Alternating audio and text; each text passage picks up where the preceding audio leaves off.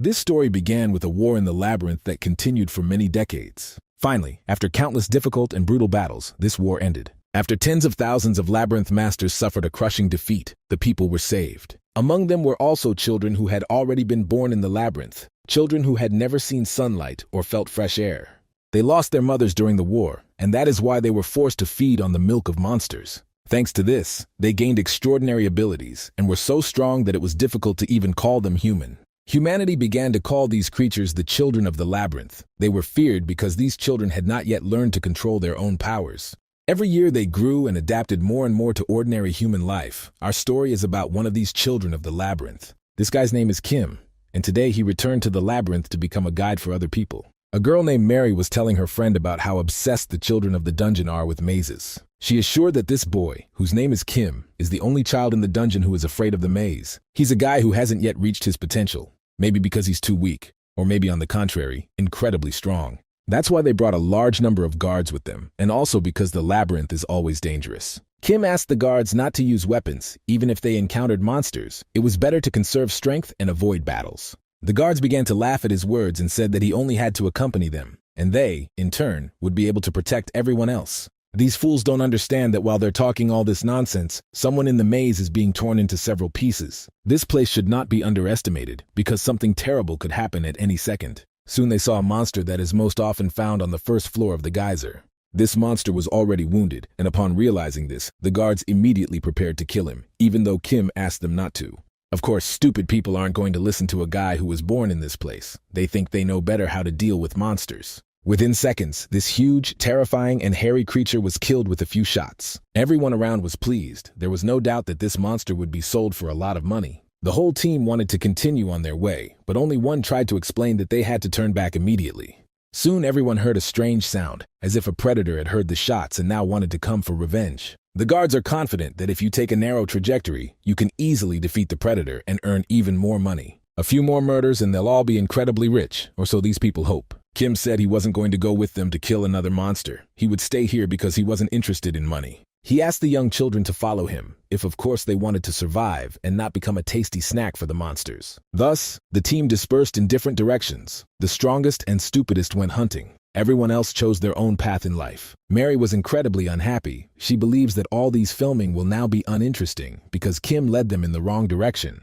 The guy explained that they had to leave even though the goal had not been achieved. It seems that the reason the dungeon child is going around this maze is because he is a coward. Mary suggested that the other cameraman return immediately because maybe they would still have time to film the battle against the monster. If they stay here, they will spend a lot of money and get nothing, and this cannot be allowed. At that moment, everyone around heard an incredibly loud sound, a sound that made the heart beat at maximum speed. Kim said that they should all follow him. They can't show the monsters that their group has split up. The predators heard the shots, they are angry and want to taste human blood. Soon, all these young fools realized that they should have listened to the advice of the dungeon child from the very beginning. When the monster appeared, it became clear that it was too late to scream and be scared, because death was already knocking on the door. This monster didn't even say hello. It immediately grabbed the operator and tasted his flesh. This monster is called a wolf monkey. Only Kim has encountered such creatures in the past because he was born into this world. This monster did not come alone, which means that the camera crew was ambushed by the creatures of the labyrinth. If nothing is done, these monsters will soon kill everyone. Kim knows very well what the rules are in this place.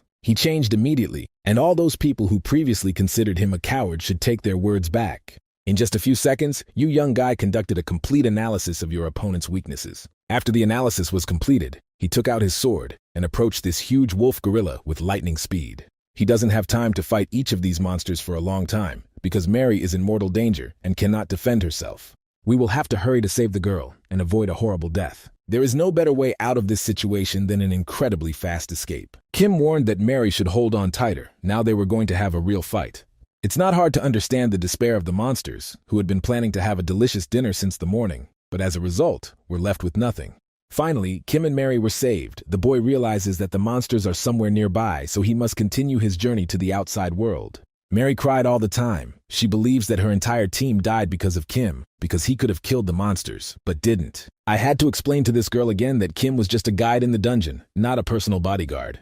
There was not a single word in the contract that he had to fight monsters and risk his own life. Mary hired a few fools who had never been to the dungeon. All of them didn't listen to the guide's advice, so Kim is not to blame for anything. If all these mentally retarded team members had listened to him from the beginning, everyone would have been alive and wouldn't even have encountered the monsters. If Mary dies, he gets his money, so the guy decided to save her at the last moment. Kim is just doing her job and thinking only of herself, although this job may lead to an unexpected plot twist.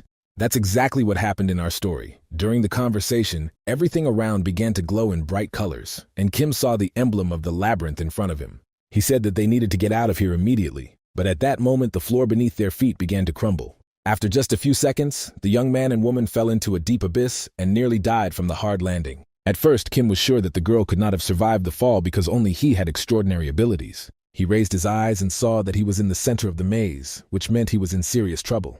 The guy wanted to look around and understand what was here, but at that moment the labyrinth emblem seemed to come to life. This huge snake, which seemed made of stone, began to attack within a few seconds. She bit our hero on the hand and named him the 230th Snake Liberator who would inherit this terrible dungeon. Of course, Kim didn't understand anything. He said he didn't want to die in this place, but he started to lose consciousness. Soon the boy opened his eyes and saw that he was in an unknown place. He couldn't understand anything, but in any case, he was happy to be alive, even after the poisonous snake bite. His hand has completely healed, and he also feels like his body has become much stronger than before. Looking around, he began to guess what was near the entrance to the first floor, and also saw Mary. He ran to the girl to check on her physical condition. Despite her injuries, she was still breathing. There are no doctors or medicines around. No one here can help her. Now is the time to think, because Mary could die at any moment. We need to find a way out and save the girl. He asked her to wait a bit and assured her that she would soon be safe, but as it turned out, Kim kept his word. Soon they got out of the dungeon and headed home. It was already being reported on TV that at 9 in the morning a terrible incident had occurred in the dungeon with the expedition team.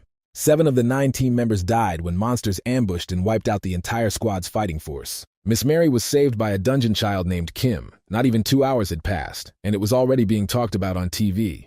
Kim was glad that none of this was caught on camera, because he wouldn't be surprised if he ended up being blamed for the disaster. Soon Carol entered the room. He didn't know she was home, but it seemed like the girl was crying. He left her half of the money. It seems she just found out about it and was very scared. Kim asked the girl to keep the money for herself, and not to ask where he earned all this large sum. The main thing is that he didn't do anything wrong. At this moment, a man appeared behind the girl. This was Kim's father, who wanted to understand what all this meant. He started yelling at the guy and said that he already found out how he was making this money, and now he knows that the Anthem was risking his own life.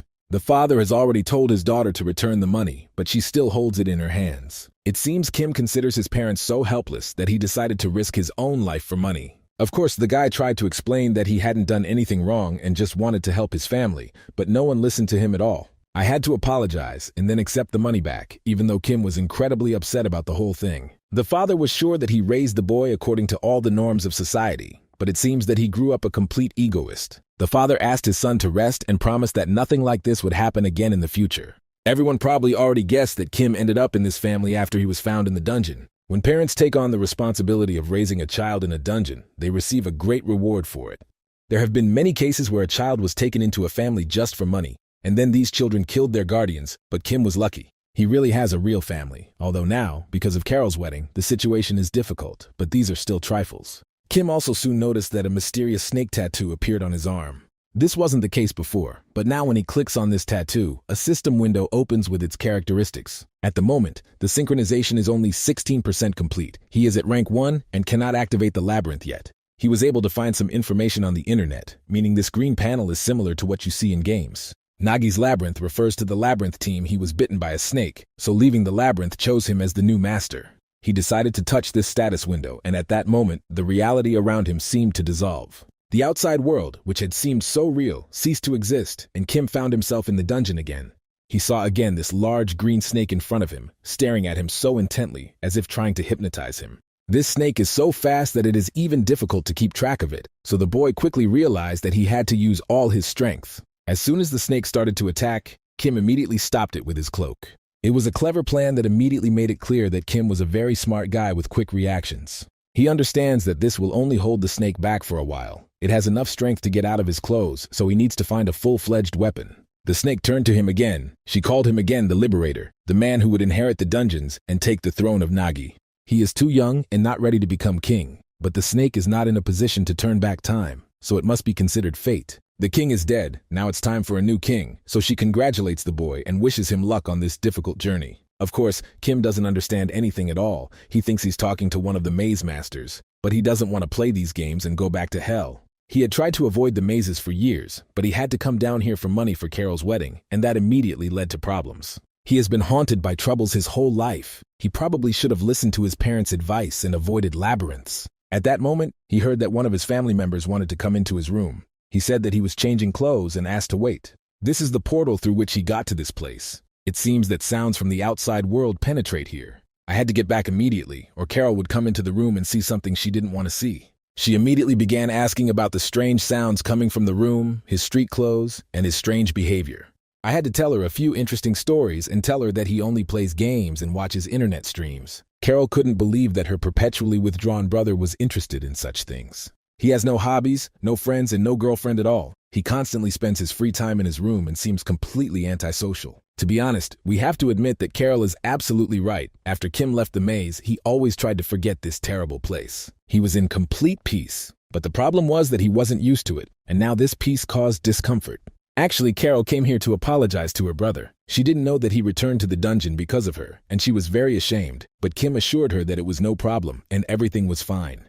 He completely forgot that he had left his cloak in the labyrinth, so he asked the girl to wait until he returned. Meanwhile, strange things started happening in this labyrinth. Perhaps the boy would be left without his clothes. It was a little strange to watch. Now Kim isn't sure if he really wants his cloak back that badly. I had to immediately say goodbye to my sister and tell her that now was not the best time for such conversations. She had never seen him so interested in anything in her life. She had better think he was really playing video games. Returning to the labyrinth, Kim immediately realized that his cloak was still there, but there was no more money in it. The system reported that while he was in the maze, the devil stole all his money. In order to find this devil, you need to complete synchronization and activate the entrance to the labyrinth. The guy decided to sit on the king's throne and think a little about how it all turned out. As soon as he touched the throne, the system reported that the detailed information of the labyrinth was locked and would only be opened after synchronization. Now he can continue his synchronization and do everything possible to get his money back. He's not going to leave here without money because he really risked his life for it and almost died. If it weren't for the money, he would have immediately returned to his room and forgotten about any labyrinth. The synchronization process was started, the characteristics check began, but it seemed like it was a very long process. He began to think that he should forget about synchronization and try to find the devil on his own. And it was at this moment that something interesting happened. The verification was complete. The guy Kim was identified as the Naga King. Now the synchronization can begin. At that moment, the labyrinth around him completely changed. Everything became too white, as if the boy had entered paradise. Soon the synchronization was completed. It seemed as if the design had changed slightly. The guy's rank was immediately increased, as were all his main characteristics. Now he needs to go inside the labyrinth. It seems that the devil who stole his money has decided to personally come to meet the new king. Probably the average person wouldn't even notice this little monster, but Kim is extraordinary, and he wants revenge. This little kleptomaniac must understand that you can't steal the king's money, otherwise there will be a retribution for it. Kim hit the devil several times, then ordered him to return the money immediately or he would tear him to pieces. It seems that this monster no longer has the guy's money, but he is ready to pay for his guilt with a precious crystal. Deep crystals are especially expensive,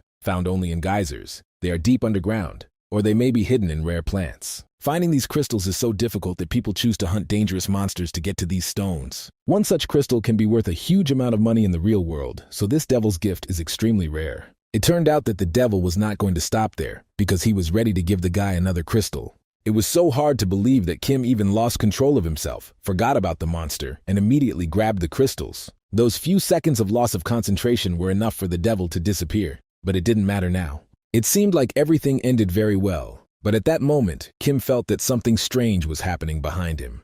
The system reported that he had sacrificed a mid-rank profound crystal. Now the broken part of the labyrinth would be restored and improved. Of course, the guy doesn't want to part with the crystal because it's extremely expensive, but the labyrinth has already swallowed the stone. In 24 hours, the stability update will occur, and Kim has 72 hours to increase the maze rank. He had already dreamed of buying himself a new car, but now he had to forget about all those dreams, at least for a while. 4 days had passed since then, and despite the excitement surrounding Carol's wedding, everything had gone well. Parents, as well as family friends, helped with the wedding arrangements, and Kim was able to sell one of the crystals for a large sum of money. It was enough to buy a large gift for Carol's wedding, although he would be in trouble if his father found out. The system reported that the maze update was complete, and now the gates are open again. The guy decided to go inside to look at the changes that had been made with the help of one of the crystals. Now the maze is at the second rank. New locations and new types of monsters have been unlocked. Due to the update, the maze's protection system is at a low level, so you need to be careful. A structure called Nagi's Nest was created next to the owner's room. Kim began to look around and noticed movement behind him. He couldn't understand when the monsters had appeared and decided to read about it in the system. It turned out that 6 first-rank Nagi slaves appeared in the nest. The number of slaves will increase as the rank of the labyrinth increases. Although there are monsters in front of him, they look too cute as a child. All these slaves are waiting for their master's instructions. Kim decided that these little monsters would become scouts. He asked them to draw a map of the maze starting from the center, researching resources, ecology, and everything else. He also reminded them that they must remember that their priority is survival, not battles with other monsters. Actually, he should have sent someone adult with them, but he doesn't have money for protection. Kim has no hope for these little creatures. They are small, fat, and most likely slow and weak. They might be perfect prey for the monsters in Geyser, but these little creatures were able to scale the nest wall in just an hour.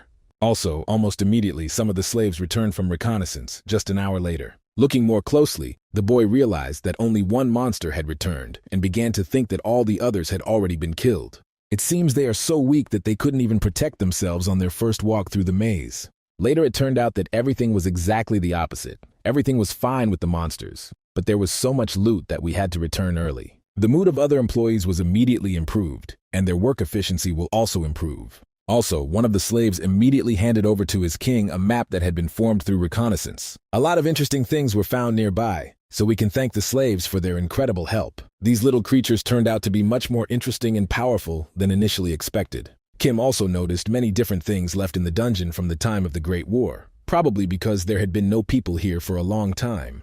Looking more closely, Kim noticed small, deep crystals. The slave explained that he had seen many such crystals. Kim ordered these stones to be brought to him immediately because a plan to make money immediately arose in his head. He doesn't know what will happen to the employees if he goes out into the real world now. Monsters could attack the maze at any moment. It's very dangerous to leave his small team alone, but Kim can't be with them all the time. The labyrinth brings him many benefits, not only money, but also opportunities. That's why he decided to donate a few crystals to help the labyrinth. It's strange because for the past 5 years, Kim had tried to forget about the maze, but as soon as he got here, the maze absorbed his thoughts. It seems that now he understands why the children of the dungeons are so obsessed with this place, and why they are willing to give their lives for the labyrinth.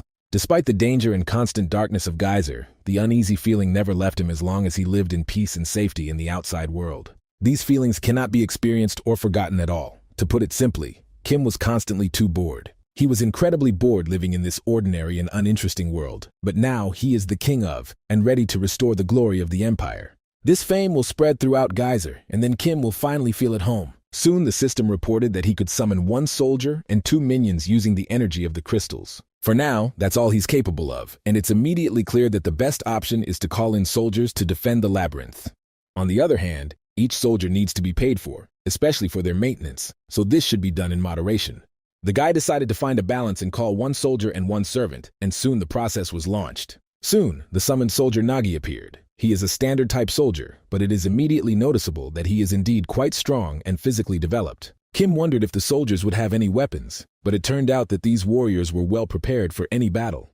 The king informed the soldier that he would defend the vault together with the workers, and the beginning of their acquaintance was positive. Also, soon the system reported the appearance of the maid Nagi, for which the secret of Geyser was activated. It turned out that the maid belonged to the heroic rank. Her name was Dominicana, and she was much better than the standard maids. The Dominican immediately greeted her master, her voice echoing in Kim's head as if she were using telepathy. At the very beginning, the maid was ready to carry out the first order, so I had to tell her about the current situation. Soon, Dominicana learned that the king had not even finished the training process, and then asked to look at the map of the labyrinth. She immediately said that next to the vault there was a place with hidden crystals. They needed to be found immediately, and Dominicana was ready to help. It turned out that there is a stalactite cave in the labyrinth. The walls of the cave are quite thin, so they can be easily broken to get to the crystals. Sometimes crystals can be obtained during the processing of other minerals. Even if the plant with the crystal is small, you can always take the flower with you. Geyser plants are quite hardy, so they do not require special care. Dominicana also said that they must protect this area, since it is part of the labyrinth. The nearest passages are easy to defend. There is drinking water here, but don't think that everything around is too safe. Nearby is an area with wild monsters. This area is called a hunting ground. There you can earn the opportunity to summon even more soldiers and servants. Kim was pleased. He didn't even suspect that there was someone in this place, someone Kim could talk to. He explained that he came from the outside world and had no intention of leaving the labyrinth, but sometimes he would have to return home. Since the labyrinth doesn't have a core yet, monsters shouldn't come here yet, although you can expect anything from Geyser. Dominicana recommends summoning more soldiers and servants to improve the labyrinth before it's too late, and also constantly collecting crystals. Dominicana cannot help with crystals because only a master, that is, the master of the labyrinth, can release energy from these plants. Kim immediately wondered what would happen if he couldn't meet the standards of this place. The maid said that some slaves might leave or revolt, but even if the monsters harm the Lord of the Labyrinth, they will not be able to take over this place, because only Kim can be king. The Nagis aren't stupid enough to try to start a riot because the whole of Geyser will find out about it. They have a lot of work ahead of them. They need to forget about conversations for a while and work actively. Soon, Kim returned to the real world and decided to earn some more money with the help of crystals. The shop owner was surprised because even famous warriors don't bring that many crystals. Over the past 5 years, the professionalism of researchers has declined, so crystal supplies have decreased significantly. The man is not going to ask where exactly Kim gets these stones, but he wants to offer a contract. The guy lived far from the geyser for a long time and has no idea what the situation is there now, so this contract can help him find out what's going on in the dungeon. Kim is ready to sign a contract, but in return he wants to find out information about the labyrinth. These are pretty good terms. Kim decided to ask the right questions from the start and talk about hell spiders. These spiders are difficult to defeat, but each of them has a deep crystal that can be sold profitably. Kim replied that he was going to decline the offer and that he was not hunting monsters. The store owner reminded the guy that he had a family to take care of, especially considering their financial problems. It was a big mistake on his part to talk about the Kim family because it could make the guy lose his mind. It seems as if this man was trying to get information about the boy, and he could be severely punished for this. Realizing that the situation was getting out of control, the man immediately asked the boy to calm down and said that he would work with the strongest children in the dungeon.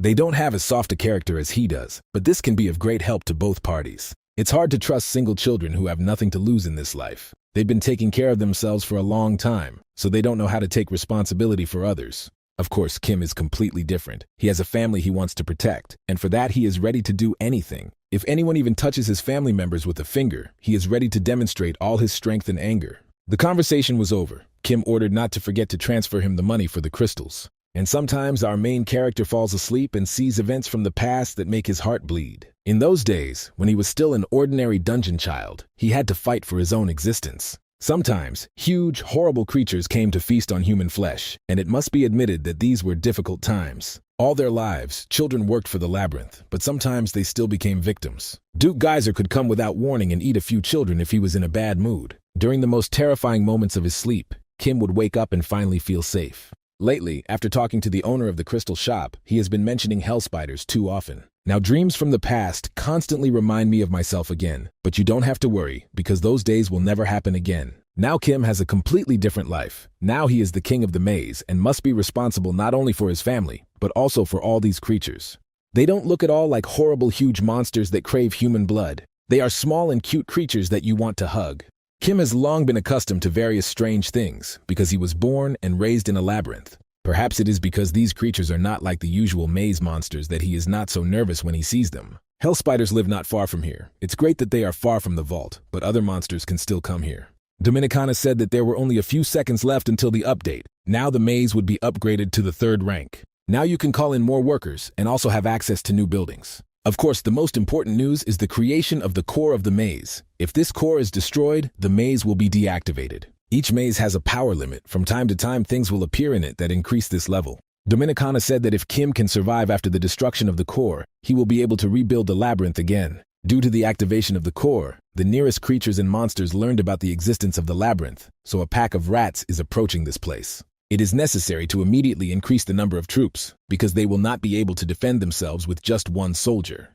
Kim had never seen these soldiers defending a maze before. In theory, only a few soldiers could defeat a pack of rats. Soon Kim ordered the system to summon another soldier and 2 Nagi warriors, and now the labyrinth could feel safe. These warriors turned out to be much stronger than expected. They can even challenge wolf monkeys. At this moment, an interesting situation occurred, which immediately caused a flash of sad emotions in my soul. Nagi's workers are the latest mutated version of a high ranking. This kid is looking at the version he could have become, but didn't. This little one continues to follow orders, but looks lethargic and upset. He has more energy than the others, but the difference in work is almost invisible. At this point, Kim called all the members of the labyrinth to him. He said that it was time to go on a little excursion. Respect is of great importance to these slaves, so you shouldn't hide them at such a dangerous moment for the labyrinth. They might get offended. Kim will personally make sure that no one is in danger. He will protect them at all costs. This decision could lead to an increase in the fighting spirit of the labyrinth. Kim chose the right strategy from the very beginning. It's time to show the rats who dared to come into this maze who's boss. Meanwhile, the rats were approaching the cave. They had been waiting for this moment for a long time.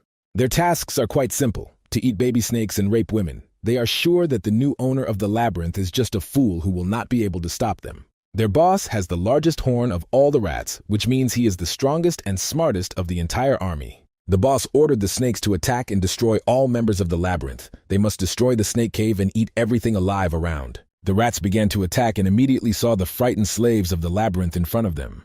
It seemed that these kids could really suffer, but at that moment a new king intervened in the battle. He wants all his warriors to show what they are capable of and destroy every nasty rat. It turned out that Kim had a fairly large army, ready to carry out any order from his king. The rats realized that they were in big trouble. They were trapped, and now they were forced to pray and beg for salvation. Let's talk about what was happening among the rats before this event. These rats have to work constantly, otherwise they will be eaten, because their owners are very big and strong. Their owner decided to tell about a way by which rats can become as strong as he is. Perhaps each of these little creatures can become the new master of the labyrinth. When it came time for battle, it didn't really matter because Kim and his team worked perfectly. The boss, called Tretch, said that if he could absorb the pearl, he would become stronger and protect his army. When he speaks of the pearl, he means the core of the serpent's labyrinth, so that is precisely his goal. He is sure that if you can do it, then no one will tell his army what to do anymore. The rats must protect their boss and pave his way to the pearl. If they can do this, they will no longer be treated as prey. They are no longer going to bow their heads and pretend everything is normal. They are not going to turn a blind eye when their brothers are killed and eaten. Tretch must run forward and save the rat world, or destruction awaits them. Kim doesn't know what's going on in the minds of these rats. He only sees that these creatures have come to destroy the maze, and he wants to stop them. Tretch was already very close to the core. If he could eat this pearl, then everything would be over. Of course, the king could not let this happen, so he took out a long spear and prepared for an accurate strike. At this moment, the system reported that the altar had been attacked and its strength had been halved. Tretch was very close to destroying the pearl, but at the last moment, the enemy's weapons stopped him. He can be understood. He only wanted to save his brothers and sisters, but Kim stopped the rat at the last moment. This big rat got too close to the core. Kim didn't expect that he could sacrifice his army in order to get closer to the pearl. We'll have to be much more careful next time, but today we can smile, because after defeating the boss, the rat's fighting spirit disappeared. The defeat of the entire army is only a matter of time. If Kim knew how weak these rats were, he wouldn't even worry. They may win through sheer numbers, but they are unlikely to be stronger than ordinary Nagi workers.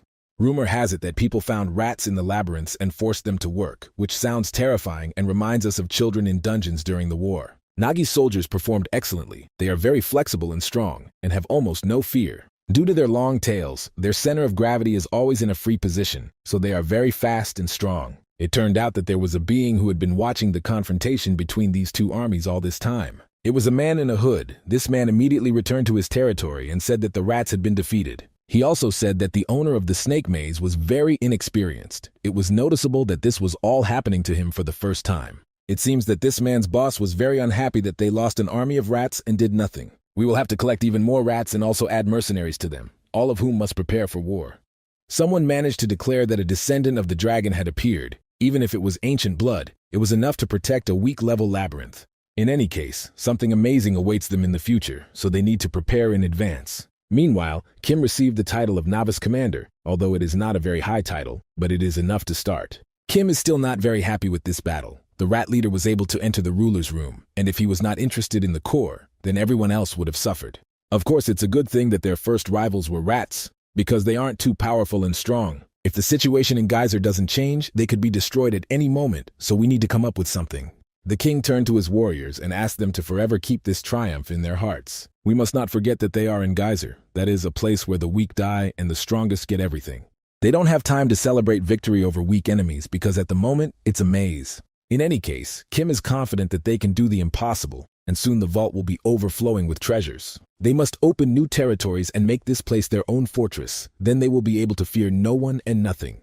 The guy assured that all members of his team will soon be called living legends. Many days had passed since the battle with the horned rats, the corpses had been eaten, and the weapons had been taken to storage. Kim sent slaves into the cave to install equipment to find crystals. All other workers, along with security, were ordered to go in search of crystal plants. In the future, Kim wants to create 2 squads, hunters and patrols, but right now he doesn't have enough depth crystals to summon. Kim also decided to use rat horns and sell them to a man he knew. These horns are often used among people. Of course, this seller, whose name is Sun by the way, is more interested in deep crystals, but they have been hard to find lately. After they talked about money, Kim decided to mention hell spiders. He needs the crystals too badly, so he hopes that Sun's offer is still valid. The man replied that the first team had already set out to search for the monsters, and if Kim wanted to join, he still had a chance to do so.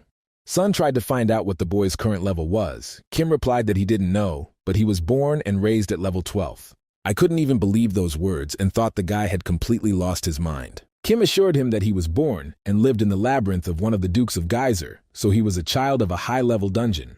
Now Kim doesn't even realize the power of the children of the dungeon because he hasn't gone down there since the war ended. He doesn't know any information about the dungeon, which is why he wanted to talk to Sun about it. The man explained that each child in the dungeon has a level after birth. This level is equal to the floor on which the child was born.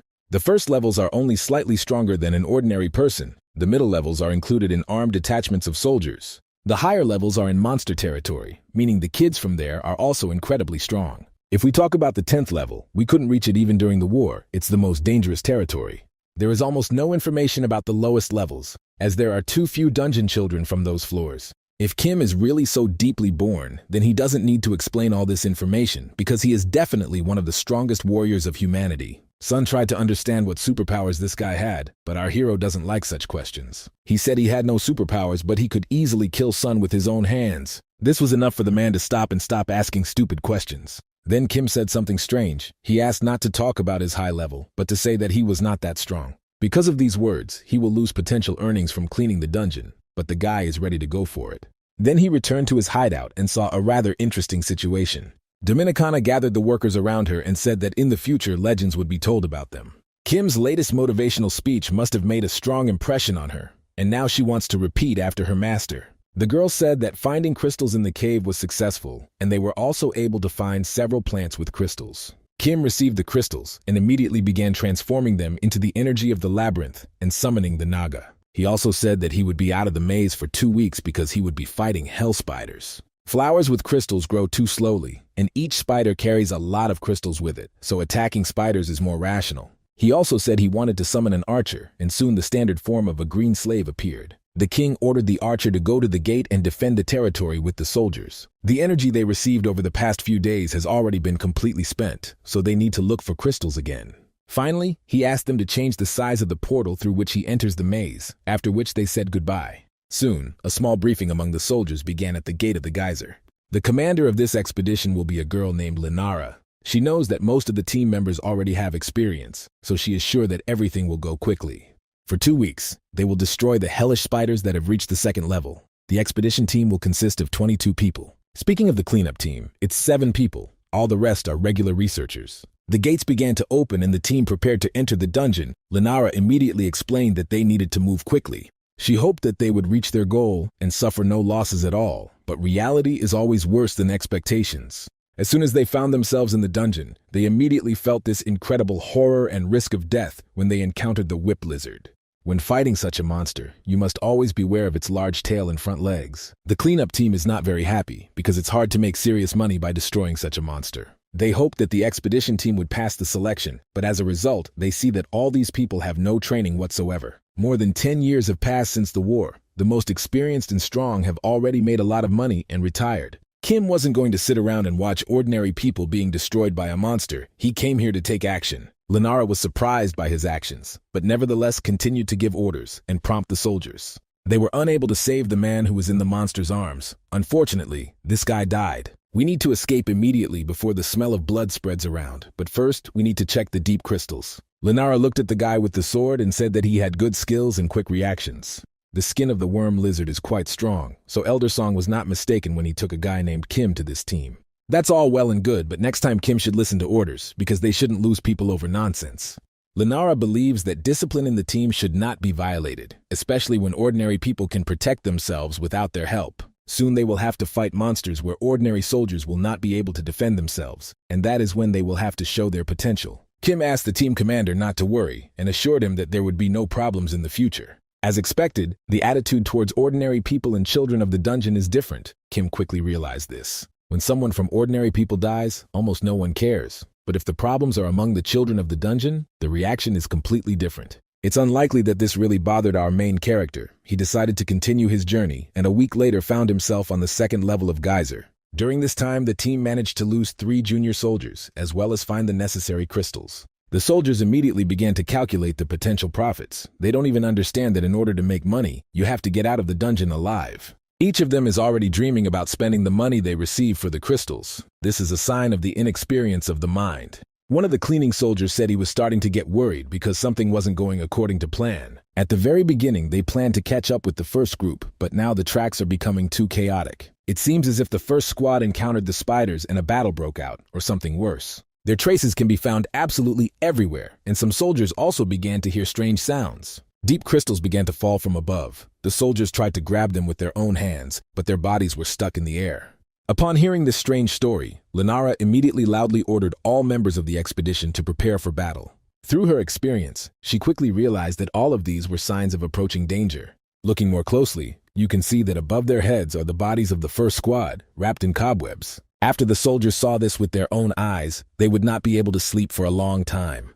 Now it was clear why the tracks were around. Lenara ordered to immediately retreat and prepare for danger. As soon as she said all these words, she immediately heard something very scary approaching behind her. At this moment, the battle began immediately. Lenara demonstrated from the very beginning why she was appointed commander of this team. With one move, this girl cut off the spider's head and ordered the children of the dungeon to immediately attack the monsters. While the researchers hide in the bunker, the children of the dungeon must clear this area. During all these orders, Lenara lost her concentration a little. She almost died, but Kim came to her aid. He sensed danger and was there with his sword in time. Maybe now she will respect this guy even more. The children of the dungeon must protect the explorers, but the number of opponents is increasing with every passing second. These spiders are huge and very creepy, as we remember. They are the ones who sometimes come to Kim in her dreams. On the other hand, the children of the dungeon are also not at all fearful creatures who immediately cry and run to their mother. These children were born in a labyrinth. They nourished themselves with the milk of monsters and from childhood felt comfortable in the dark.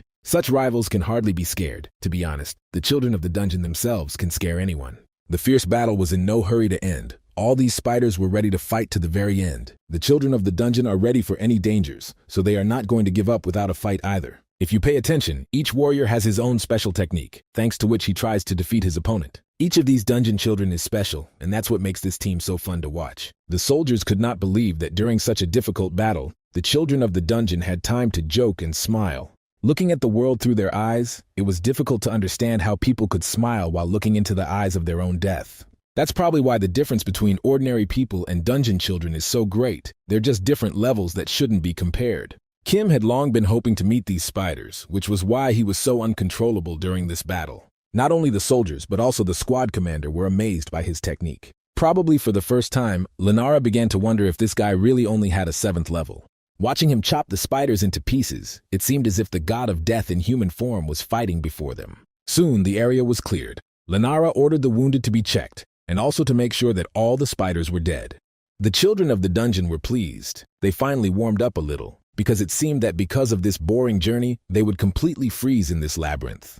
This all seemed strange. Judging by the records, hell spiders should live at lower levels. They had never risen so high before, especially if you analyze the records left after the war. It should also be noted that these spiders seem too weak. Perhaps the monsters of the deep levels are not as strong as everyone thinks. At this point, Kim said something interesting. He assured the entire reconnaissance team that these were not hell spiders at all. These creatures belong to the same species, but hell spiders are much larger and also have stronger skin. Even their fighting style is different, as hell spiders do not engage in close combat against a large number of opponents. Usually these spiders behave quite cautiously, but today everything was a bit too aggressive on their part. Hell spiders are like shy guys, they will never make the first move. Meanwhile, the soldiers noticed that when they first arrived here, there was much less spider web around. Kim said that real hell spiders will always wait until their prey comes into the trap itself, and maybe this is what will happen right now before our eyes. Kim was born and raised with these horrible creatures. He knows how strong their thirst for killing is. Hearing the words about explosives, Kim said that it was better to plant them at blocked exits, and to do it as quickly as possible.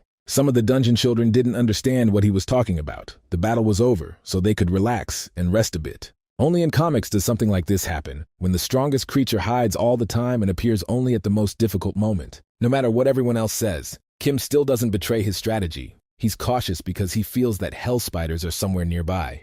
The other team members may laugh at him, but when the enemy appears, no one will want to smile anymore. The team captain approached the boy and tried to understand where he had so much information about these creatures. Soon, exactly what Kim had been talking about so much happened. Real hell spiders appeared. That's when everyone realized that he had been right all along and they should have listened to his advice. As happens in such situations, when danger approaches, it becomes too late to think. Kim kept saying that hell spiders were on a whole other level, and now it's becoming obvious how right he was. Terrifying creatures immediately surrounded the research team. Now they must act, and act quickly.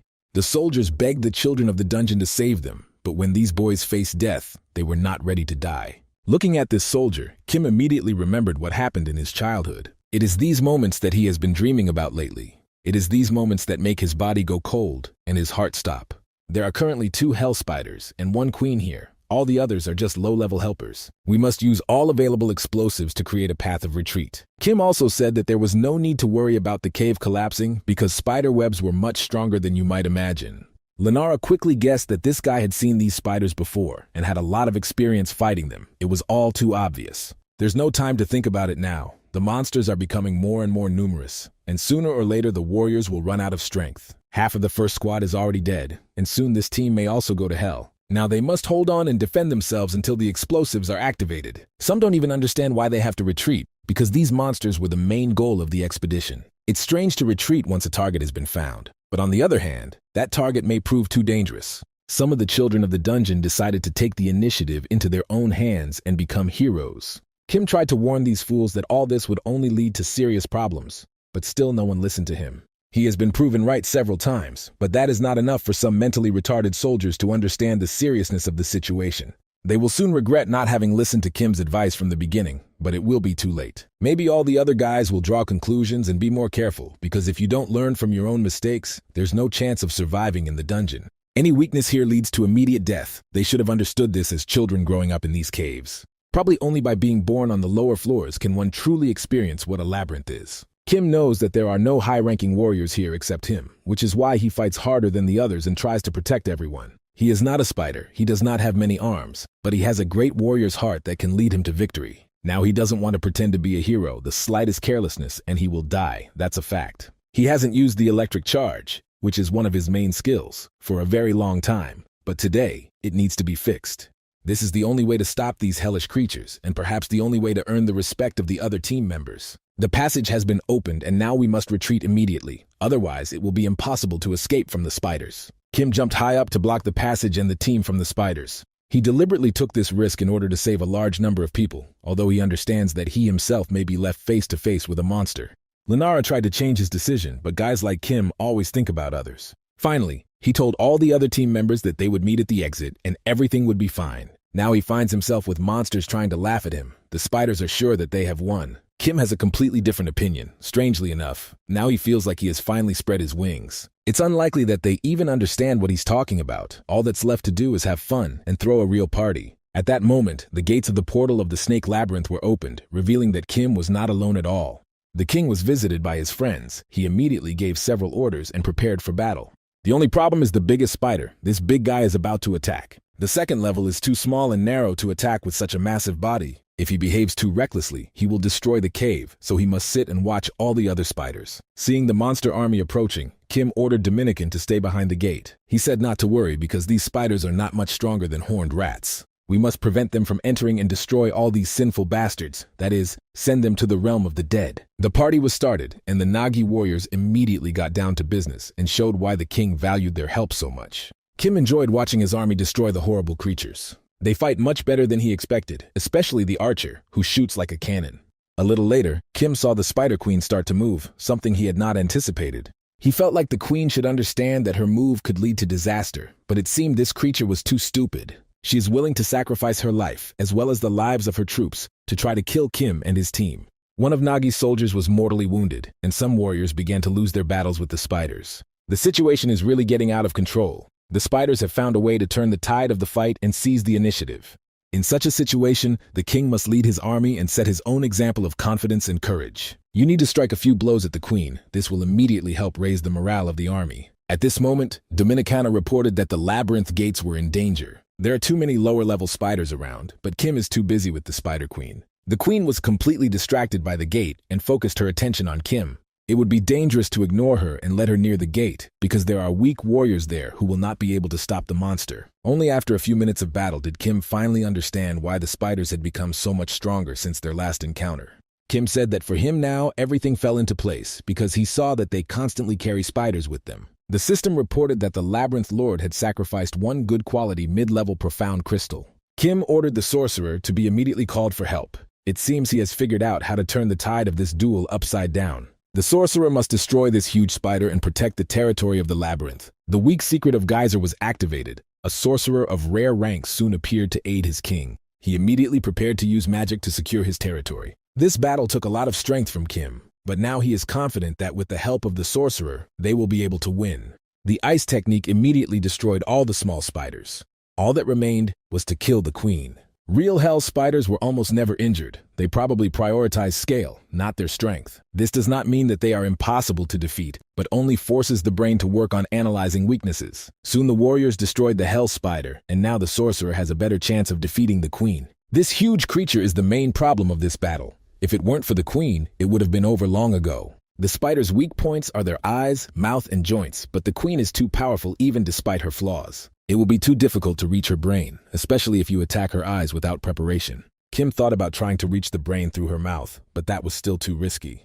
During all this time, the cave has been badly damaged. One wrong step and everything will be destroyed. Very quickly, Kim realized that they had to take a risk. He said that they would attack the ceiling and break through to the first floor. Whether he understood how dangerous it was or not, he decided to do it because he didn't have enough strength to defeat the queen. After analyzing the situation, he realized that this was the only chance to get out alive, so he had to try and take risks. The queen is constantly on his trail, so now Kim has the perfect chance to get revenge on her for her horrible childhood. She will be the first person he will take revenge on, but that list is too long. Meanwhile, his army hoped that Kim had a plan because it seemed like he was going to bury himself alive. The master is fighting with all his might, and therefore Dominicana is upset because she cannot help him in any way. Even the Nagi, who should be fighting alongside him, can only watch now. Feeling as if their existence has no meaning, the Dominican cannot understand the master's intentions, despite being close to him. To the other soldiers, she said that they were not standing aside because they were helpless. The master has always gone into battle and risked his own life to protect the members of his army. He thinks about their safety even in such a situation. This shows Kim at his best, because even now he doesn't want to sacrifice his warriors. Kim fights alone because only he can handle this, because only he can stop this utter evil. Let's return to another part of the dungeon walls for a while and see what happens to the expedition members. They have been feeling earthquakes for a long time, and now these sounds are getting closer and closer to them. There shouldn't be any high-class monsters at the upper levels, but the boys still had a bad feeling. Soon a gap appeared in the cave and unknown monsters began to emerge from it. Only a little later did it become clear that it was Kim, who was a fighter against the huge Hell Queen. Perhaps right now the sorcerer will accumulate enough mana in his body and use a powerful attack. Kim hoped that would be enough, but the ice attack was too weak to destroy such a strong enemy. Soon the ice will not be able to withstand such a heavy creature and will completely break, which is what should destroy the monster. Only Dominicana was able to guess her master's plans. They must have been talking to each other for too long. Of course, falling shouldn't destroy the monster. Kim did it just to gain pure attack power. It was necessary to create an opportunity for him to attack with all his might, and that should be enough. Dominicana said that they cannot let the spider escape. They must join forces and apprehend this creature. Once the spider is in the open position, the master will be ready to send it to hell. Kim has long said that hell spiders should live in hell. Only there can they feel at home. His punch was extremely strong. There is no doubt that he had just shown his full potential. For his heroic victory, Kim received the title of a normal commander and significantly increased his authority. He destroyed the Hellduke's army and also earned experience points for his team. The master was upset that the sorcerer had not transformed, but for this he needed more experience points. After checking his loot, Kim saw 6 crystals of good quality, which had been obtained with the help of dead spiders. He sacrificed 2 profound crystals for the sake of updating the labyrinth. Progress must not stop. Also, the guy can't return empty-handed, so he will take a few crystals with him and sell them in the real world. The battle is over, but that doesn't mean they can relax. The labyrinth will become even more dangerous, so no one should see this portal. The master asked his warriors to take the maximum number of corpses and block all passages to the portal. The passage to the first level cleared. Kim may have time to return before the maze update is completed. He would leave his warriors with the necessary amount of food and thank the Dominican for his incredible help. When he returns, he will definitely reward his warriors. This will happen in about a week. Let's move to the safe zone of the expedition squad. All this happened 5 days after the battle. The team members saw Kim in front of them. He was alive and almost unharmed, and it seemed like he had been waiting for them for a long time. He did all the dirty work in 5 days, although the plan was to clear the dungeon in 2 weeks. Lenara started asking a million questions. Kim explained that he was lucky to escape, and he took advantage of this chance. In any case, he saved her life, so now he can ask his commander for anything. Kim replied that he knew she was also a child of the dungeon, so he wasn't going to ask her for anything. After that, he said goodbye and said he was going home, and he took all the loot after destroying the spiders. Lenara wanted him to tell her about the lower floors, but it was too early for such a conversation. Soon the boy met with Sun. He brought him 12 high-level crystals, and the grandfather was pleased. For this, you can get a huge amount of money and relax a little and live to your heart's content. Oddly enough, Kim is not entirely happy, but he is immediately ready to spend the money and buy himself a house. He asked Song to help him with this matter, because he no longer communicates with Kim in the outside world. After that, he said goodbye and set off in an unknown direction, leaving Sun very satisfied. Meanwhile, in the dungeon, everything was going according to the master's plan, with Dominicana directing the process and keeping order. Kim returned shortly after, but looked even more tired than after the battle with the spiders. He can't constantly lock himself in a room and open a portal there every day, which is why he needs to live separately. He constantly has to argue with his father and explain to him the reasons for his absence. Dominicana said that the renovation of the labyrinth has been completed, although the external changes are not entirely visible. She said that buildings are not added automatically, but now they can be found in the list. Since they have a significant supply of crystals, you can develop and improve the maze step by step. A guest also appeared in this place. He is waiting for the master at the entrance. There is one team that comes to every maze. It seems like they are quite powerful if they can come to any corner of Geyser. This creature is called the Mysterious Merchant. He greeted the king of the Great Dungeon and said he wanted to work together. Now we need to understand how the merchant found this place in the first place, and it is important to find out the truth. The merchant said that he already knew about the labyrinth, as well as its new owner, who had defeated the hellish spiders. These rumors spread very quickly throughout the dungeon, but it still seems like the merchant is lying. Dark merchants from the black market watch almost everything that happens in the dungeon. Probably this territory is under the control of this creature. Even if you pretend that Kim is a rather strange person, you still can't let the merchant underestimate the new lord of the labyrinth. The merchant said that he wanted to maintain friendly relations with the new owner.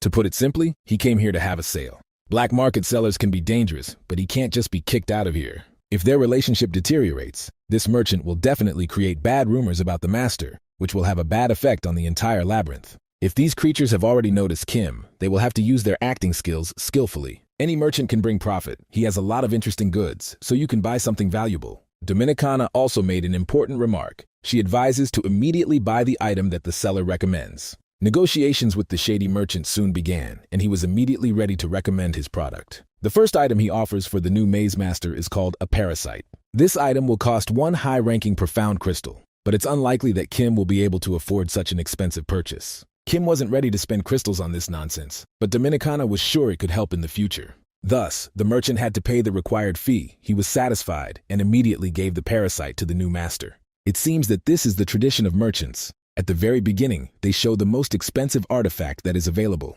The Dominican explained that this artifact would be of no use until she tried it for herself, as disgusting as it might sound. Not a single piece of advice from this girl has turned out to be bad, although even just looking at this parasite makes me sick. Kim feels like he's becoming less and less human every day, although to be honest, he was also completely different before. The system reported that synchronization between the parasite and the host had begun, but Kim wasn't worried about the outcome at all. He's more concerned with improving the maze and asks his assistant for a little help. 6 new Nagi slaves have now been added to the maze, as well as new combat forces to call upon for help. Dominicana is confident that the master possesses enormous combat power, so he can afford a rapid rank increase. This does not mean that the masters of other labyrinths are too weak. Most likely they simply do not want to go outside. You can now unlock new internal structures, such as a farm where you can grow vegetables and fruits for the slaves who work for the maze. It is also possible to open a training center where you can start training slaves and improve your combat power. You can even open your own bar to collect information from neutral creatures who will come to visit the labyrinth. There are many other options, such as a forge, laboratory, and temple, all of which improve the physical and magical state of the labyrinth. The master ordered the warrior archers to deal with the monsters near the labyrinth. Kim wants to summon more warriors, so it will be easy to do, especially after building a farm and a bar near the nest. The laboratory, forge, and temple require too much energy, so it's better to improve the defense first. Kim is ready to sacrifice all the low-rank crystals he currently has. With this, he wants to summon an army and become even stronger and take a step forward in the evolution of the labyrinth. A week passed after these events. The expansion of the labyrinth was completed, and all the monsters around were also killed. All the warriors have set out to search for crystals and create traps. Some are training, and some are also defending the surrounding area. The map update will be completed in a few hours, meaning the maze is finally starting to look habitable. They seem to be too busy, lacking the deep crystals that can be found on the hunt as well as in flowers. Now it becomes clear why the Spider Duke constantly started wars. Building a labyrinth is not an easy task. A few days ago, Kim arrived at his new house, a quiet area with almost no neighbors. The portal will close soon, so I decided to leave the labyrinth and rest a bit. He's been putting a lot of effort into working in the dungeon lately, so a rest wouldn't hurt. The parasite synchronization has been successfully completed. Now the parasite is trying to take over the body of its owner. At first, Kim didn't understand what was happening, but then he started to feel an incredible headache. A little later, he felt that something bad was happening to his eye, and he began to regret having tasted the parasite. His house is far from the city center, but that doesn't mean Kim is impossible to find. Lenara had wanted to come visit him for a long time, and after a long search, she finally found this place. When she went inside, she heard strange sounds. The girl thought that someone had attacked the owner of the house. Looking closer, she saw that something had happened to his face. Kim looked like a monster. With a little buzz, everything calmed down. He apologized for her seeing him in such a state. The girl tried to understand what had happened. It felt as if half of Kim's face had burned in hell. The guy said that it was just a common labyrinth disease that was treated very quickly. Kim said that he contracted this disease on the 12th level of the geyser. Before this, it seemed that all the children from such deep areas had already died. It seems that Kim is the last child of the 12th level dungeon. Now it becomes clear where he got so much information about hell spiders. Now Lenara knows where he was born. Even if she tells someone, no one will believe her. The girl came here to find out if Kim would join her new expedition. She promised that on the new assignment he would be able to receive the highest salary. It was immediately apparent that she wanted him to become a member of her team. Oddly enough, Kim agreed almost immediately. For a long time he lived on the surface, but recently he began to think about returning to the dungeons. It seems that Geyser has changed a lot lately. Kim is ready to go on an expedition if his true level is hidden from the other team members. Lenara is incredibly pleased that such a talented dungeon child will be on the same team with her. She feels that everything will go perfectly. After that, they said goodbye and agreed to meet in 4 days. The expedition plans to descend to the 6th level and spend 2 weeks there, with a total team of 15 people. Most of the members of the previous team will be on this expedition again, and Kim is not very happy about this news. I had to explain to him that this team has been working together for a very long time. They understand each other perfectly and are ready to correct all their mistakes. In 4 days, they will meet and try again to stay alive in this hellish dungeon. It will be an interesting adventure. 4 days later, Kim arrived at Lenara and prepared to enter the dungeon again. The girl immediately told the guy all the details and the approximate plan of their expedition. Soon the team members appeared. Some Kim already knew, and some he saw for the first time in his life. Standing with his friends, Han and James, was a boy with a scar on his face named June. Now Khan and James respect their partner Kim, although they used to openly laugh at all his advice. Now these guys are happy that he is on their team and will do everything possible to make sure everything goes well. Lenara asked them to end all these conversations and prepare for serious dangers. Let's move to the bar of Nagi's labyrinth for a while and see how sad Dominicana is. It seems that as soon as the master leaves her for a while, she starts having alcohol problems. It seems that she is in love with her king and cannot live without him. Everyone around her has long noticed changes in her mood. On the other hand, now they have a bar, so now Dominicana can calm down with a little wine, because before at such moments she would have real hysterics. She tried to eat the tails of other slaves and assured them that the tail would grow back, although she was not sure of that. Rumor has it that she has a secret room where you can find the master's used underwear and socks. It's hard to even comment on that. As soon as Dominicana heard the words about the mysterious room, she said it was a great idea. Now back to the expedition. This story is different from what happened in the past, where there were hired explorers and children of the dungeon. Since everyone here is from the same team, the children of the dungeon and the researchers behave as a single mechanism. Soon they will encounter monsters. Han will chase these demons and Jung will cover the team from behind. John takes the position of captain. Despite being lower in level than Lenara, such a strategy is best suited for teamwork. This is called the detection skill, allowing you to see all living creatures, except those with the ability to hide, which has this cheating ability and can lead the team to victory in almost any battle. Soon the team reached the entrance to an abandoned labyrinth, the other path blocked by wolf monkeys. If you go around the monsters, you will have to go through this passage, although it is dangerous. John can't see anyone with his skill, so he's sure they're taking almost no risk. After listening to all these words, Kim said that he did not mind going forward. Now they were listening to him because they felt his experience in the dungeon. Maybe through this journey, he will see new ideas for building his own maze. It could be useful. Now let's move to the evil side of the dungeon, where they talk about a dragon that has been seriously injured and needs to be restored. They can bypass the area that was marked with blood. The distance for the master, along with the dragons, is enough. Everyone knows that in the dungeon, ancient dragons do not have much speed, so this entire process will take 3 months. If only the hooded creature did this, he would have time to go around the maze in 2 weeks, so it was decided to entrust him with this task. It turned out that this is a girl. Her name is the traitor Rickshaw, and soon she will play a big role in our history. Meanwhile, the expedition team entered the labyrinth and saw the room of the lord of this place. Only a few hours had passed since they entered the labyrinth, but they had not seen a single monster, nor had they seen any ambush. This labyrinth was abandoned after the end of the war, which is why nothing of value was noticed on the map. Rumor has it that the military wants to set up a training base here, but only next year. It was decided to arrange a small rest area here, as well as install motion sensors at the entrance. The sooner the team takes care of safety, the more time they will have for their own rest. Kim didn't receive any tasks. Lenara explained that he should save all his energy for fighting monsters. He is the strongest warrior in the team, so he must get used to being treated special. Meanwhile, he has the opportunity to look at the throne of the monster that previously ruled the entire labyrinth. At this point, the parasite's skill, called detection, was enabled. His eyes immediately started to burn and hurt, but he pretended that everything was fine and there was no need to worry about it. It's a good thing she can't see his internal system, because Lenara didn't give him any peace. This time, the pain is not so severe. After the last case, the parasite did not even try to manifest itself. Kim's vision has improved significantly. Now he can see things that are not obvious, which are hidden from the eyes of all other people. He found something interesting. It's a fragment of the labyrinth, which stores the energy of the labyrinth for a long time. This stone is very useful.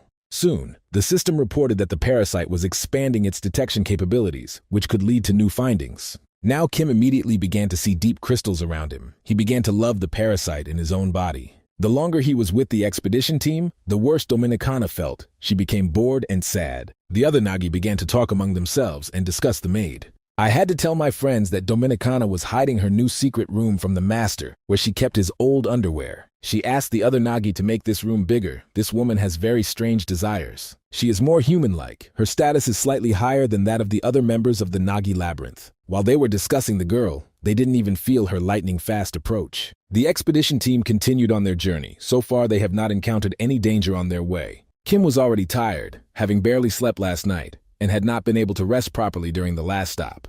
On the other hand, Kim managed to collect dozens of deep crystals and hide them in the labyrinth. He was also able to run through closed parts of the map and left a few notes, so next time you'll have to come here alone. All of this was only possible thanks to the parasite. It was through his skills that Kim saw all of these minerals. The captain asked the dungeon children to all gather together, while Kim is not participating in team activities. He is only asked to stand back or rest, but when the monster appears, he will be expected to take the most decisive action. The team has approached danger, and based on the sounds they can hear, either monkeys or bats are waiting for them. John can only understand the location of the monsters, their number, and whether they belong to the same species. These monsters are almost impossible to get around. There is an option to wait until they kill each other and then leave, but this is also dangerous. There are an incredible number of monsters, so other predators may come here upon hearing the sounds of battle and the smell of blood. In the worst-case scenario, the expedition team will be driven into a dead end, so they will have to fight, because otherwise, they will not be able to get through. Lenara started laughing and said that all these monsters were just child's play for such a strong and powerful warrior as Kim. If they stand in one place, then no progress will occur, so it is better to take the first step. Kim took out his sword and said that he was ready to take on half of the monsters. This should be enough for the team to confidently destroy the enemy. When they entered another part of the maze, they saw that the monsters had already started fighting each other. There are about 30 monsters here, and seeing this number, John began to think that today was his last day of life. Kim assured that it was too early to draw such conclusions and immediately intervened in the fight between the monsters. This guy doesn't know the word stop. With just one blow, he forced the first monster to say goodbye to life. Dungeon children usually deal with monsters in a matter of minutes, their style befitting the labyrinth in which they grew up and learned. Also, their style depends on their level and their surroundings, which is why some of them start attacking without thinking until the opponent dies. This is how most dungeon kids fight, but this guy with a sword kills all his opponents with one blow. His talent is hard to overestimate. He only targets his opponent's weak spots, as if he can clearly see them with the help of his skill. His level of speed and strength seems much higher than that of other warriors. It is not even clear how he achieved such progress. Seeing that Zhang was thinking too much about Kim, Lenara decided to intervene and explain how it happened. She said that Kim had already been introduced to a number of mazes, and, thanks to the constant dangers, had increased his level. He understood how to fight effectively in order to survive, as he was constantly one step away from death. These explanations were enough for Zhang to calm down and believe her words, although it wasn't easy. In the future, we need to think through Kim's story better so that other team members don't have unnecessary questions. The expedition's chief warrior reminded everyone else that they had not come here to talk, but to clear the area. They agreed that Kim would only kill half of the monsters, so John and company would have to kill the other half. Over time, Kim becomes increasingly comfortable using the parasite. The enemy's movement seems slow and predictable. He can't even understand whether he's fighting at full power or just maintaining his skills at the level of other warriors. Thanks to the parasite, many different abilities were discovered that affect battles with enemies. Now Kim can see the monster's weak points and internal organs at a glance. The more he learns about the parasite's abilities, the more useful his skills become. Now the price he paid for the parasite seems incredibly small, so it was a great deal. The parasite has fully recognized Kim as its master and will now try with all its might to keep the boy alive. Although Kim said he would kill half of the monsters, he actually destroyed almost everyone around him. This is called gaining courage. Lenara said that she had to invent various fairy tales to explain his extraordinary power. Team members are already calling Kim a natural-born death warrior, and perhaps they will soon begin to worship and pray to him. The battle was over before other monsters came smelling the blood, so we had to quickly collect all the deep crystals. It turned out that there were some problems. Another expedition detachment was approaching them, which was twice the size of their team. They planned to split into 2 groups to surround Lenar's team, and now they need to quickly come up with a plan of action. Another team must have been watching them during the battle, so now they have to prepare for danger again. I had to explain to Kim that in Geyser, it's not just monsters that can become your enemies. There are no laws here, so anyone can steal someone else's loot, and it's terrible. They have destroyed about 30 mid-rank monsters. The team is tired after the battle, and is now an easy target for anyone. If it weren't for John's abilities, they would have been in critical condition long ago. The other expedition team started to speed up. They feel they have been noticed, so they want to act quickly. Everyone must gather all their strength and prepare for battle, because even escape is almost impossible now. Less than 5 minutes after the 2 expedition teams met, the atmosphere immediately became tense. The guys from the other team look too cocky. Their leader is a guy with red hair named Jangul. They haven't seen this guy in a long time, and he's glad they met in the dungeon. He had already heard rumors that Lenara and her team had recently been seriously beaten by spiders, but today everything would end much worse. He warned that it was better to stay home and be in a safe place, but if they wanted to feel the adrenaline, they would regret it now. He is ready to let them go and not kill anyone only if they give him all the crystals they have earned. Kim calmly listened to this fool and tried to understand who he was and whether he should be feared. There is an organization called the Association of Researchers. They recently received support from the state. Team Chonggul is just a gang of bandits that controls all the entrances to the maze and attacks other teams. People are constantly changing in the association, which is why most teams are part of an association and do not operate independently. All because they invest a lot of money in Geyser. These people think they are doing a great thing, but it is all just a battle for crystals.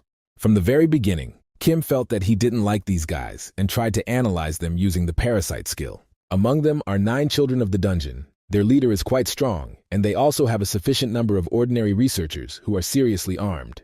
If you start a fight with them, they will kill everyone except Kim because he is too strong. In any case, this gang of bandits has started to get too nervous for our main character. He can no longer control his emotions. When bandits come, you can feel the bloodlust around them, just like around the king of the labyrinth. Lenara cannot move because of fear, and her last hope is directed at the boy standing behind her.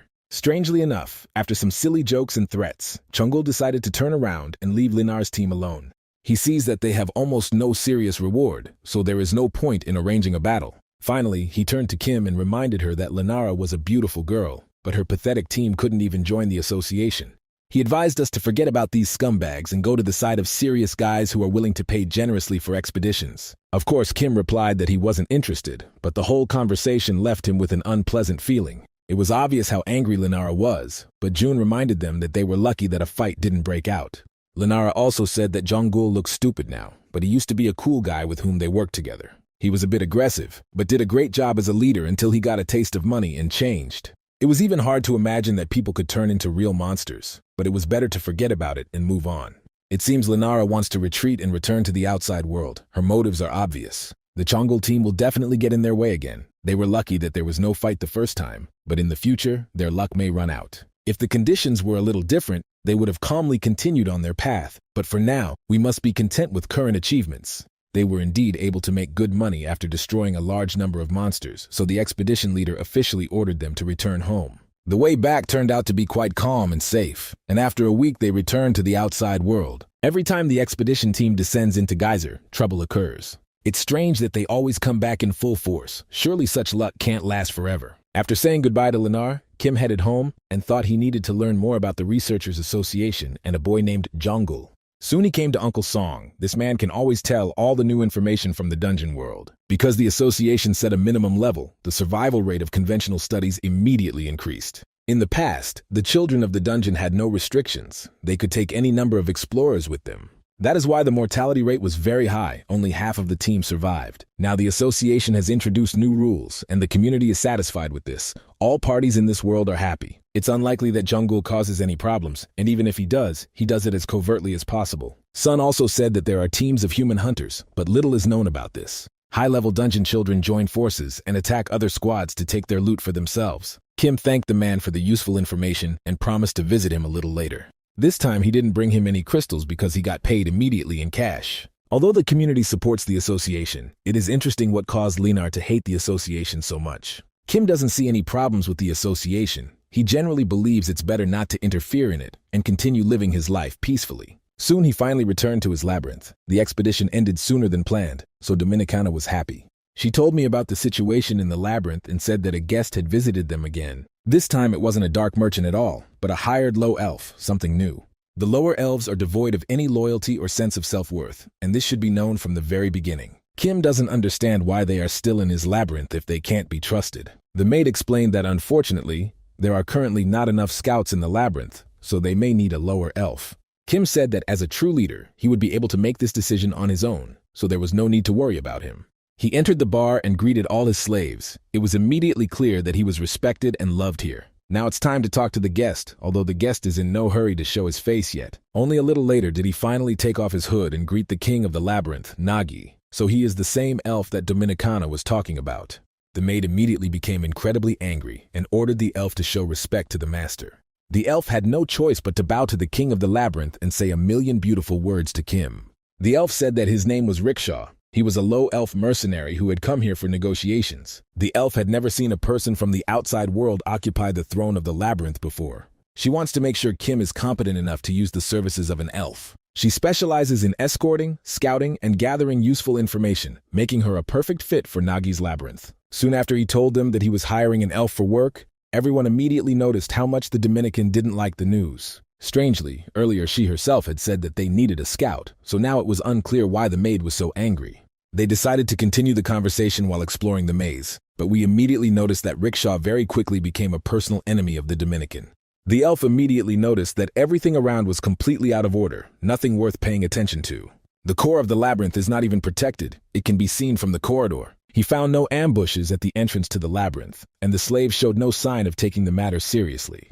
It's unclear what Kim is trying to achieve. It seems like he doesn't fully understand that he is the master of the maze. The elf immediately noticed that some slaves did not want to work and were constantly looking for opportunities for games and amusements. Kim explained that the slaves had a day off today, and because they had no tasks for today. Of course, the elf was shocked. She had never heard of weekends in labyrinths before. It had to be explained that providing slaves with sufficient days off and food was much better than forcing them to work themselves to death. The more you use your muscles, the less effective they become. Kim looks at it all from the perspective of maximum efficiency. The elf immediately realized that this labyrinth would not last long. This hopeless place was just waiting for its death. Soon this conversation ended and several days passed. Kim was not very happy because the maze was developing quite slowly. To be more precise, they have too few deep crystals, not even enough to pay their salaries. The only good news is that they have enough food and water, but it's not enough to be satisfied with the situation. From time to time, soldiers hunt monsters near the labyrinth in order to collect crystals and other useful materials. They get about 3 low-level crystals per day, meaning they have too little energy. Kim thinks more and more about how he used to spend too much on various nonsense, especially the amount of crystals he spent on soldiers. 2 soldiers died in the last battle, so now he has about a little less than 50 warriors. The larger his army becomes, the harder it is to command each soldier individually. Thanks to the scout, they learned how to fight wild animals, but because of this, soldiers are constantly dying. This cannot continue. Their soldiers are quite advanced, but they keep dying, and therefore the master cannot understand what is happening. Previously, Kim was sure that the maze had 15 floors, but Dominicana explained that this was not the case at all. The labyrinth must have absorbed him from the very beginning, and after he took the throne, the labyrinth returned Kim to his previous place. Sometimes labyrinths find their masters this way. Unfortunately, Kim only realized this today. Now it is clear why all the expedition's belongings were left after the war, because it was the most remote part of the geyser. Dominicana has never left the maze since the call, so she herself does not know where they are. There are no guarantees that the labyrinth is at deep levels. Perhaps more information will become available in the future. Maybe Rickshaw will be able to get some answers to important questions, because otherwise, there's no point in him. It turned out that the elf had returned from reconnaissance and was enjoying a beer at the bar. As soon as Rickshaw met the Dominican, a new conflict immediately arose between the two, a classic situation. The master ordered them to calm down and began asking the scout questions. Perhaps she had learned something interesting. He wants to know what level the maze is on, but it's not as simple a question as it seems at first glance. Rumor has it that people have divided the underworld into some categories, but Rickshaw grew up in the underworld, so she doesn't understand all of these categories. If the master wants, she can tell about all her travels that took place before he hired her. She said that next to Nagi's labyrinth is the labyrinth of the underwater Dragon King. All of these creatures were able to survive the war in the dungeon and remained alive. Rickshaw was there before coming to the Nagi labyrinth. These dragons have been around since the war. The master of the labyrinth is the king of the water dragons, Anak. He is the strongest of all dragons, and also a typical labyrinth master. The dragon defends its throne for a long time. Getting to that labyrinth is not difficult, it just takes a few days. Kim immediately guessed that if this labyrinth existed before the war, then its rank and number of warriors would be at a high level. If the labyrinths have unequal strengths, then the weaker labyrinth will certainly be absorbed by stronger rivals. When Kim was a slave in the labyrinth, he often saw battles between different territories with his own eyes. Rickshaw also said that most likely the Dragon Maze knows about the existence of the Nagi Maze. Between the two labyrinths is an area controlled by a predator, the Blood Leopard. The dragons tried to subdue the leopard, but failed each time, although they hardly took risks without reason. The dragons will have to bypass the leopard's territory, and they are very slow, so it will take them about 2 months to get here. This time will be enough to prepare for the battle, and this is very useful information from the scout. A little later, Rickshaw told her how she knew all this, because she used to work for dragons. Dominicana immediately started screaming and calling the elf various obscene words. They must have misunderstood her, because Rickshaw is just a mercenary and only does what she's paid to do. Now she has been hired by King Nagi, but if he wants her to fight against the water dragons, the elf is ready to refuse immediately. Kim calmed the girl down and said he wanted to learn from her everything she had learned while working for the water dragons. He is willing to pay any money for this information because he understands how important it is. After a week of getting all the information available, she left and took a lot of food with her. For now, Nagi's labyrinth will prepare for the upcoming battle. Dominicana is sure that the elf is hiding something. It's better not to trust her. She asked to get a job in a weak labyrinth knowing that war awaited them. It was really suspicious. The water dragons are probably interested in this, but still, Kim can use the elf to her advantage. The master knows that Rickshaw will try to betray them at their most vulnerable moment, but knowledge provides an opportunity for protection. It will be useful if the dragons think that Nagi's soldiers are the entire power of the labyrinth, and also that they do not have deep crystals, and they are afraid of war. Kim was surprised to hear something about his rivals, especially that King Anak was sitting in the shadows after the war. Rumors reached him that humans had a weapon that could destroy him, although before the war, he was confident in his own immunity. The dragon began to fear humans and hide, and now a human has become the king of Nagi. There is a hidden meaning in this. Kim said he would return in a few days and bring a gift with him. Upon returning home, Kim immediately called Lenara. The girl was sleeping, but she still picked up the phone. This is strange, because almost no one calls her on the weekend, especially Kim, who has never tried to talk to her on his own accord. The fact is that the guy is ready to ask her for help. There are several items that he will soon need. A week has passed since that phone conversation. Let's see what the warriors in the Dragon Kingdom are up to. In this maze, they are confident that they can easily destroy their opponents from the Snake Maze. For them, this is just a game, not a full-fledged war. Dragons are the clear favorites in this battle, all due to class differences and the power of great blood. We probably shouldn't forget the number of defeats the dragons suffered in the battle with the Blood Leopard, so they're not the strongest force in the dungeon. Soon this whole company of monsters met Little Nagi. They guessed that the labyrinth was very close. The slave immediately started running away when he saw the strangers. Of course, they tried to stop him. The dragons will be able to find the entrance to the maze right away if they run after this little snake. At least that's what they think. Soon they were able to catch this little rat and prepared to make it suffer. Suddenly a cat appeared and saved his slave. He said that all the descendants of dragons are too loud. These words greatly angered the monsters, who had already prepared their teeth to destroy human flesh. Kim confidently looked at the monsters and declared that he was the king of Nagi and was not going to be afraid of anyone in this dungeon. Only now have the monsters realized that the king of the Nagi labyrinth is a human, and they must immediately tell Anak about this. It's unlikely they'll be able to leave here in peace, because it looks like they've been ambushed. All these slaves only at first glance seem like small and cute creatures, but when the fight starts, they turn into Terminators. The Great Maid of the Dominican is also participating in this special operation. She has not left the labyrinth for a long time. Now the dragons will feel the power of Nagi. No one will underestimate the labyrinth of snakes anymore. Meanwhile, Rickshaw came to the dragon territory to fulfill her task. It's too scary around here. Everywhere you can see ambushes set up to take someone's life. There is no place to rest and very little food supply. Slaves are forced to do physical labor until their last heartbeat. This is what a real labyrinth is. The difference between this place and Nagi's labyrinth is incredibly big. Soon she found herself at the throne of the Dragon King and bowed before her lord. Rickshaw said that now the labyrinth of Nagi knows about the existence of the labyrinth among the water dragons, and soon they will begin preparations for battle. However, they find too few deep crystals due to a lack of manpower. Rickshaw wants to take advantage of their desperation and convince them to subdue the bloody leopard. All this will create ideal conditions for attacking Nagi's labyrinth. This battle will be easy to win. The Dragon King ordered the elf to recommend that the labyrinth of Nagi attack the blood leopard a week after they enter his territory. In this battle, they will lose all their strength and then will not be able to defend themselves against the dragons. The speed of water dragons can no longer be relied upon because the king wants to take a different path. Meanwhile, his warriors were being attacked by snakes from Nagi's labyrinth. They tried not to panic the dragon, but fear could be felt in the air. At first, the dragons were confident that human weapons would not be able to penetrate their skin, but it turned out that this was not entirely true. They were surrounded, and now it is difficult for the dragons to escape from this hellish place. These illegal guns and equipment were manufactured with the aim of confronting the monsters of the underworld. The weapons were produced in large quantities to be sold illegally on the black market.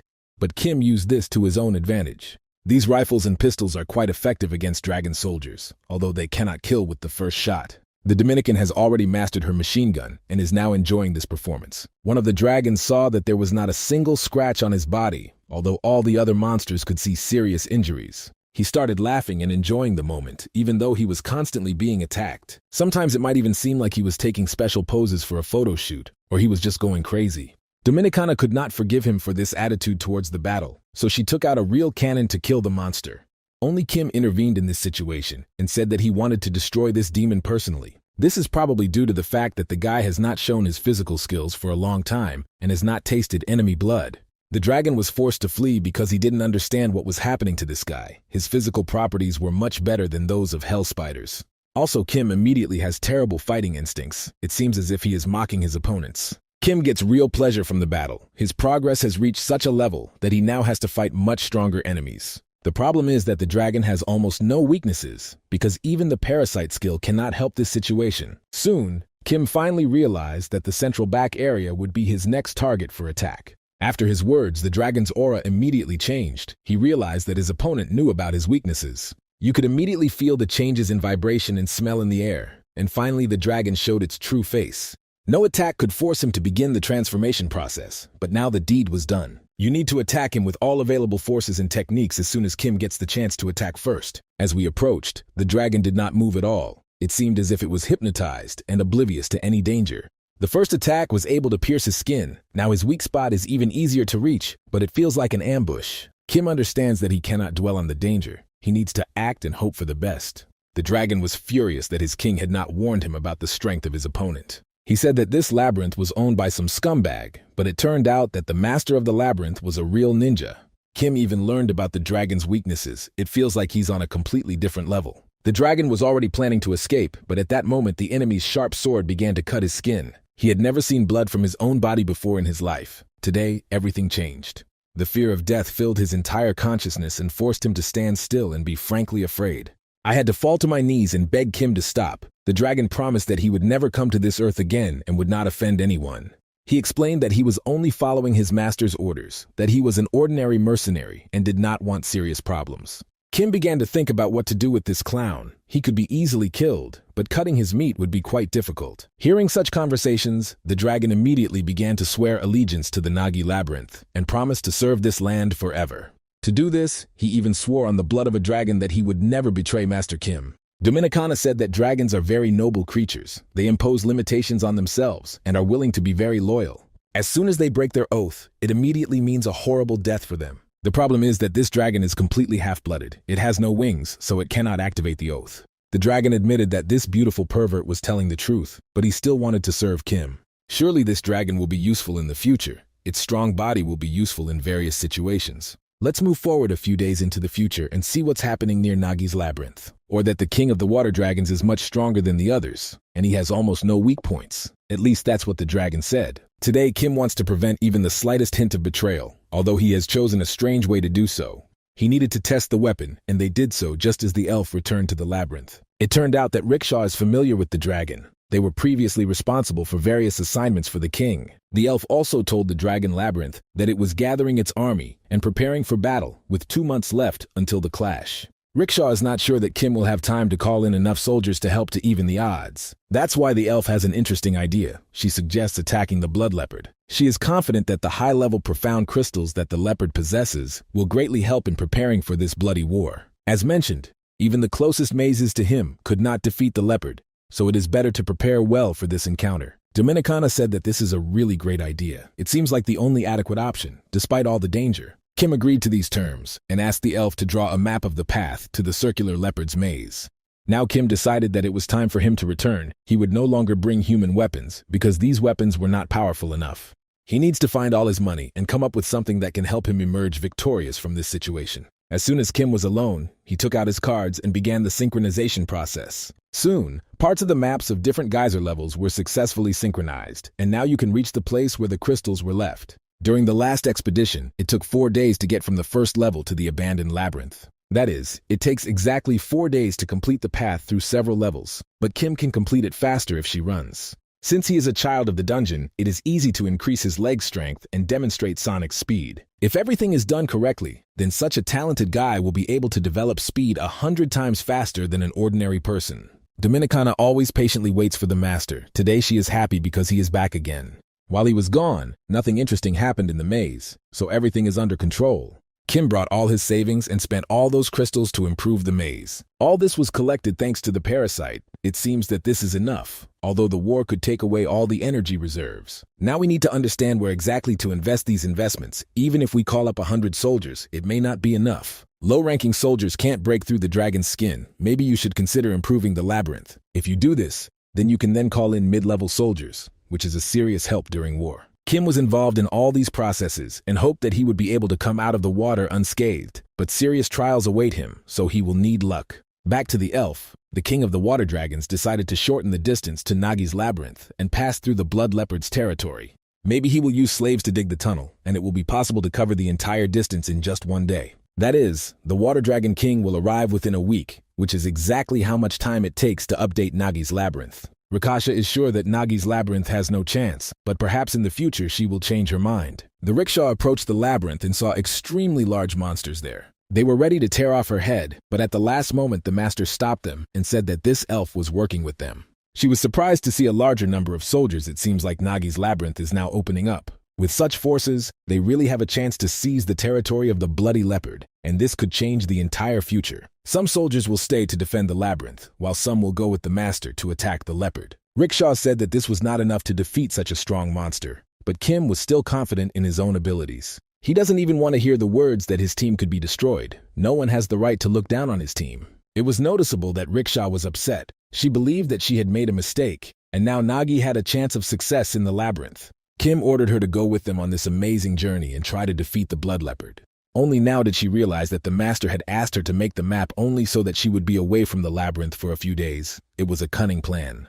Soon they set off and prepared to meet the Titan. Soon they were in the territory of the blood leopard. Now they had to behave as quietly as possible. The leopard specializes in hidden ambushes. This is an ideal opportunity for its attack, so you need to be as careful as possible. The leopard has ruled this territory for many decades, so Rickshaw doesn't want to die serving as leader. Although she agreed to accompany Kim's team, she nevertheless understands that it is too dangerous here. There is no certainty that she will be able to get out of here alive, especially after the thirst for murder has become audible around her.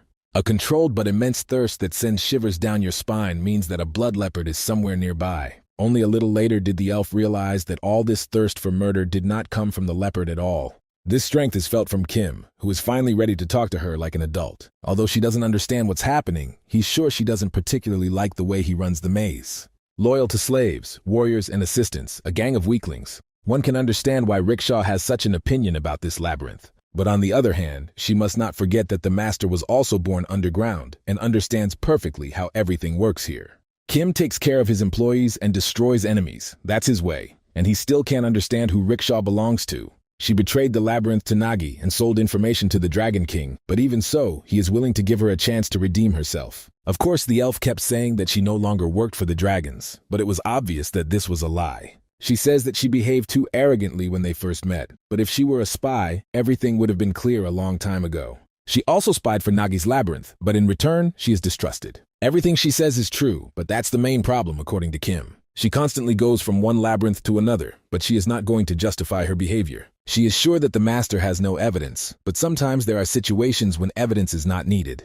Kim decided to talk about parasites. Rickshaw replied that she had heard about them, but had never seen them with her own eyes. Kim said that there is a parasite in him, but he also understands that there is something similar in her as well. During their first meeting, he placed a part of his parasite in her body, and that parasite enjoyed walking with the elf. He especially enjoyed traveling to the labyrinth of war dragons. It was very interesting and educational. It's strange, but Kim still gives her a chance. He probably really likes Rickshaw. She probably underestimated him. In fact, she doesn't belong to any labyrinth, but only wants revenge. This elf has been dreaming of sweet and cruel revenge on the Spirit King for many years. From the very beginning, Kim said that she would die if she turned to face him, and once that happened, it was time to act. She fell to the ground but felt that she was still breathing calmly, so he did not deliver a fatal blow. The elf saw a huge leopard. She didn't even feel the monster approaching. Kim's intuition worked perfectly. As soon as the boy felt danger approaching, he immediately took out his sword and began to act. However, he knows how to disguise himself even during battle. His speed is incredible, but this is not his only strength. His fearlessness makes you respect this labyrinth master. It's very hard to watch him fight and not become his most devoted fan. Only now did the elf realize that she had underestimated this guy too much. No matter how strong a person is, some facts cannot be changed, such as the fact that Kim is a child of the dungeon. The leopard was seriously injured in just a few minutes. If Rickshaw wants to, she can escape right now. She must know that if their paths cross again, Kim will not give her a second chance to talk. He is a monster who was born in the labyrinth, and he is the first person who can see the blood leopard. The leopard is now sitting and recovering from the first encounter, and it seems he is also shocked by the meeting with Kim. This is the first time a young guy has used so much of the parasite's power at once. It takes up too much strength. If this continues, you will have to fight only with your skills, so it is better to try to win quickly. It turns out that the blood leopard has support. There are several similar titans in this labyrinth. These monsters wait for the perfect moment to attack, and when that moment comes, they do everything with lightning speed. As we already know, Kim will always protect her team members no matter what. Today only confirms this rule. This battle reminds him of his encounter with the Hell Spiders. He is just as sick of these monsters. Oddly enough, Rickshaw said she wanted to help Nagi's maze, but Kim replied that they didn't need her help. Do not underestimate the soldiers of this labyrinth, because sometimes they can prove themselves to be true heroes. During the leopard's first attack, the sorcerer was seriously injured. His condition is quite bad. Honestly, he could die if he doesn't continue treatment. Everyone knows that sorcerers are very important to the king, so everything possible must be done to return him to normal. Nagi's warriors remember their master's good attitude. They want to thank him and fight with all their might. You don't understand that there are almost no chances in a battle with a leopard, and sometimes even the slightest hint of victory is enough to try. After a few minutes of battle, it became clear that they were losing, but that didn't mean it was time to give up. For decades, their labyrinth lay in ruins, and only now did they have a chance to start all over again. This warrior got the opportunity to be the first soldier of the Nagi labyrinth. At that moment, he swore that he would live until the day he could see with his own eyes the rise of a king who would not let them fall again. Only now does the soldier realize that his oath to destroy enemies along with the king was wrong from the very beginning. At this critical moment in the battle, the system reported that all requirements had been met, and now the hero was coming to the aid of Soldier Nagi. He cannot call himself a soldier and claim to be defending his king when he is trembling with fear, awaiting a miserable death. Today he wants to forget about the fear of death. Today he will take this leopard with him to hell. Activating Soldier Nagi's heroism results in something like this. It's a rare occurrence, but always an extraordinary sight. Finally, the Blood Leopard will feel that he is not the strongest monster in this dungeon. You could even say that this battle was a complete disappointment because more was expected from the leopard. Rickshaw was shocked, seeing this heroism. She realized that the master had deliberately taken so few warriors with him. To activate heroism, a soldier must have sufficient combat experience. This is known on each floor of the dungeon. Heroism only manifests itself when soldiers begin to look at the world differently, when their imagination changes and goes beyond all limits. No one can activate such a powerful energy on their own, but Kim said that one should not underestimate his warriors. It seems that he still has a lot of trump cards up his sleeve, but he is not going to use them prematurely. Seeing his warriors display heroism, Kim realized that he could no longer contain his own energy. Although he doesn't know what his soldiers are truly capable of, he is sure that they can pleasantly surprise him. Today could be a real tragedy for the territories of the Blood Leopard. Their fighting style is focused on camouflage, which is ready to compensate for their low durability, which is how they defeat their victims. Even with heroism activated, a soldier is not on the same level as a master who can track the movements of a leopard. Ordinary warriors can't even keep up with the speed of this monster, and their main task is to protect the wounded. These warriors are always at a disadvantage, but as it seemed before, even in this case, they cannot be underestimated. Everyone asked the sorcerer to remain calm and restore his strength. He had no right to die today. Oddly enough, even when he was in a critical situation, he still did everything possible to protect his friends. He used all his remaining mana to create an ice wall. Now they are safe. This wall cannot be destroyed even if you put all your strength into the blow, so now you cannot be distracted and destroy the leopard. A soldier's heroism can turn him into a real monster. He will fight the enemy to the last drop of blood and completely forget about the fear of death. If you do everything right and take advantage of the enemy's weaknesses, you can seize the initiative. We've already said that leopards have serious endurance problems, and it seems that Soldier Nagi took advantage of this information. In addition, during the entire battle, he has become noticeably hungry and can no longer keep this hunger within himself. It's certainly hard to compare to a delicious Big Mac and fries, but in the conditions of a dungeon, it's also a tasty delicacy. The soldier asked the leopard not to dramatize the situation, because this was just the beginning of dinner. Kim watched all this time as his warrior destroyed the huge monster. It was truly a magnificent job. With the soldier's help, they were able to buy some time, but Kim didn't expect that without his help, it would be possible to defeat the leopard. Still, they lost one of their team's warriors, but they are all heroes to their master. The same goes for ordinary slaves who fought with weapons in their hands and still helped the team. If they died in battle, they are no different from soldiers. Everyone who belongs to the Nagi Labyrinth is a single family without any classifications. Rickshaw was surprised at how professionally Kim leads his soldiers. He is first and foremost an excellent psychologist, and only then a general. Now she understands that there was no need to doubt this king. He has every chance of building something extraordinary. As a reward for his warrior, Kim decided to give him a name, because every hero must be called something. Now this warrior will call himself Quint and will become a full-fledged general of Nagi's army. The warrior was so happy that he swore to serve the king for the rest of his life. A little later, it was time to head back to the labyrinth and take the loot with us. The leopard is still alive, and therefore it is better to be careful and not relax prematurely. They decided to leave several dead monsters in this area because their skin was not suitable for making armor. We will have to be content with only the deep crystal, the heart of the blood leopard. It contains all the power of this monster, and now this power can be released and used to your advantage. It seems that this whole situation has changed the elf's attitude towards the king. It seems as if Rickshaw has finally chosen the side he wants to be on. Kim suggested they continue their conversation and talk about revenge on the Spirit King who destroyed Rickshaw's family. Because of this, a war began between the Water Dragons and the Spirit King, and Rickshaw had a cunning plan. She wanted to use the Water Dragon Labyrinth to absorb the Nagi Labyrinth and start a war with the Spirit King. Judging by the conversations, there are no more than 5 days left until the arrival of the Water Dragon King. It was expected that there would be much more time, so now there is no certainty that Kim will have time to prepare the maze. Rickshaw couldn't understand why Kim didn't know about all this in advance, since he had planted his parasite on her. It turned out that it was all just a lie, or as it is now called, manipulation. The parasite dies immediately after leaving the host's body, and Rickshaw only saw part of Kim's parasite on her own body. She didn't turn back, so she couldn't understand this whole trick. It turned out really very clever. She had to be deceived to find out the whole truth, but it was all done only for a good purpose. Kim has too little time, so he is ready to give the elf one last chance. He will not kill him, no matter what choice he makes. An elf can join water dragons who have 10 years of experience behind them, or join newcomers without experience. Kim doesn't want to force the elf to make a choice, but if he even sides with Nagi, they will help him take revenge on the Spirit King. The elf asked to give him time until the war with the water dragons was over. It seemed as if she wanted to join the victors. It seems like she doesn't take Kim seriously and thinks it's all just a joke. Rickshaw should have understood the situation she is in a long time ago.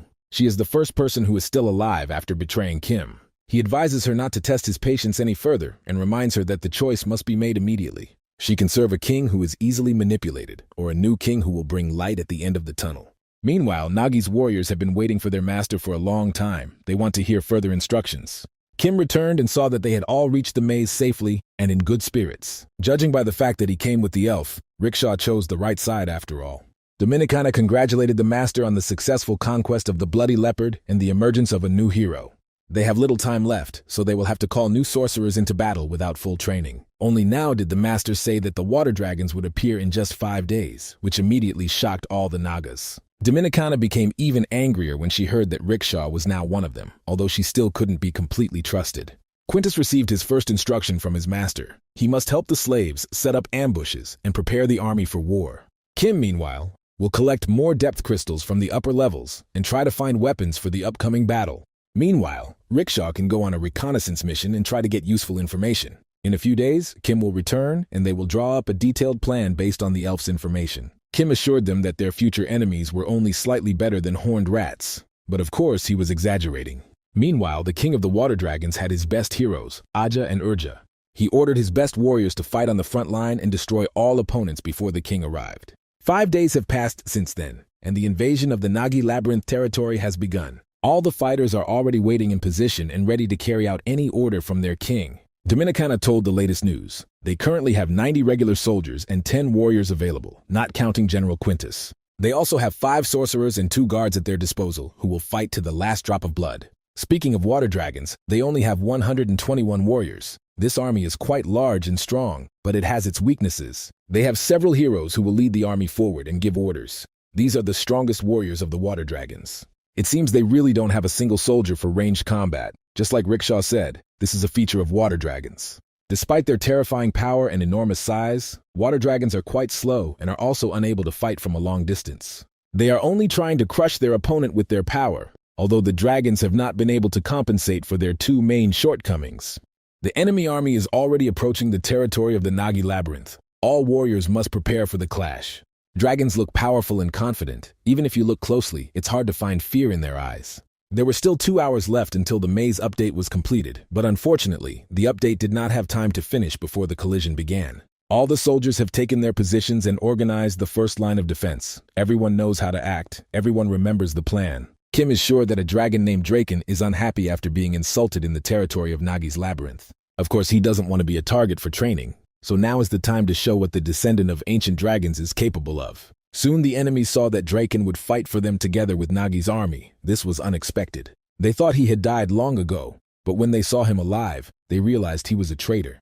They believed that all this time he was just a weak link in their army, but now they are sure that he is not a descendant of the glorious dragons at all. All these stories about him being very strong were created just to distract attention from his weaknesses. In fact, he's no better than a dead lizard, so they don't even want to hear about him anymore. Draken has always been confident that he is an extraordinary warrior, so hearing him called a yellow lizard is too unpleasant. He became so angry that he decided to attack alone, even despite the superiority of his opponents. The dragons immediately analyzed their enemy and realized that this was a very weak army with a huge number of weaknesses. Soon, the general ordered the water dragons to immediately attack and tear to pieces any insects that stood in their way. As soon as the warriors start fighting each other, you must immediately attack the sorcerers and remove them from the game. One of the strongest warriors immediately began attacking Draken. It seems this battle is personal for him. Kim remained calm and did not panic at all. He was sure that it was okay not to interfere. Kim knows that Draken doesn't need help. He is very afraid of death, and thanks to this, he perfectly feels the strength of his opponent. He not only becomes a trunk and takes on all the enemy's attacks, but most likely, he analyzes the opponent in order to then attack. He also exposes his back to the enemy to see if they know about his weak spot. Oddly enough, this dragon is strong against the strong and weak against the weak. The opponents have already realized that Draken is clearly bluffing. Now they admit that he is an unusual lizard. Although this does not give him permission to go fight against the water dragon heroes, so now death will await him.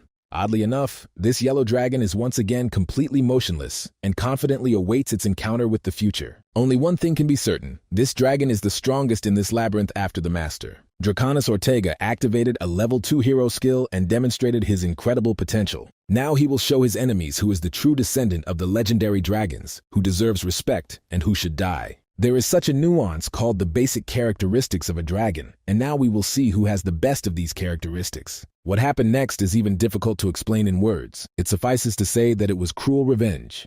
What Draken did to his rivals will be difficult for anyone else to repeat. It is strange that those creatures who called themselves descendants of legendary dragons cannot control fire. As soon as they feel the heat near their body, they begin to melt like chocolate bars. It seems that this yellow dragon has gained courage and now wants to continue destroying his rivals. Seeing one of the leaders of the army die, the ordinary soldiers began to lose confidence in their own strength. They realized that some terrible creature was fighting in Nagi's labyrinth and began to flee. Only a huge creature standing behind stopped these warriors and ordered them to go forward and reach the sorcerers. Kim is not yet ready to open full fire on the enemy and spend all his ammunition on it, because this is only the first line of the dragon army. Both wizards should focus entirely on defense and defend them through territory. With the help of magic, you can easily deal with ordinary dragons that do not have extraordinary abilities. It is enough to attack them with icy energy, and it will turn out that their skin is easily pierced, like a piece of juicy steak. After that, Kim ordered his guards to target those opponents who were larger than all the others. You need to lure them closer to you, then attack their weak spots and make them suffer. Meanwhile, Draken continues to hold the center of the battle, stopping any attack towards the labyrinth. Seeing that the commander had been destroyed, the dragon army within the formation scattered in different directions. There's no point in activating the ambushes yet. You need to lure them to you. Quint can handle that. This warrior general must take over the left flank of the territory and not give up a single meter of Nagi's land to the enemy. Soon, Rickshaw returned from reconnaissance and reported that the main enemy forces were approaching them. This can only mean one thing: we will soon have to fight against the king of the water dragons. At first, the warriors heard the approach of something very large. Strange sounds made them stop. Then they began to look ahead carefully and wait for the approach of new rivals. At this moment, Kim already understood that real danger was approaching them, and soon he would have to enter battle.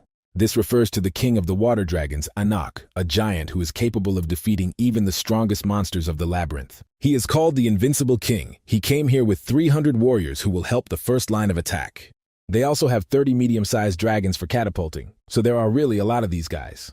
Their king ordered the army to attack, and the dragons rushed forward with renewed strength. The enemy's main army has launched a full-scale invasion, meaning that now the most interesting thing awaits us. Kim ordered the archers to hold their positions and take their time. The perfect moment to attack had not yet arrived. If the dragons reach their defense, it won't keep the pressure on us, but the enemy must be lured as close as possible. Only then will the plan work. The wizards are already starting to feel tired. They won't be able to last long at this pace and will soon use up all their mana. Only now did Kim give the order to send the sorcerers to the center of events and force them to fight alongside the other warriors.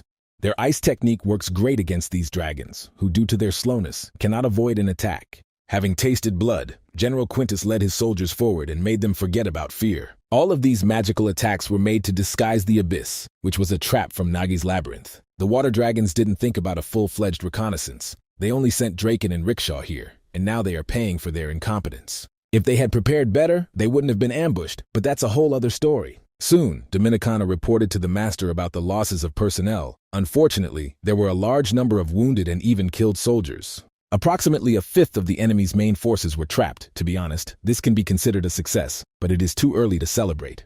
The defense of the Nagi labyrinth passes over a narrow bridge, so it is best to defend with the help of a built phalanx. Warriors following their leaders should disperse in different directions to minimize injuries from catapulting dragons. You can't let enemy catapults reach the back rows. You need to kill them as quickly as possible. The weak spot of water dragons is under the chin. Kim reminded his warriors of this once again. He learned this art of warfare from virtual games, as well as the great book of Sun Tzu. It seems that people treat war as ordinary entertainment, and it's hard to believe. Now all that remains is to wait until the Water Dragon King himself enters the battle. If he's lucky, Kim won't even have to create a second line of defense. But trouble can always come unexpectedly. The elf has not yet seen a single siege-type dragon among the opponents. It seems as if these are not the main forces of the enemy. Soon, Dominicana, with a look of horror on her face, reported that the dragons had managed to break through the right wall. This is what siege dragons are. They are the same size as a huge hell spider. All the defenses of the Nagi labyrinth will be destroyed if these dragons come any closer. These are classic conquerors who have long been waiting for their time to shine. Among them, there are also heroic-class dragons. In other words, all the elite warriors of the labyrinth are water dragons, and this is no joke at all. The master immediately ordered his soldiers to retreat to the second line of defense, at which point the archers should constantly attack. The right line of defense, as well as the guards, must unite with Quintus and stop the invaders. Quintus has only recently reached heroic class. He and his warriors will not be able to withstand this blow. Perhaps the dragon should be called for help.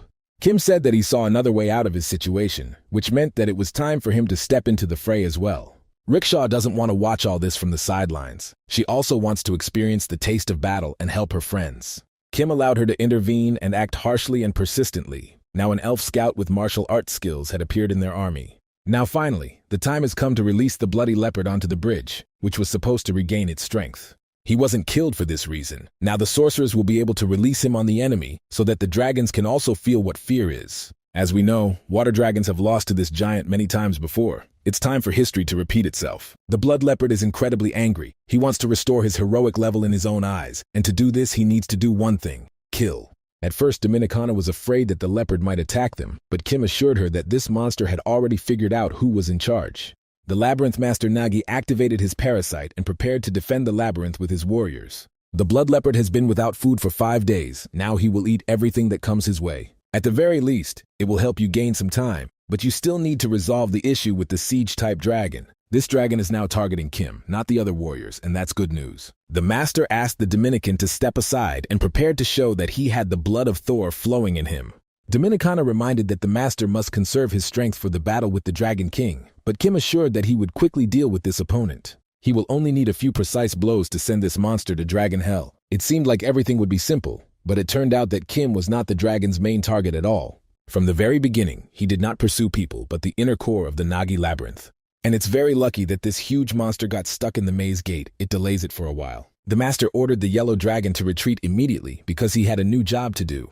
There's no time to wait for this slow yellow ass to do its bidding, so Draken had to be sped up. This dragon must stop the enemy and prevent him from reaching the inner core, although this will not be easy to do. Thanks to the blood leopard, the 2 units of the Nagi labyrinth suffered almost no losses and returned to the second line of defense. They are currently fighting off the attackers, with a total of 1/5 of their troops lost, but this is not critical yet. Kim ordered the archers to work almost non-stop and made sure that Quint and Rickshaw had no serious problems. They are fighting a heroic class dragon, but of course, defeating such an enemy will be very difficult. As it turned out, the blood leopard helped Nagi much more than expected, stopping the onslaught of enemy forces. It seems that he has not forgotten his old enemies and remembers how delicious dragon meat tastes. At this rate, he will reach the enemy king and be able to stage an incredible battle. Seeing that a bloody leopard was fighting against them, a real panic began in the dragon's army. They still haven't forgotten how they lost their friends in the battle with this monster. Today, all their nightmares turned out to be reality. Upon seeing his eternal enemy, the Dragon King almost completely lost control of his own emotions. As soon as he realizes that the bloodthirsty leopard can kill him, he immediately becomes several times stronger and more ferocious. Because of his actions, half of Nagi's left flank of defense was destroyed, which is a serious problem. But the destruction of the left flank is almost nothing compared to the fact that King Anok finally enters the battle. Meanwhile, Quint and Rickshaw continue to fight the heroic class dragon. The elf was already wounded, and now it will be harder for them to defend themselves from this titan's attacks. Her condition is not critical, but one of her arms is seriously injured, so she cannot fight at 100%. The dragons turned out to be much stronger than she expected, and would be even stronger if their king helped his warriors. The heroic class dragon is a fairly experienced fighter, but he hasn't had the opportunity to develop his abilities to their maximum potential. Meanwhile, Draken tries with all his might to contain the siege-type dragon, and he partially succeeds. Kim cannot fully assist his army because he needs to conserve energy for the battle with the Water Dragon King. The Blood Leopard holds back the enemy's onslaught on the flank, but even that may not be enough. Now all of Nagi's warriors turn towards the enemy and realize that the critical moment of the battle had come. It's very simple. The rival king has intervened in the battle, which means that King Nagi must come out and protect his people. Rickshaw said that they should take their time as much as possible and let their master do all the dirty work. Kim's battle against the King of Water Dragons will be legendary. Several centuries will pass, and legends will still be made about this battle. There are 25 minutes left until the full completion of the 5th rank labyrinth. In real combat conditions, these minutes will seem like an eternity. The Dragon King was surprised. He didn't expect that a human would become the King of Nagi. Maybe the real master was hiding somewhere. Anok warned that he could spare Kim's life if he surrendered and immediately joined the dragon army. Of course, the guy didn't even plan to think about this offer. He came here to fight, and that's all he's interested in. If the dragon does not respect the true King Nagi, then he will have to be forced to change his mind. Although Anok is considered a huge titan with extraordinary strength, he is very slow and also has weaknesses. We must not forget that he lost the battle to the Bloody Leopard, but Kim, on the contrary, won this battle. Anok's armor is much stronger than that of a regular dragon. So far, Kim doesn't know his opponent, but it's only a matter of time.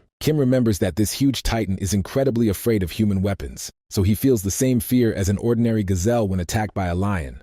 This is a victim mentality, and anyone with this mentality is doomed to death from birth. Although the dragon moves slowly, its attacks are incredibly powerful, so you have to be quick to avoid these blows. In such a situation, one can only hope for the help of a parasite. This internal worm can help even out the odds. Real hell began to happen around. The Dragon King decided to fry his opponent a little. Seeing what was happening, Dominicana began to worry about her master, but now she could do nothing to help.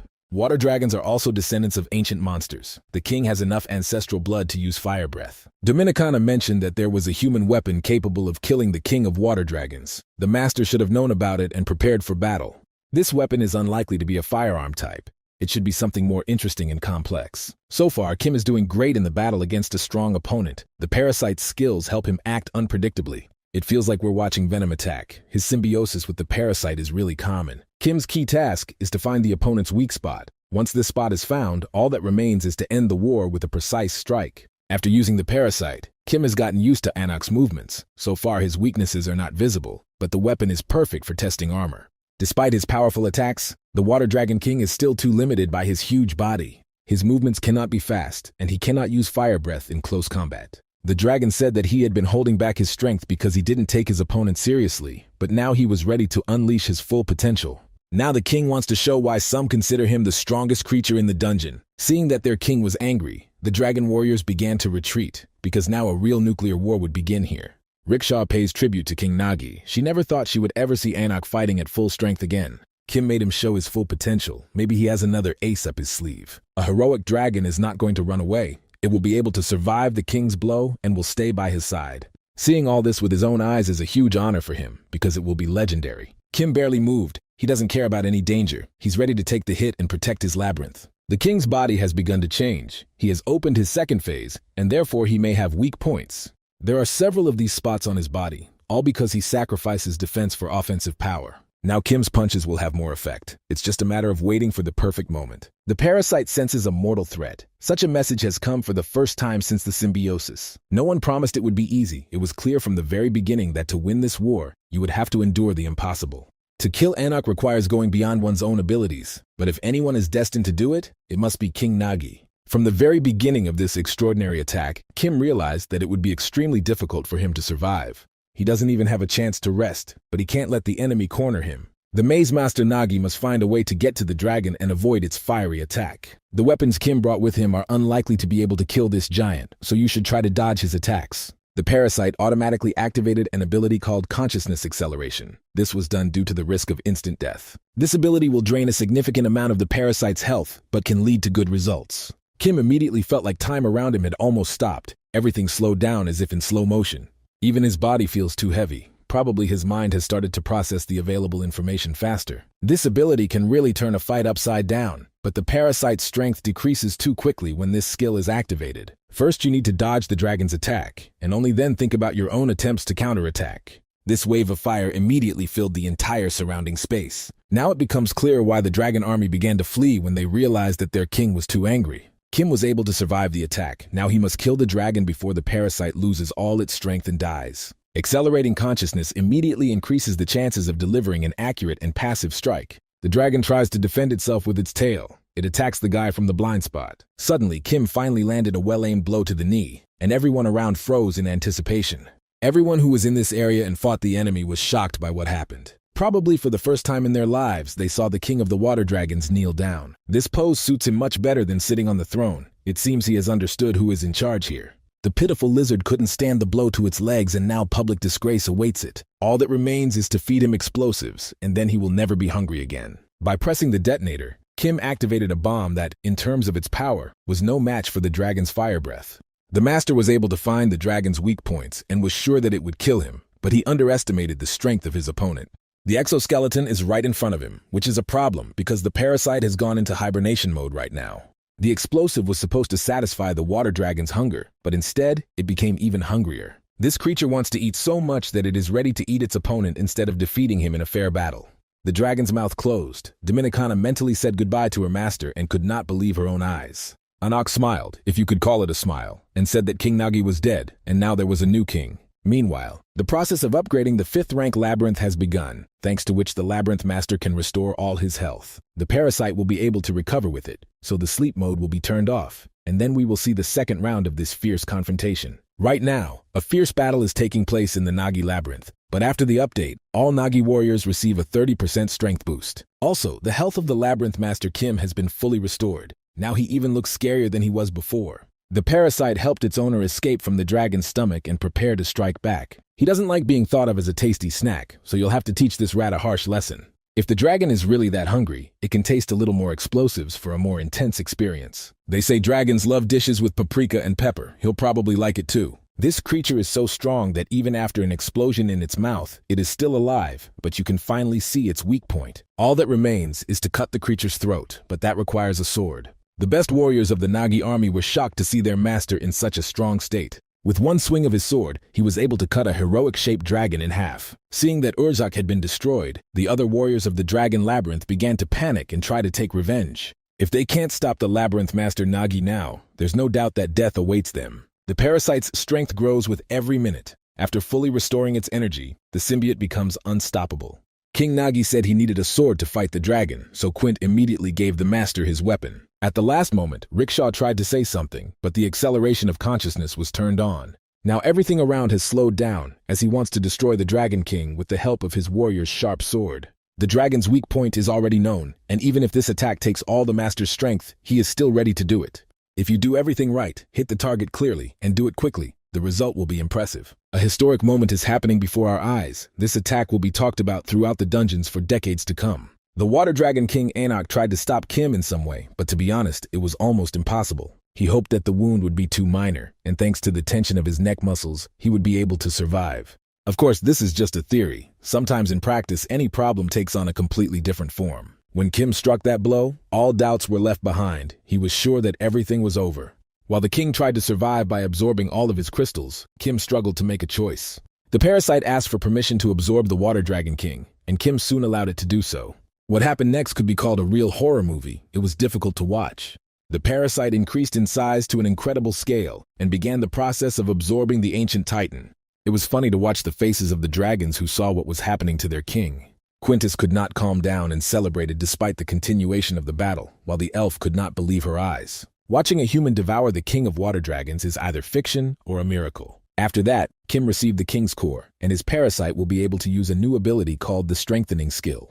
This technique will be able to activate the water dragon's defenses, because now Anok is dead, and the summoned water dragons can no longer sustain life. An extraordinary species is doomed to destruction. The intelligence of lower beings gradually deteriorates, leading them to the state of savages. Kim decided to summon the Conqueror Nagi. All his slaves eagerly awaited the appearance of this creature. The Conqueror Nagi is a high-ranking creature, a powerful warrior who specializes in heavy attacks. With him, you cannot be afraid of any rivals, especially if these rivals are left without their leader. Kim does not want to let the dragons leave the labyrinth peacefully. There should be no pity. Every dragon should die a horrible death. Soon, Nagi's labyrinth achieved a complete and convincing victory, the battle that would become a legend officially over. They defeated the water dragons, overcame a huge difference in strength, and now everyone around them learns about their power. The water dragons that remained alive will face a difficult fate. They will have to suffer and fight for their lives. A huge number of legendary creatures in Geyser learned of the death of the Water Dragon King. Among them are the Hammer King Malik, King Heparim, the Dream Queen Ariana, the Swamp King Corinth, and even King Uther. They are all interested in the person who was able to kill such a powerful and legendary dragon. It is also interesting to know what the King of the Dead, Balatius, thinks about this, because a lot in this world depends on his opinion. Simply put, the victory of the Nagi Labyrinth has shaken up the entire dungeon, so now a new distribution of power awaits Geyser. The clearing of the territory was completely completed. The great dragons were killed, and only a few of them were able to escape. The Nagi have lost half of their army, so they will have to bury a huge number of warriors, but it will all be worth it. It was a truly heroic battle. The Nagi won despite the odds, and now all the fallen warriors will remain true heroes. Most deaths were caused by fire breathing. Such a death during battle is considered dignified. Rickshaw's injury turned out to be minor, and the sorcerer immediately helped her restore her muscles and joints.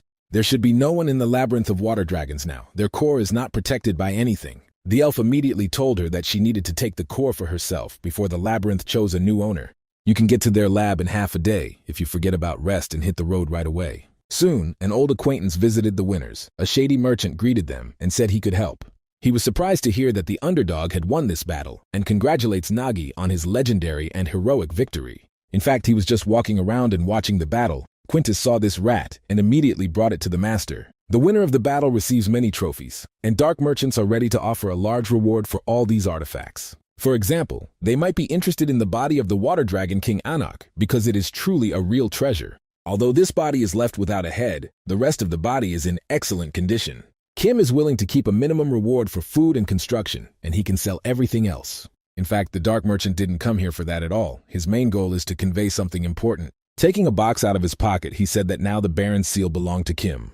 Soon, Kim was appointed Baron of the Underworld. Now no one will be able to penetrate Nagi's labyrinth. Kim can create an order of knights and also has enough power to travel to any level of geyser. We can say that he has earned serious authority among the lower class, and now a large number of opportunities will open up for him. A little later, the dark merchant escorted Nagi to the labyrinth of water dragons. As far as he knows now, Master Kim is not yet able to control the dragon maze. Because King Anak died far from his labyrinth, his core and everything else was preserved in perfect condition. That is why dark traders can offer large rewards for this maze. In fact, Kim has no intention of selling this territory at all. He wants to take full advantage of it.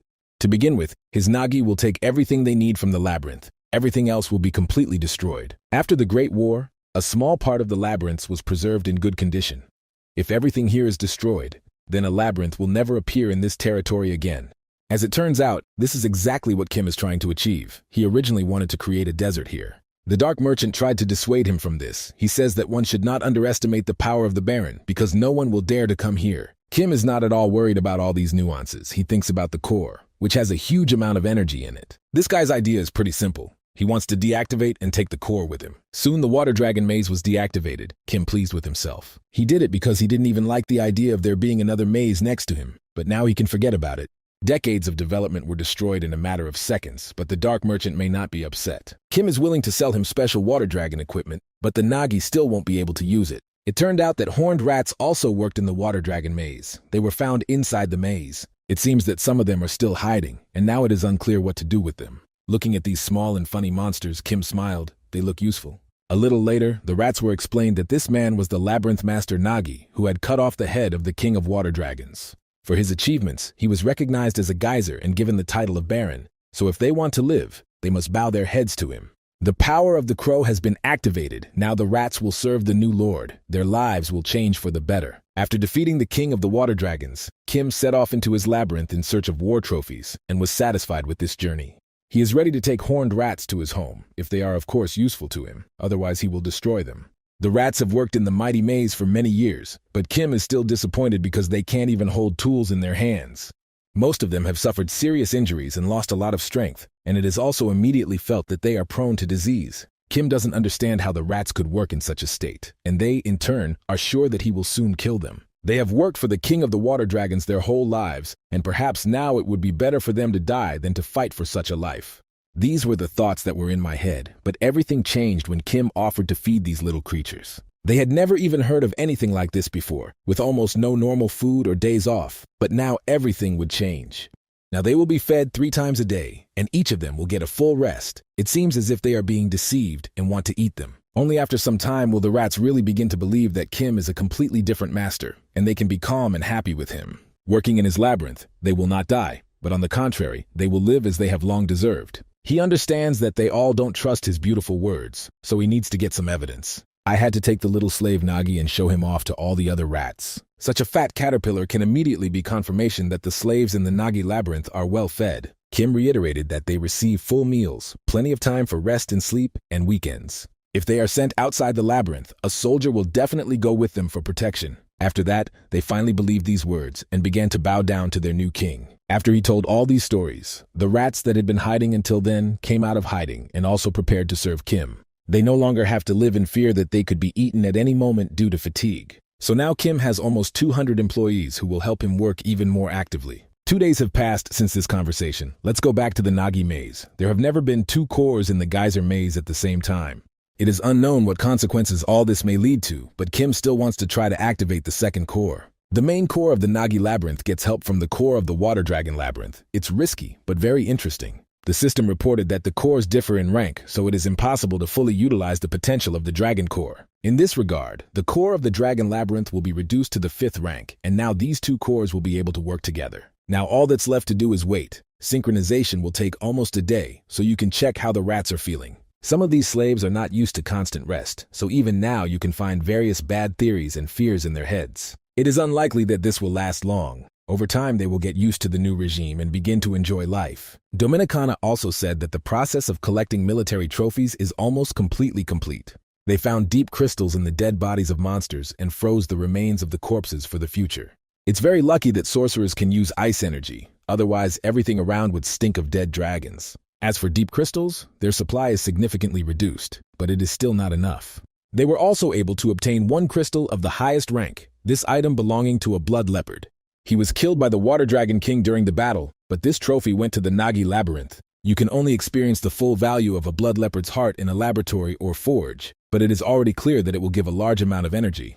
Finally, the clearing of the territory is completely complete. Now we can focus on expanding the labyrinth and the main hall. Now their territory has become larger, and thanks to the last battle, their authority in the dungeon has improved. We will have to build a gate at the new borders of the maze, move the barracks, farm, and training ground across the lake. Kim has also long dreamed of building a temple and a laboratory, as well as moving the bar to another location. The empty space can be filled by building houses for rats and Nagi slaves. The Dominican offered to make a restroom for the king, not far from the main hall, because he deserved it. Also, as a reward for killing spiders, Quintus asks that each warrior of heroic rank be given a personal room.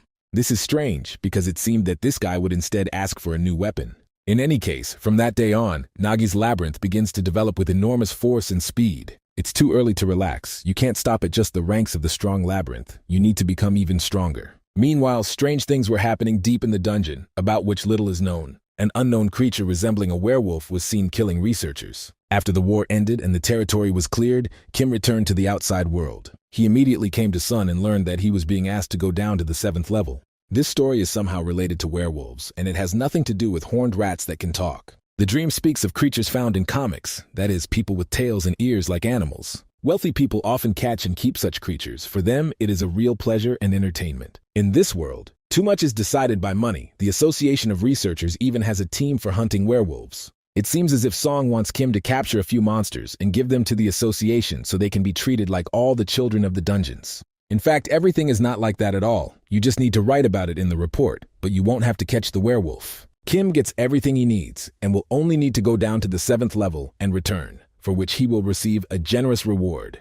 Sun tries to prevent the deaths of inexperienced researchers. He invents a reason that explains why he failed to catch the werewolf. This process will take about 2 months, so we need to prepare Nagi's labyrinth for this. While Kim was away, nothing important happened, but there are a few interesting details from the life of the labyrinth. The horned rats have finally started working. So far they seem to be doing well and looking happy. Of course, they are significantly inferior in efficiency compared to Nagi, but according to the elf, this is due to the difference in their race. Instead of digging out vast spaces to build tunnels and rooms, horned rats are accustomed to digging small holes. Also, in 3 days, the processing of the blood leopard's heart in the laboratory will be completed. Kim said that for now he would leave the labyrinth. He had other things to do. He again accepted a job from another person, and thereby upset the Dominican again. She gets upset when the master is away from the labyrinth for a long time, but you have to get used to it. Kim recalled that he was born in a dungeon, and therefore feels much more comfortable here than in the outside world. He also receives important information from the outside world, which can also be useful in the dungeon. As it turned out, the labyrinth is located on the 9th level of Geyser. Sun told us about this during the last meeting. This means that they will not have to face the rude dungeon explorers. They will all die on the way to Nagi's labyrinth. On the other hand, the monsters of the abyss may begin to act, and then it will not be easy to stop them. People consider the Water Dragon King a weakling, probably because he avoided battles with humans during the war. Perhaps the rumors that he was afraid of human weapons turned out to be true. After this conversation with the Dominican master, another 3 days passed, and the blood leopard's heart was completely ready. The left side of the heart was improved in the laboratory, and the right side was worked on in the forge. This heart holds the essence of the skill of camouflage, honed over years of hunting. It turns out that he has retained his ability to disguise, but it is still unclear how to use this to his advantage. Dominicana said that the development of the parasite in the master's body requires crystals of the highest rank. Now it becomes clear why a parasite might seek out such crystals and try to absorb them. This makes everything more difficult because high-ranking crystals increase the progress of the maze. Dominicans, on the contrary, consider themselves lucky because some parasites need the blood of their master, some even kill their owner. So the parasite that only asks for crystals is a very good friend who will help Nagi more than once. Dominicana is absolutely right. If it weren't for the parasite, they wouldn't have been able to achieve victory over the water dragons. No one would be left alive and the labyrinth would be completely destroyed, so we must let it consume the blood dragon's heart. Soon the parasite acquired the skill of camouflage. Now Kim will be impossible to spot without a special detection skill. Because of this, the parasite has reached the limit of its development. It will have to transform to overcome this limit, and for this, it needs a week of rest. It's unlikely that the other part of the blood leopard's heart can be used right now, so for now it will remain with Kim. He wants to find something special for this crystal because he doesn't want to waste it on a regular sword. After finishing the conversation, he ordered the workers to start work. This will take about 2 weeks, and once he returns, he will check the synchronization with the labyrinth core. Now Kim must cope with all the dangers without the parasite and rely only on his own strength. Another week has passed since this conversation. Let's move on to the 7th level geyser. There are a huge number of corpses around, and judging by the injuries of these people, they were destroyed by something very large. The warriors decided to be careful and look around. No one would want to die in this darkness either. Some don't even want to go there, where many people have died, just to look for werewolves.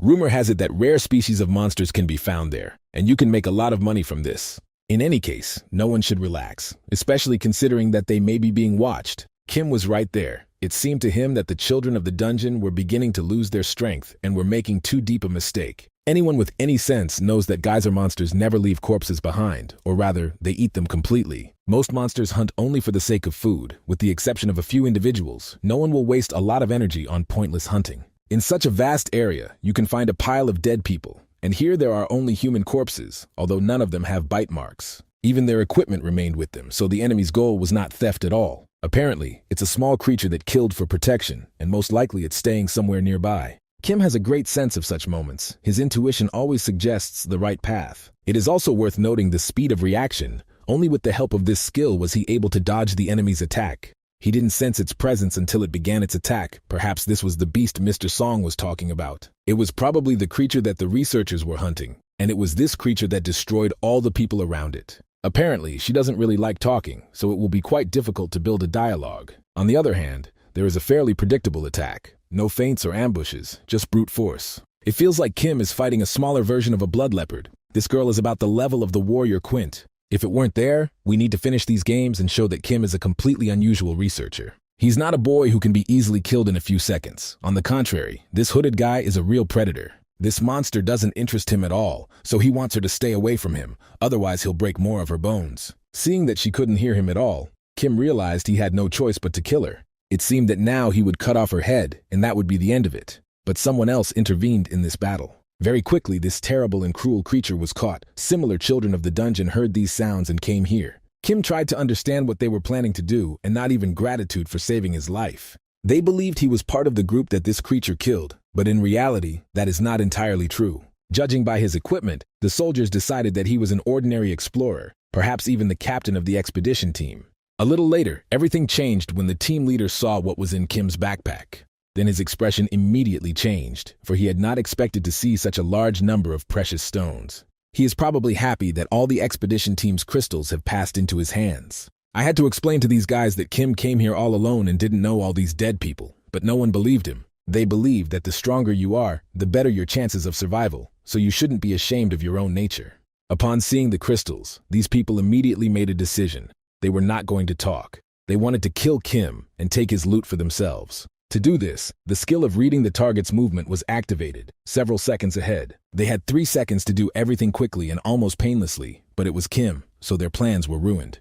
He almost instantly destroyed all the attackers and demonstrated who the truly special guy was. The children of the dungeon were shocked by what they saw. No one had ever seen such speed before. Kim understands that an ordinary researcher would not be able to handle such an attack, but he has already said that he is not part of the expedition team. Only now did he realize that these guys were manhunters, and he hated manhunters. Kim considers such guys to be shitbags who stink and hate their own kind. Because of this, he will definitely destroy them, and only then will he think about what to do with the werewolf woman. All members of the Manhunter team began to panic and try to escape, but no one succeeded. Within a few minutes, the leopard woman realized that she was completely free from all chains. Kim looked her closely in the eyes and ordered her to run away from here immediately and never come into his sight again. The leader of the Manhunter team has just changed his mind about Kim. Now he is sure that this guy destroyed all the people around him in order to take their crystals. That is, he killed his own expedition group and is actually even worse than the Manhunters. Hearing such words was too unpleasant. If it were a TV, Kim would have turned off the sound, but in real life, the sound is turned off a little differently.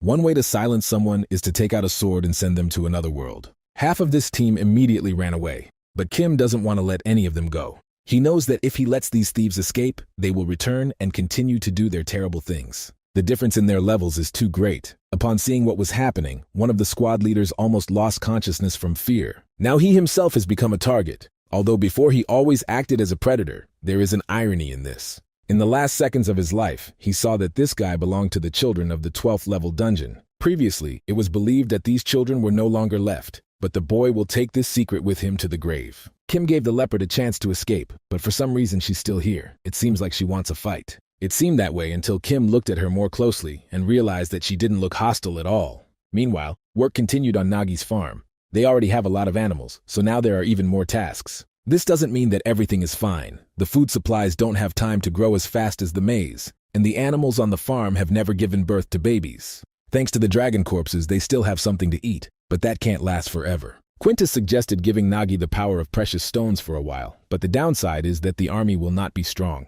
On the other hand, you don't have to worry about this, because after Kim became a baron, no one wants to attack them. Soon Rickshaw came and said that she had good news and was ready to share it. She realized that many monsters had settled in the empty territory of the Blood Leopard and the Dragon Labyrinth. If we start hunting them, we can get food for a few more months, and the food problem will be solved. All that remains is to resolve all issues with the construction of the walls, and then the situation will be under control. A little later, Dominicana heard strange sounds near the entrance and realized that her master had finally returned.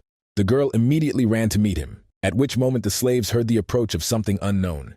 It all happened so fast that they didn't even have time to scream. A leopard attacked them, but Kim didn't tell the girl to stop in time before she turned the Arabs into steak. He explained that this is not food at all, but on the contrary, these bones must be protected because they are part of the Labyrinth family. It will take some time to teach her the rules of behavior in society, because so far she is more like a savage. Kim explained that this girl is a werewolf leopard. She started following him after he saved her life. Bars had killed many people, so it was wrong to leave her alone. It was better to teach her manners and win her over to your side. With the help of the system, he learned its real name. This werewolf leopard's name is Hoya. She was born that way. Now such creatures work for the nobility of the abyss, but usually do not leave their own territory. Apparently she's not the only werewolf from the lower floors, because such monsters are constantly being caught by people now. It's unlikely she served any nobles, as her manners are still at a weak level. Now everything has changed. The wolf monkeys from the 6th floor ended up on the 2nd floor. About the same thing happened with the hell spiders and werewolves. It was as if the abyss had swapped all the monsters. Chaos had begun.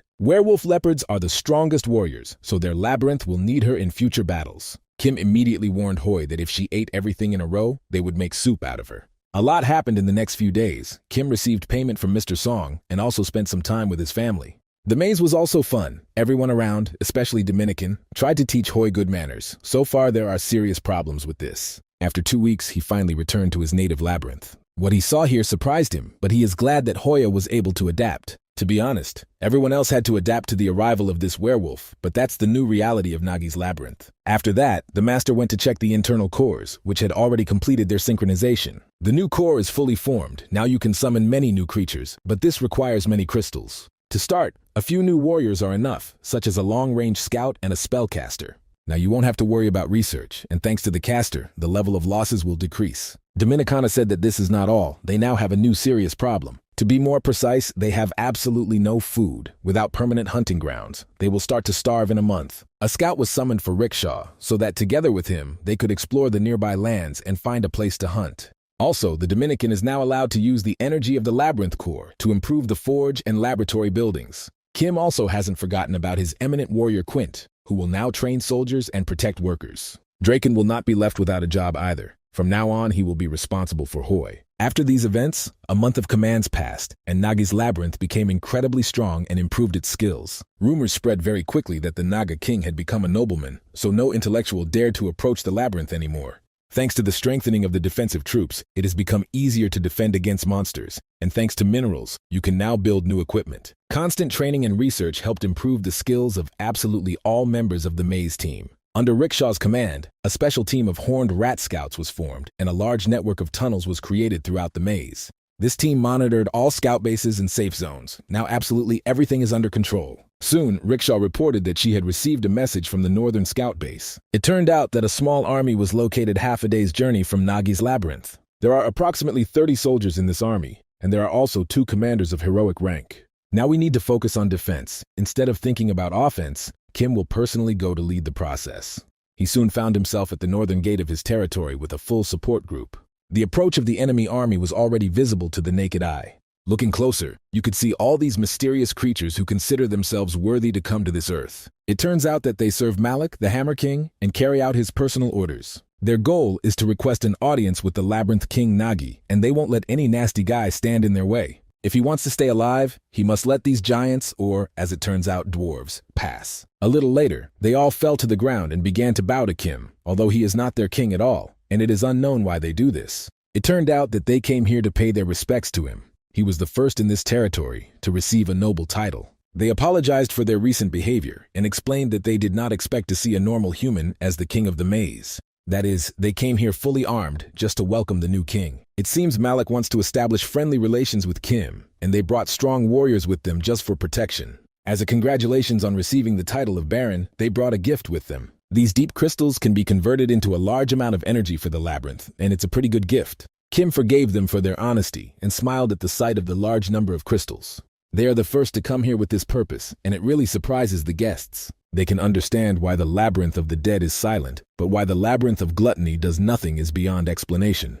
Their labyrinth is spread as close as possible to this place, but the question is completely different. Kim wants to understand how they found his labyrinth. As a sign of friendship, the Hammer Maze is ready to share with Kim information about the nearest mazes around. The surrounding labyrinths have also already learned about the destruction of the water dragons. The Labyrinth of Gluttony of the North is in the Rotten Dungeon, and the Labyrinth of the Dead is a little further in the northeastern lands. The Hammer Labyrinth is located at the top of the Geyser Mountain Range, and you can also see the locations of other labyrinths on the map. The 9th level labyrinths keep each other under control and capture the small labyrinths that appear in this region. The strongest labyrinths are considered to be the Water Dragons, the Labyrinth of the Dead, and Gluttony. Their trio maintained balance. So it turns out that Kim appeared and disrupted this balance by destroying the Water Dragons, and now the 9th level is waiting for a bloody massacre. Which is why weak mazes like the Hammer Maze will start coming here and trying to befriend Kim. The Master likes their honesty. If they hadn't tried to lie to him, he would have learned the truth anyway. Nevertheless, Kim still can't believe that the 2 labyrinths are keeping everyone else at bay. The idea of creating a trio of balance was suggested by the Labyrinth of Water Dragons and the Labyrinth of the Dead. Gluttony was not interested in it. All their king did was sit on his throne and grow in size, but his body became so large that he gained extraordinary strength. As long as he doesn't need to feed his warriors, he won't leave the labyrinth, but sooner or later, he must get hungry. It turned out that their base is in a favorable location. They easily receive energy without any losses. This is very valuable information, and Kim wants to thank King Malik for the gifts and help. They have come a long way, and so Kim wants to offer these warriors some rest, but they immediately refuse. These guys are afraid to meet other labyrinths, so they will have to call Quint and escort the guests home. Soon they were all on their way. Very soon Quint would be back with his support group. Rickshaw said that this information can really be trusted. Their maps show the area correctly. Soon everything happened exactly as the goblins had predicted. The guests became more and more numerous. Over the next few days, they were visited by labyrinths of dreams, swamps, and travelers, and creatures resembling witches and fairies were obtained from the Labyrinth of Snow. The swamp maze sent slave-like swamp creatures to this land, and aggressive centaurs were obtained from travelers. All these kings are worried about their future, and therefore want to establish a connection with Kim, and this is understandable. But only goblins know how to behave, because centaurs are not at all well-mannered, although they should be noble. There was no news from the Labyrinth of the Dead, but the parasite soon noticed a foreign presence. Kim understood what was going on. He used his skills to grab something. Directly above his room was a glutton, the most ill-mannered guest of all. They sent in this creature and didn't even come to say hello. This is blatant espionage. These gluttons have a collective mind. Everything they see and hear is transmitted directly to their king. Kim just hinted that he's ready to start a war for this kind of espionage, which seems like it could lead to serious consequences. In fact, Dominicana is sure that they have a serious advantage in the battle against the Labyrinth of Gluttony, but she didn't say that while the goblins were here. In fact, few people know it, but ice is the weak point of the Labyrinth of Gluttony. Kim heard these words, smiled, and said that he officially challenged these slugs. He already knows the location of their labyrinth, and now he also knows their weak point, so the job is half done. Now all that's left is to go visit them in a week and freeze every slug's ass. The king of gluttony couldn't believe he was hearing this from the new King Nagi, but it was true. If they want to apologize, they'd better hurry up and come here and kneel down. Another week has passed since this conversation. Time flies too quickly in the dungeon. Dominicana came to her master and said that the king snail had finally visited them. These guys came here to apologize, but they came in without permission. Kim immediately tensed up and got angry. Surely this king came here to die, not to apologize. Within seconds, the king slug finally showed his terrifying form and appeared before Kim. He probably planned to quickly enter the master's room and destroy the core of the labyrinth, but he didn't think Kim would be ready for that. The sorcerers immediately appeared behind their master and prepared ice energy. Now this snail will feel the cold breath of death and will regret ever being born. Strangely, Kim expected fear in the slug's eyes, but this king didn't even move. On the contrary, he became even more confident and seemed to be preparing for his attack right now, giving the impression that Kim had underestimated the slug. Dominicana said they could easily defeat him, but she could also be wrong. The parasite has activated its abilities, and together with the power of the sorcerers, it is ready to perform an incredible combo. The slugs were supposed to bow their heads to King Nagi, and because they didn't, they will now experience what Antarctica is like. Kim ordered all his warriors to attack immediately and prevent the slug from doing anything, but at that moment, it had already begun to act. An unknown creature appeared from his pasture, immediately fell to its knees and began to apologize. Kim, like all members of the Nagi family, was shocked and surprised. It turned out that a rather comical situation occurred before our eyes. The snail was talking all the time, but Kim could not understand its language. His name is Uther. He came to apologize and wanted to peacefully resolve the conflict. He said he was being too rude and didn't want to offend anyone, but Kim was getting more and more irritated with every passing minute. Uther tried to escape, but the exit was already blocked and he was surrounded by Nagi's warriors. He tried with all his might to calm Kim, but the master had already activated the parasite's skill and prepared to kill. Only when he remembered that he had no vocal muscles did he turn into some small creature. Uther hasn't spoken to Kim in too long, and now he's apologizing because he's completely forgotten how to do it. When Kim was told about the Slug King, he considered him a fearsome and cruel opponent, which is why he was so surprised. It seems that in front of him is a completely tiny creature who is afraid to even think about conflict. It was all a total misunderstanding. Now he has officially introduced himself. His name is Uther, King of the Labyrinth of Gluttony, Conductor of Food, and Lord of the Vanquished Valley. He congratulated Kim on receiving the title of Baron and explained that it was his first time seeing a nobleman, so he didn't know what to give. I had to follow the goblins to understand what to give the Baron because Uther had never come into contact with Kim in his life. He wanted to find out what Kim liked, but he didn't know what would get him to the host's room, and even more so, he didn't know if he would be seen. He apologizes for his behavior and speaks as if he is too modest for the King of Gluttony. After leaving his labyrinth, he maintained his form only with the help of energy. Because of this, tens of thousands of clots of gluttony die every minute. He looks quite calm despite the fact that his body is slowly dying, probably because clots of gluttony have no consciousness. He took about 1 million clots with him to last him a month. In any case, he would die last. If Kim tries to freeze all of his food, the king snail will surely die. Of course, Kim is bluffing. It would be impossible to freeze his entire body at once because the concrete immediately broke just from his fall. He has incredible mass and strength, so freezing him to the point of complete paralysis would be impossible. He is much more afraid of ice than he needs to be, and this can be used to his advantage in the future. Kim said that he had a hard time accepting the slug's apology, and this surprised Uther. Kim asked to come and apologize, but never promised that he would accept the apology, although it is possible. After Kim becomes a baron, he has the right to ask anyone to become his servant and first knight. You were surprised because he didn't think guys like him could hold such a high position, especially when they first met. Kim explained that he had no doubt about the Labyrinth King's fighting abilities. They would be bound by a contract, so trust was irrelevant. He's ready to get a loyal warrior, and Uther can no longer worry about the ice. Moreover, he will become the first knight of the nobleman, and everyone will look at him with wide eyes. It is unknown whether Kim is manipulating the slug or telling the truth, but it sounds strange. After a short conversation, they finally prepared to sign the contract. Baron Kim appoints Uther, King of the Maze of Gluttony, as his first knight. Soon the contract was officially signed, and there were quite interesting conditions. Kim is not obligated to protect the slug, but Uther has sworn to do everything to protect the Nagi Labyrinth and its king. He must follow all of Kim's orders and give away half of the accumulated crystals that are in his labyrinth. In parallel with these events, a meeting of the Dark Merchants of the Round Table took place. Their auction must go according to plan. It is the best event of the Dark Traders, so mistakes cannot be made. These merchants began to talk about the fact that the labyrinth had once again made a man its king, and that he would probably also come to the auction. Everyone wonders how long a person can last in a dungeon, because these creatures are usually too weak to navigate the labyrinths. Then they started discussing Kim. It was quite calm on his floor, although there was real chaos on the 8th floor. One of the merchants said that Kim was able to become a baron. He not only survived the battle with the dragon, but also received this serious title.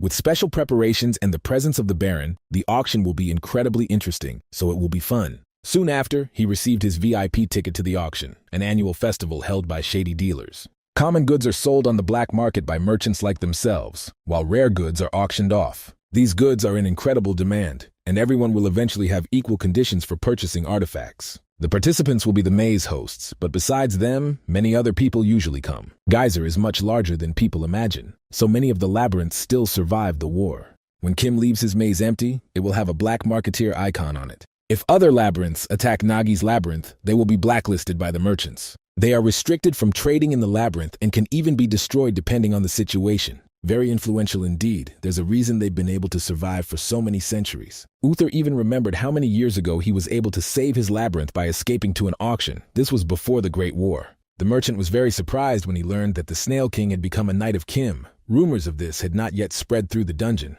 The song of the signing of the contract, Uther recognized himself as a knight of Kim, and the master was given the opportunity to open the gates between the two labyrinths. The Maze of Gluttony is now practically nearby, and this gives them many new opportunities. Alliances between labyrinths can lead to the emergence of a new force on this floor. Now other labyrinths will respect Kim and his army even more. Kim constantly thinks that even the contract does not give him complete control. He can control the snail, but not its maze. He can only see the maze rank, but cannot access the summoning and building function. Kim tries to understand how Uther was able to bring his labyrinth to the 5th level, even though he never even went outside.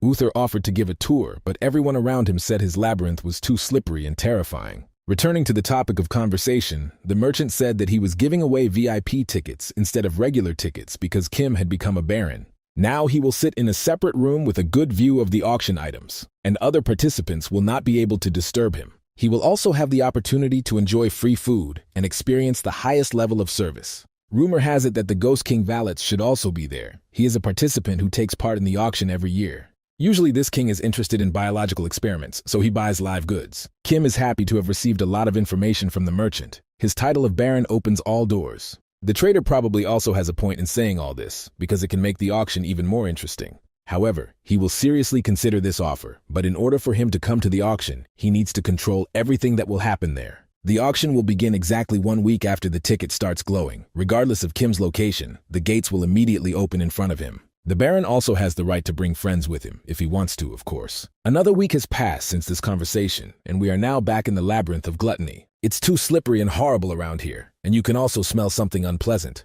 They came here because the beast might jump out when the auction ticket is torn, meaning this maze is used as a shield. Quint has already hung the black market trader's flag near Nagi's labyrinth, so no one should attack this place during the auction. Almost all of their forces have gone on a well-deserved rest. The Ghost King is also participating in the auction, so there is almost no threat left. Only werewolves can attack Nagi's labyrinth while no one is there, but Quint will keep a close eye and guard the area.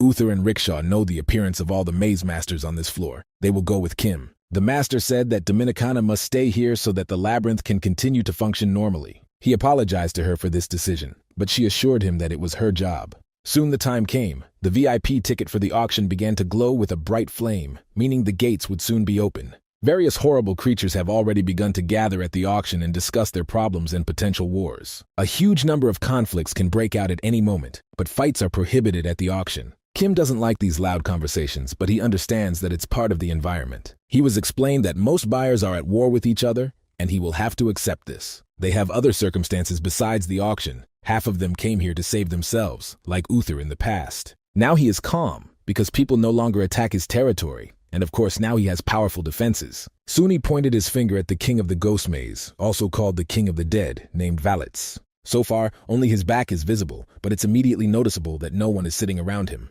The snail is not sure, but rumor has it that this king smells so bad that it is difficult to be near him. The auctions behind the bar will begin. All guests are asked to calm down and pay attention to the stage. All these conflicts will be postponed for the future, but there is no doubt that all these guests will soon be trying to kill each other in the dungeon. Soon the host of this auction appeared and greeted everyone around with another meeting.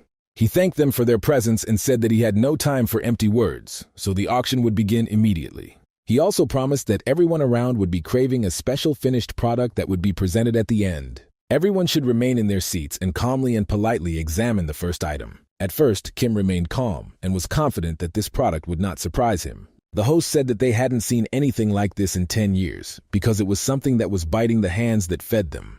Such goods are difficult to find, as they are only found in the most remote parts of Geyser. They are a true rarity. He said that this product is called Geyserian, and if you look closely, you can see that it is just a small and scared girl. The children of the dungeon became rare in Geyser because they began to make contracts with the people of the surface. This is a true child of the dungeon who has never been to the outside world. After signing the contract, the child was on the verge of death, but the aristocrat took her in and raised her.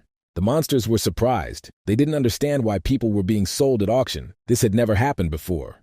The host explained that their higher-level clients exist alongside people, so it is difficult to assess the value of this product. The child of the dungeon is aimed at clients from deep levels because the appearance of a human there is a great rarity. This product has only one drawback. The child is considered defective because he cannot speak or even scream. Due to this defect, the original price will be reduced, and it can be purchased for 100 profound crystals. The monsters around immediately started a war over this girl, and within seconds, someone was even offering 160 crystals. Kim was angry because he didn't understand why the child was being put up as a commodity. He wanted to hear an explanation immediately. He was told that items for auction are selected based on their popularity. They study subjects that are highly valued at Geyser, but these explanations are not enough to reassure Kim. The assistants explained that even wealthy aristocrats are afraid to conflict with shady traders. There can be no massacre here. Kim reminded Rickshaw that she wanted revenge on the King of the Dead for experimenting on her family. After that, he pointed his finger at the first item and said that people like him were displayed here as toys for kings like that. He is not ready to tolerate this and is sure that Rickshaw would not have stopped him if there had been an elf in this girl's place. It was noticeable that his words had touched the finest strings of her soul, and I must admit he was absolutely right.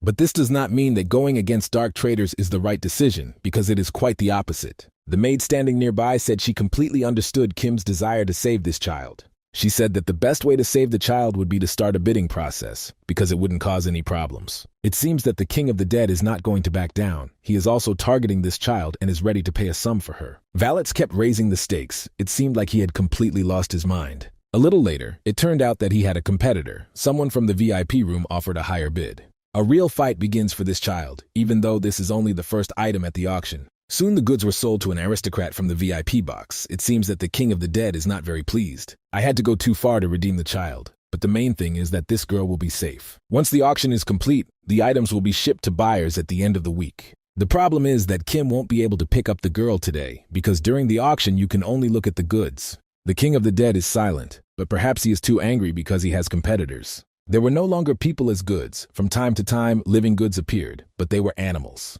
You could also see deep crystals with unusual abilities. Such artifacts were very expensive. In the second half of the auction, items appeared with incredibly inflated prices. Kim is not interested in that. One product he couldn't even fully understand, but at least it was interesting to look at because it was a vampire girl.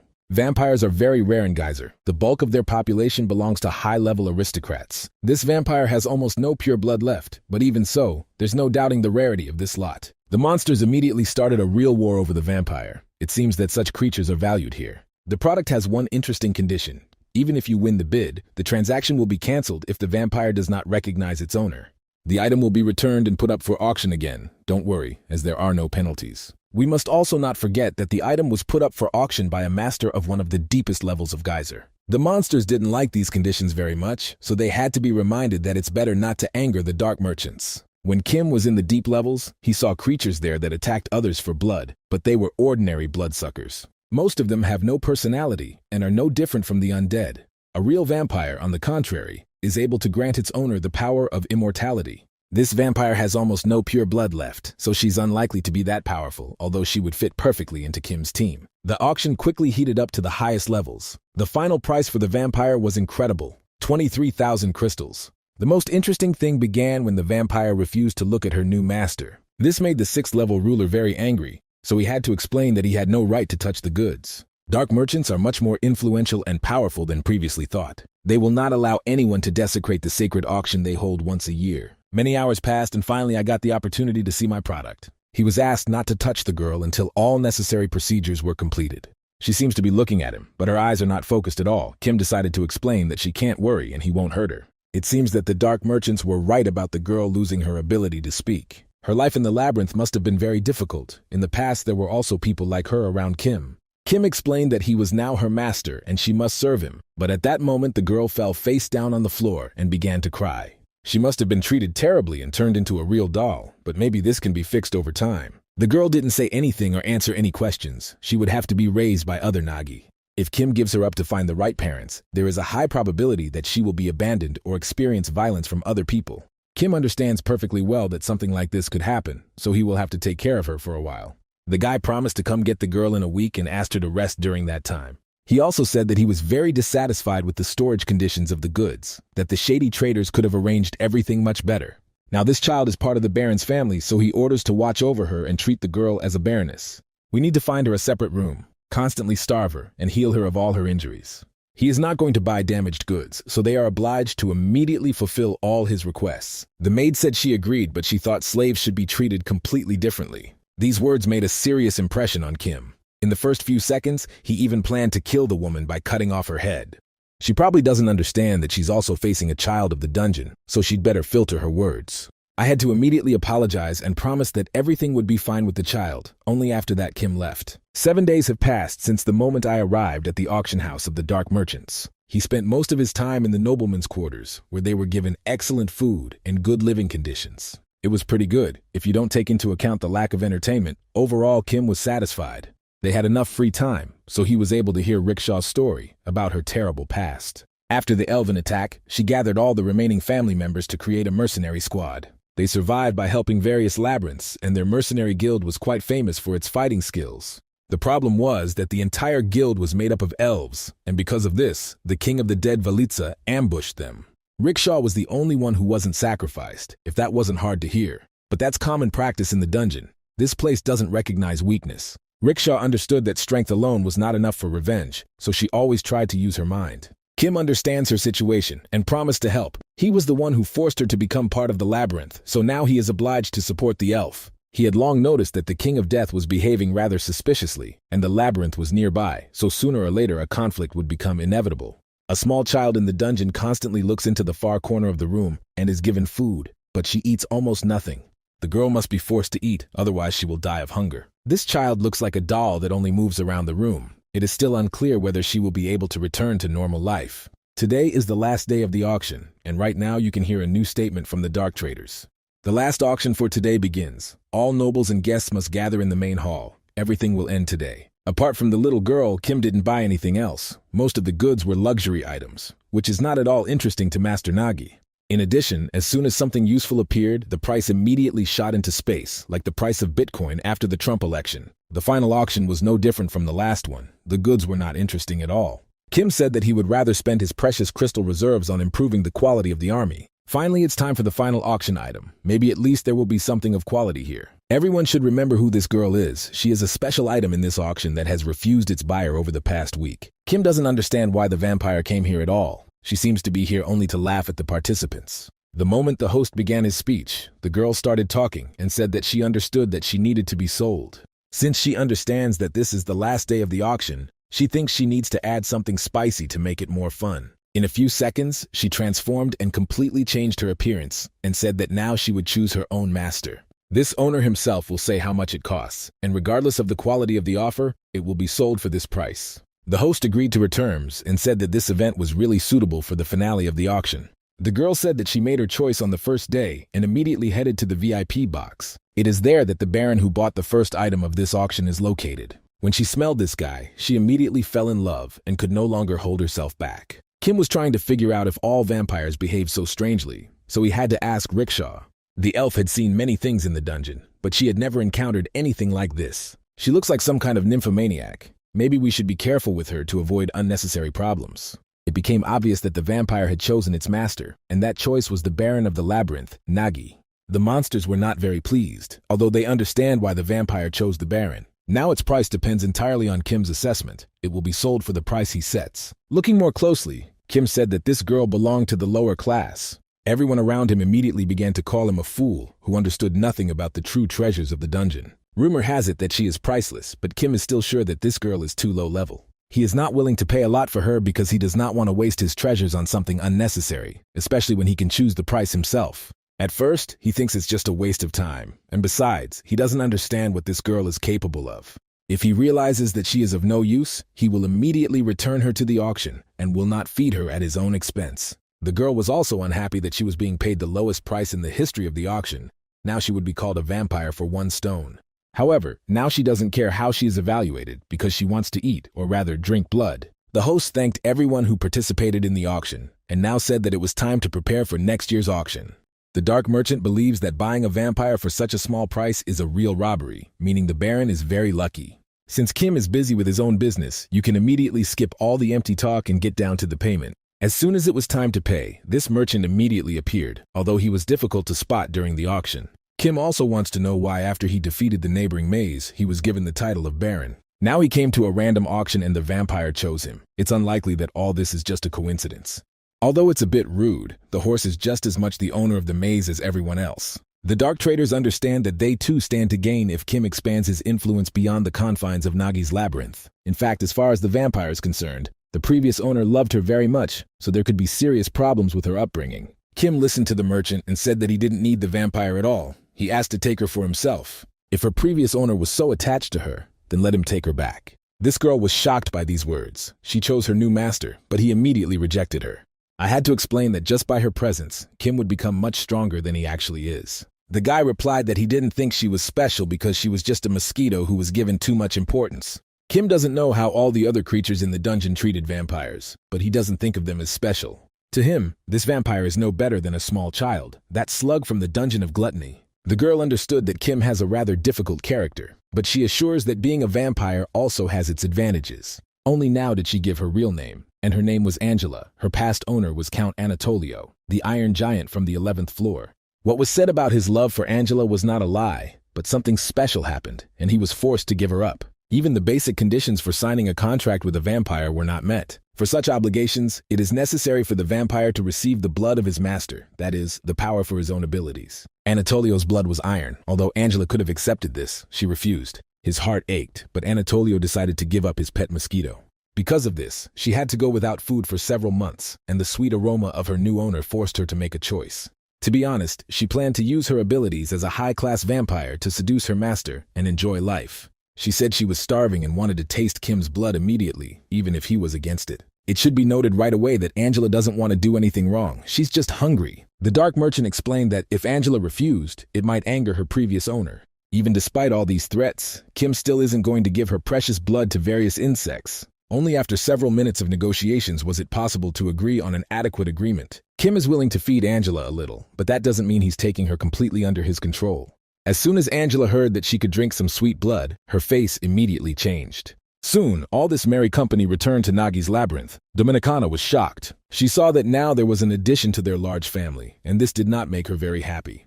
The child looks like the owner, and belongs to the human race, and the girl on the left looks strange in general. Only a little later did Dominicana finally realize that this girl was a vampire, so she had to explain that she had been bought at an auction by dark traders. If you consider the budget of the labyrinth and the costs of maintaining it, not to mention the number of crystals, you can see Nagi panicking over his budget. Kim immediately reassured his assistant and explained that he got Angela almost for free. The only free room in the maze will go to Angela. That's the master's order. He said that he would live with the little girl because he couldn't leave her completely alone for now. To start, you need to feed her, bathe her, and ask the sorcerers to heal all her wounds. This girl will be called Yunhee, and Kim immediately ordered her to obey all of the Dominican's orders. Angela is sure that the maid talks too much. In general, slaves do not increase their status due to their low origin. Sometimes the labyrinth grows with the host, so theoretically the Dominicana could become stronger over time. Kim considers the handmaiden to be the true core of the labyrinth, and he considers creatures like Uther to be superfluous. After giving some orders, the master asked the day trader to wait until the precious crystals were brought to him. From this moment on, he forbids the merchant from doing anything stupid behind his back, and the rules of the game change. Now Angela belongs to Kim and his maze, so he offered to give her a little tour and answer all her questions.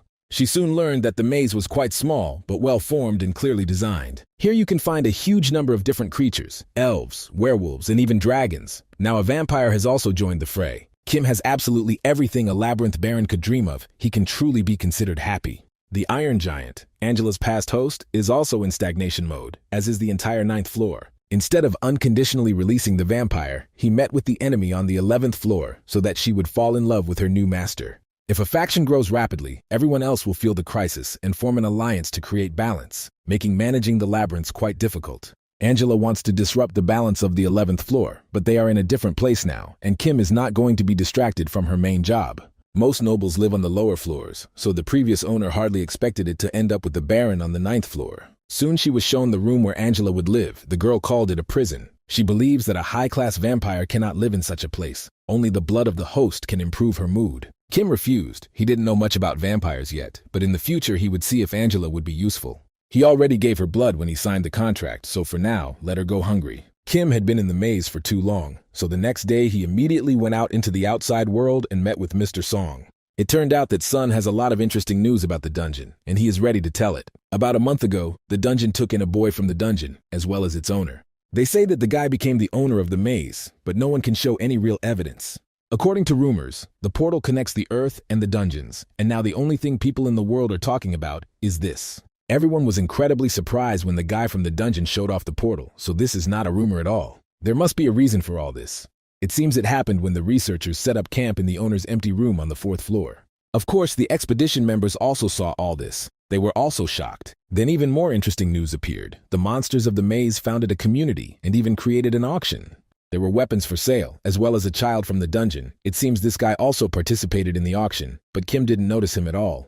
Then Sun told me that the guy who became the master of the labyrinth died yesterday, or rather he was killed. According to rumors, his labyrinth is a real treasure. He was probably betrayed by a friend who decided to take everything for himself. For now, the labyrinth is still without an owner, but there is nothing left inside. Since it's only a maze on the 4th floor, it's hard to find precious crystals there. There probably isn't even a core there. After hearing this whole story, Sun thought that Kim would also want to get the labyrinth, and he was ready to share all available information with the guy. This is just his suggestion. Kim can take this maze for himself, and Sun will also benefit from it. Kim is a real killing machine, so there's no chance he'll get killed in the dungeon. In addition, he constantly does everything on his own, so you don't have to worry about rumors or someone betraying him. Sun also received information about empty labyrinths, one of which was found on the 7th floor, which is where Hoi was found. According to rumors, the association has already sent its people there, and even one of its best warriors. Uncle Song is probably talking about a warrior named Jong-gul. Kim has met him before. So the association asked this fool to help. Now it's clear that this association is run by the same mentally retarded people as Jong-gul. Kim promised that he would go to the 7th floor of the dungeon and see what was going on there. He's ready to do it right now, but he'll need some kind of weapon to do it. After some time, Angela and Dominicana finally waited for the master to return. Looking at his equipment, they realized that he had received another task from the humans. Kim said that we need to explore the empty labyrinth on the 7th floor, but we can hardly expect a friendly meeting there. Rickshaw must rest. Dominicana and Quint, as always, must stay and guard the maze. It's unlikely that Draken will be able to handle this task. He's too shy to talk to people, so someone else needs to be chosen. Kim immediately said that he didn't want to take Angela with him, although she, on the contrary, considered herself an ideal candidate. She is an ideal scout and also knows how to evaluate surrounding objects at first glance, all of which can be very useful. On the other hand, the maze master thinks that Angela will be too noticeable, and that is the main problem. After some thought, he decided to take a chance and take her with him. At least it was a good opportunity to see what she was capable of. Uther will also go with him. This is done so that Rickshaw has extra time to rest. Rickshaw decided to say a few words and talk about the skills of the little girl Yun-hee. It turned out that although she doesn't speak at all, she can use some incredible abilities. To be more precise, she can create maps, although this ability is ambiguous, but it can be useful. This technique mainly helps children from the dungeon. Most of them survive with the help of these skills. Unlike other maps that have been around for decades, the map created shows the current nuances of the dungeon much better. Activating these abilities doesn't require much physical strength or energy, so it was decided to take Yun-hee with them. Soon the team was assembled and set off, a long journey ahead of them. They left 2 days ago, but haven't encountered a single monster yet. Angela believes it's all thanks to her, because everyone is afraid of her. They may also be afraid of this funny snail, although he doesn't like it when people talk about him like that. Not much time has passed since the auction, and Angela already feels like a fish in water in the Nagi family. Uther doesn't really like her. He's tired of listening to the constant insults and needs a year off to restore his mental health. They soon reached a potential entrance to another floor, but getting to those wouldn't be easy. There is usually always someone watching the entrance, so you have to be careful and not run into monsters. Soon they found themselves on the 8th floor of the underworld. It is not yet clear why this area is considered safe. The snail looks incredibly scared, probably because it has never been on another floor in its life. This is not surprising, because labyrinth kings very rarely leave the territory of their homeland. The further you move away from the floor you were born on, the weaker you become, your strength decreasing by a fifth with each floor. That is why the inhabitants of the lower floors did not participate in the Great War. Without this restriction, people from the surface would not have been able to conquer the underworld. There is some truth in these words, as most battles between humans and the inhabitants of the underworld involved only mid- and entry-level beasts. In rare cases, when really strong monsters appeared, they helped very seriously in battles against people. Angela is sure that for a creature like her, it doesn't matter how far she strays from her territory. She says that only a weak king, such as Uther, could fear such an effect. Soon the Snail King felt that they were surrounded. There were about 50 wizards around. Kim once said to be careful, but that still wasn't enough. He ordered the snail to take Yunhee and protect her in case of danger. Surprisingly, the King of Slugs has his own personal safety techniques, although it's hard to even look at them. He will create all the comfortable conditions for the girl, and even give her the opportunity to breathe easy. Meanwhile, Angela activated the camouflage skill and helped Kim hide and become less noticeable. Invisibility is an enhanced form of camouflage, in which auras and even heartbeats completely disappear. After a while, you could see wild boars approaching. It was a real pack of these monsters. They immediately smelled the scent of alien creatures and guessed that someone had climbed up from the 9th floor. The boars are angry because someone has decided to hide from the Nose King's scent, and this could lead to conflict. The king can perfectly smell the creature that came from another floor, but cannot find them. Wild boars always want to eat and are already dreaming of finding some easy prey to make a delicious dinner. They need to be much more careful, because if they meet Kim, they could turn into fried pigs themselves. It turned out that when Angela is in her master's shadow, they can communicate telepathically. They looked at the pigs together and laughed at their silly faces. These boars could not even notice Uther, who pretended to be an ordinary stone. Judging by their low intelligence, you can't be afraid of these strange creatures. They are unlikely to create serious problems. Recall that Kim is looking for an entrance to the 7th floor, so he doesn't want to waste any extra time in this area. He appeared before one of the boar leaders and said he wanted them to show him the way. At first, the boars were scared, and then seeing human flesh, they said they would eat him alive. They probably haven't heard the rumors yet that there's a very powerful person downstairs. They consider Kim a weak creature who was born to become a tasty snack. Without thinking twice, the boars began to attack using their ground control skills. Honestly, it was impressive because you don't expect anything interesting from such creatures. But of course, it wasn't enough to destroy Kim. On the contrary, he became even angrier and prepared to put these pigs in their place. The Boar King did not want to give up and prepared to attack again with the help of the earth, but immediately felt a blow to the face. Within seconds, he was lying on the ground in a deafening knockout. Everyone else watched in surprise and did nothing. During a battle, you need to act quickly and confidently. Kim has long mastered all these rules of martial arts. He activated the Baron skill and said that I could easily eat all these boars, but now he needs a guide. If they refuse to help, he will make them into a delicious barbecue, because no one has the right to refuse the Baron's request. The pigs immediately fell to their knees and recognized their leader. No one wanted to anger such a strong guy. They explained that they had come here for the smell, and soon agreed to escort Kim and his friends to the entrance to the 7th floor. On the way, they met other boars on this floor, and explained that it was better not to joke with the Baron. Some even began to make up legends about Kim and call him the Grunt King. Angela doesn't like it when those horrible pigs look at her. She said she would tear their ears off if they didn't stop doing it. Realizing that they were dealing with a real vampire, they immediately said they didn't want any problems. Boar blood tastes quite pleasant and is easy to obtain, and it is also useful for vampires. Several decades ago, the ancestors of vampires began to massively exterminate wild boars, so now all pigs are afraid of vampires like fire. Now their numbers are incredibly large. Over time, the pigs have become meaty and strong, but they still remember the past. After walking some distance, they saw that something large-scale was happening and immediately tensed up. Looking more closely, they realized that the king of the boar dungeon had appeared, and they might have to work a little harder again.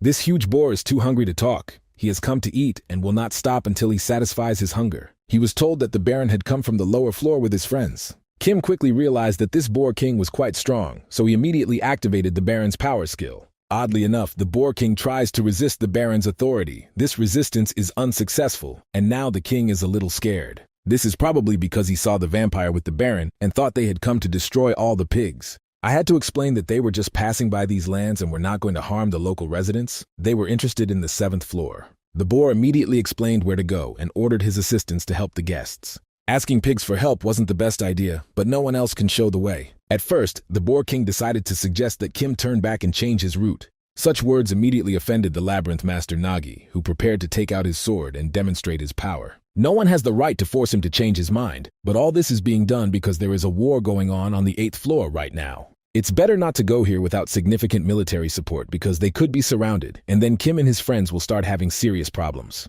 There is only one way out. If the password distracts, it will briefly open the way for Kim. It's not often that dungeon lords appear in conflict zones, so this would look strange, so the chances are 50-50. The king has a condition. When Kim finishes all his business on the 7th floor, he must help the boars with their problems. It's like a deal.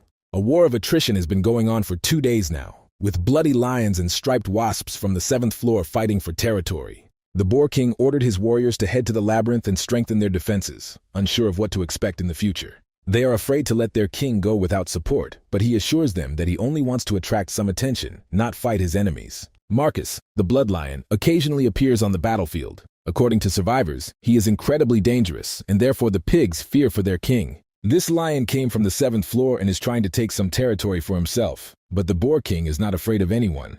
He assured his soldiers that they could not worry about him and promised to return soon.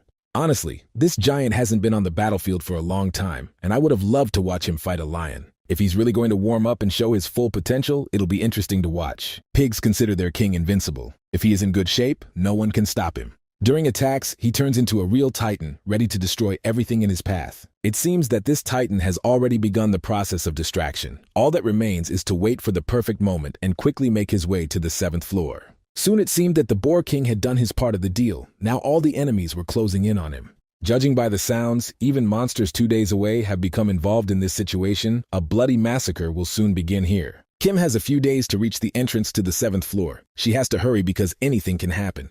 Let's fast forward 3 days and look at the 7th floor, because that's where our main characters ended up. From the very beginning, they encountered dangers, but each of them understood where they were going and what they were risking. After climbing 2 floors, Uther began to feel like he was wasting too much energy, but he still had to protect Yunhee. The master ordered to keep the girl safe and make sure nothing happens to her, which is exactly what she should do herself. At one point, he lost his vigilance and saw an enemy approaching her, but it turned out that Yunhee could defend herself. All this time, she only pretended to be a small and fragile girl, but in times of danger, she turned into a real monster. After that, it's unlikely anyone will want to compete with her in strength. After all, she's a child of the dungeon from the 11th floor, which means she's almost a devil. She can't use her powers to their full potential yet. It takes a little training and perseverance. Kim approached the girl and placed a sword in her hands. Perhaps with it, she would be able to reveal her full potential.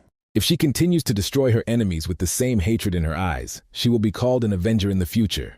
Her body movements show that she has been used to fighting since childhood. She probably likes being a warrior, not a caveman. Maybe it's just talent, but in any case, Uther can rest assured because now Yunhee will protect him. He also suffers from constant enemy attacks. But Kim is not going to help the Slug King. Angela looks pretty confident. She uses all these vampire tricks to stop any enemy attacks. She doesn't want to drink this dirty blood and thinks it's better to get a little hungry and taste something tastier, like Master Kim's blood. A drop of enemy blood fell on her hand, and out of curiosity, she decided to taste it. It turned out that she had never tasted anything more disgusting in her life, unless of course you take into account sugar-free Coca-Cola. The situation is still tense. There are too many monsters, but Kim and company have already wiped out half of the enemy army. If we continue at the same pace, we can finish soon, especially if Yunhee helps. Everyone knew about the war on the 8th floor, but no one expected to see such a mess on the 7th. It's starting to get annoying. If Angela uses all the power of her master, she can destroy all the monsters together, but to do this, she needs to drink some of his blood. Let's remind you that a vampire's power always comes from the blood of its master. Only in this way can vampires be extremely strong and useful. Kim promised to give her 2 glasses of blood when they were done with all these problems. Angela had been dreaming about this for a long time. Now she is ready to do absolutely anything to make Kim fulfill her promise. When it comes time for the Blood Festival, this girl is unstoppable. Now is a good opportunity to understand how useful she is to the Nagi Labyrinth. Soon this Blood Festival was over. Not a single monster remained, and Angela was visibly tired. Kim expected a lot from the vampire race, but he couldn't believe that it would actually destroy everyone around it for a small portion of his blood. All the other team members look healthy. Uther is a little tired, and Yunhee doesn't seem to have fought the other monsters at all. A little later, Kim saw something strange happening. His inner intuition told him that a storm was approaching.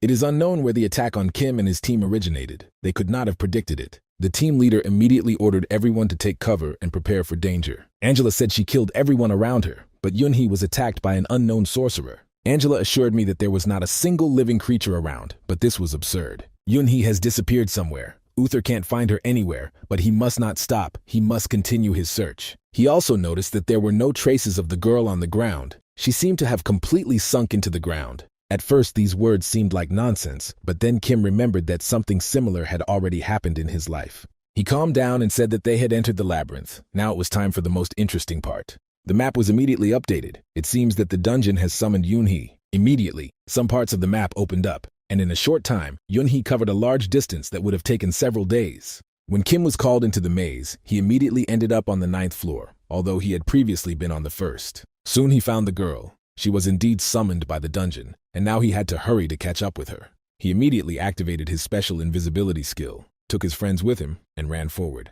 There are a lot of monsters around, so you have to remain unnoticed, otherwise they will be detained. Yunhee is quite far away, but thanks to her skills, you can see the girl on the map and try to catch up. She's just a baby who can't even eat on her own, so she can't be left without support for a long time. Angela saw that they were about to encounter a large number of life forms. The most interesting thing about this situation is that these are not monsters at all, but ordinary people, although there shouldn't be a large number of people on this floor. It seems, as Mr. Song said, these people are trying to find a new dungeon. There are hundreds of living creatures in the direction they are moving. Probably the monsters gathered around because of the people. Kim decided to make sure what was happening and set out to follow all these people. Apparently, they gathered near the dungeon to try to make money from it, but desire alone is not enough to become king.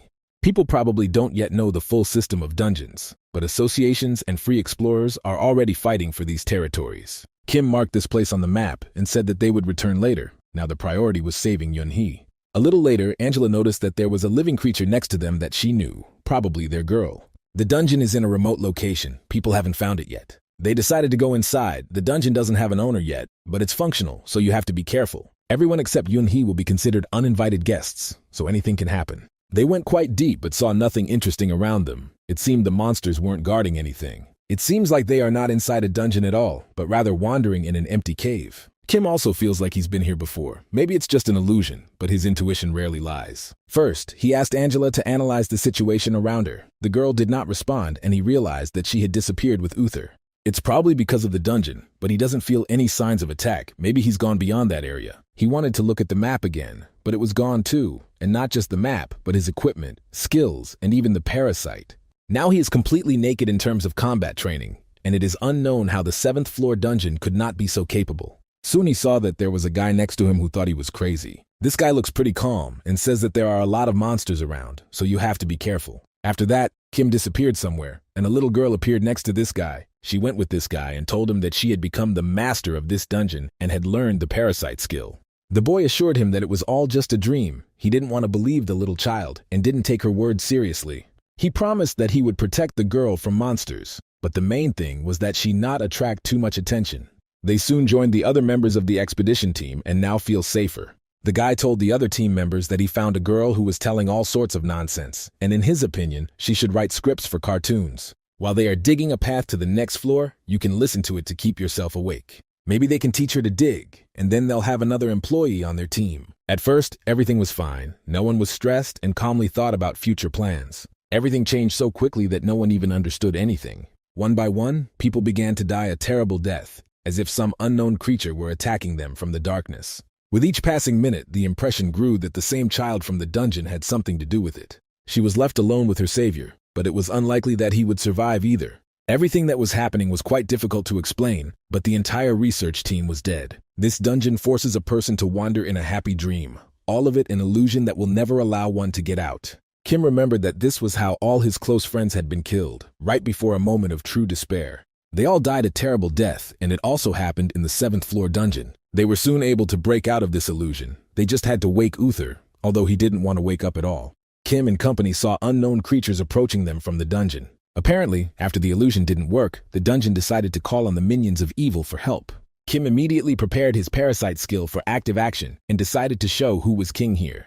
There are very few warriors around. They are all the same and do not look like strong opponents. After waking up looking very angry, don't be surprised if he completely destroys this dungeon in a few minutes. We managed to calm him down very quickly. He is not a tyrant who destroys everything around him just because he is in a bad mood. After the problem with the dungeon servants was resolved, the search for Yunhee continued. Apart from the illusions, there's nothing scary here. Even the traps are quite childish. This does not mean that you can lose concentration, especially when you start to feel the aura of a child nearby. There is no entrance here, although Angela clearly feels that Yunhee is behind this wall. This is called the defense mechanism of a dungeon without a master. Probably the king's room is hidden here and Kim knows how to get there. A few powerful blows with the parasite skill can open any door. Less than 2 minutes passed before Kim saw a little girl in front of him.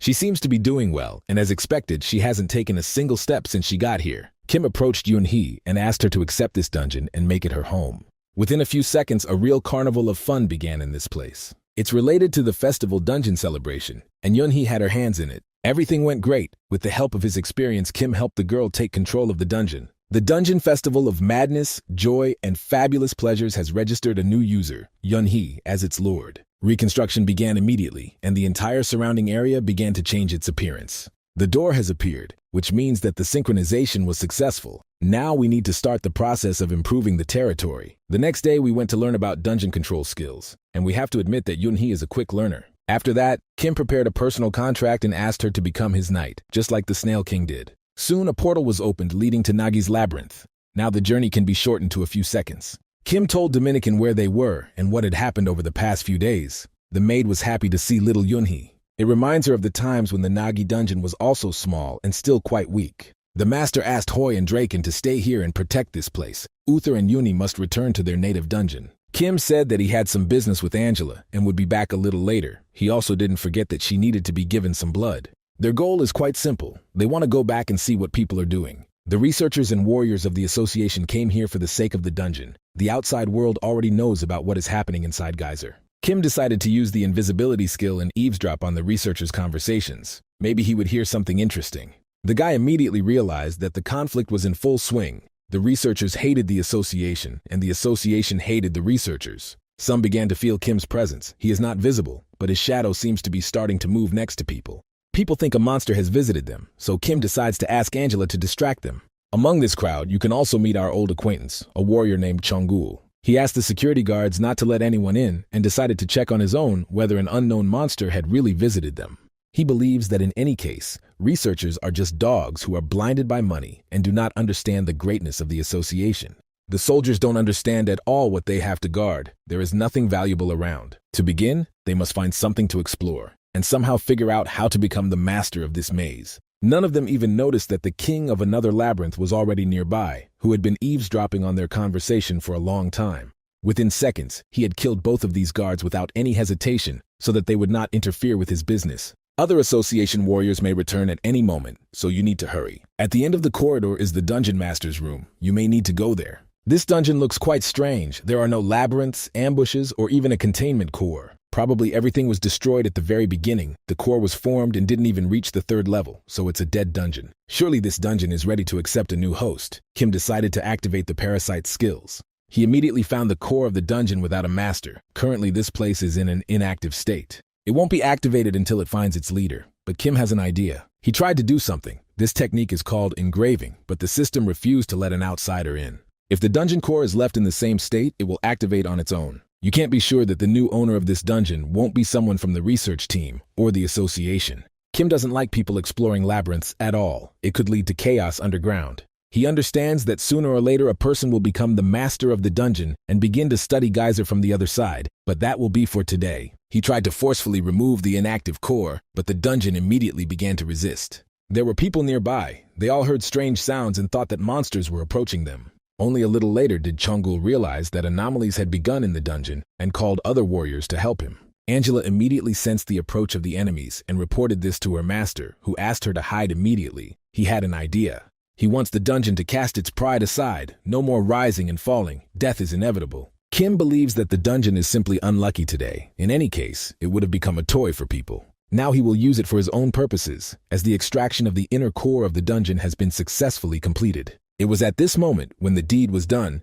that the association warriors appeared on the horizon. Chongul carefully looked around the room and saw something very creepy, something that looked like a monster. This is probably one of the forms of the parasite that lives in Kim's body. It's immediately clear that this skill has reached another level. None of the warriors of the association had ever seen anything like this. They prepared for battle, but deep down they understood that they were doomed. No one even had time to get out their weapon and swing it before the parasite had already taken over their bodies. People who had not gone inside the dungeon heard these terrible cries of the warriors and began to tremble with fear. The association warriors begged to stop, they called for their mother for help and shouted that they didn't want to die.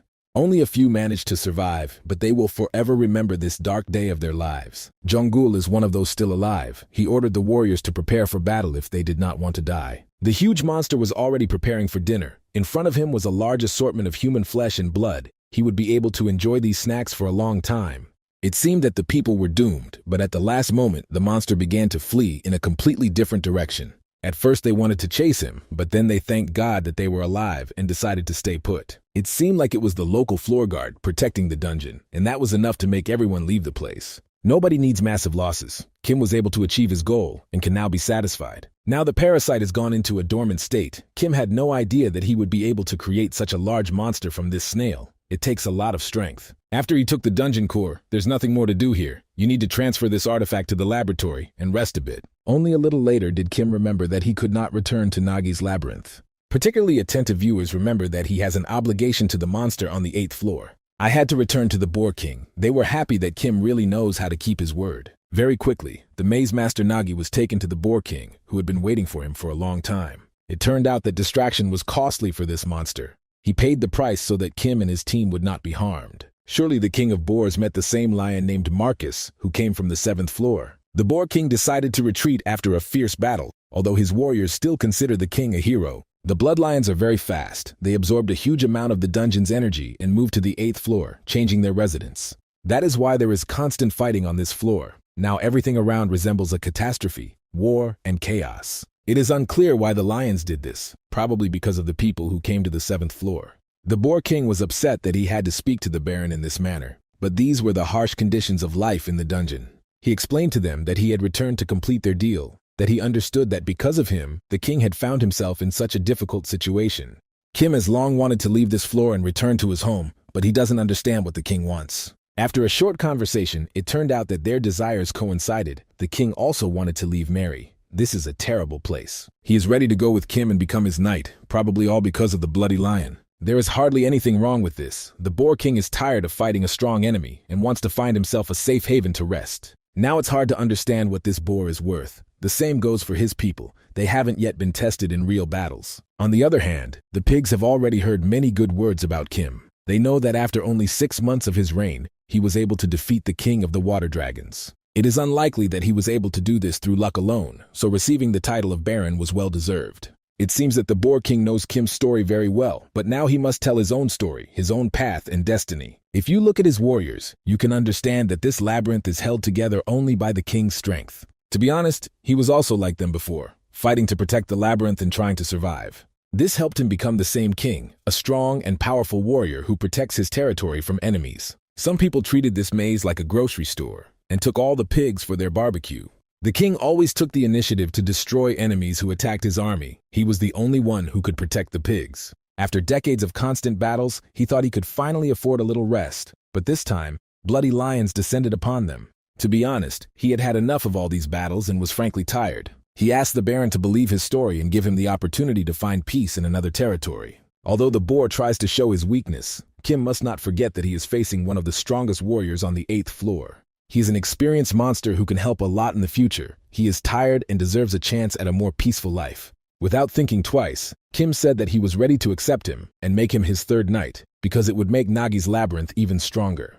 It will not be easy for some time. You need to understand that there are also a huge number of dangers on the 9th floor. The Boar King can be a commander. He is ready to share his experience with other Nagi warriors. As soon as the situation on the 9th floor stabilizes, Kim will immediately send a letter of invitation here. He will return here soon, but the boars must stay alive. They have to wait a little longer. First, Kim returned to Nagi's labyrinth, and then came to the real world to see Uncle Song. Sun already knows that an unknown monster has appeared in the labyrinth. It attacked the association and almost killed everyone around. Rumor has it that he is the boss of the maze and looks a lot like Spaghetti from Hell, perhaps because he is Italian. The association quickly abandoned the labyrinth and left the place, and Kim was not at all happy to hear all these rumors.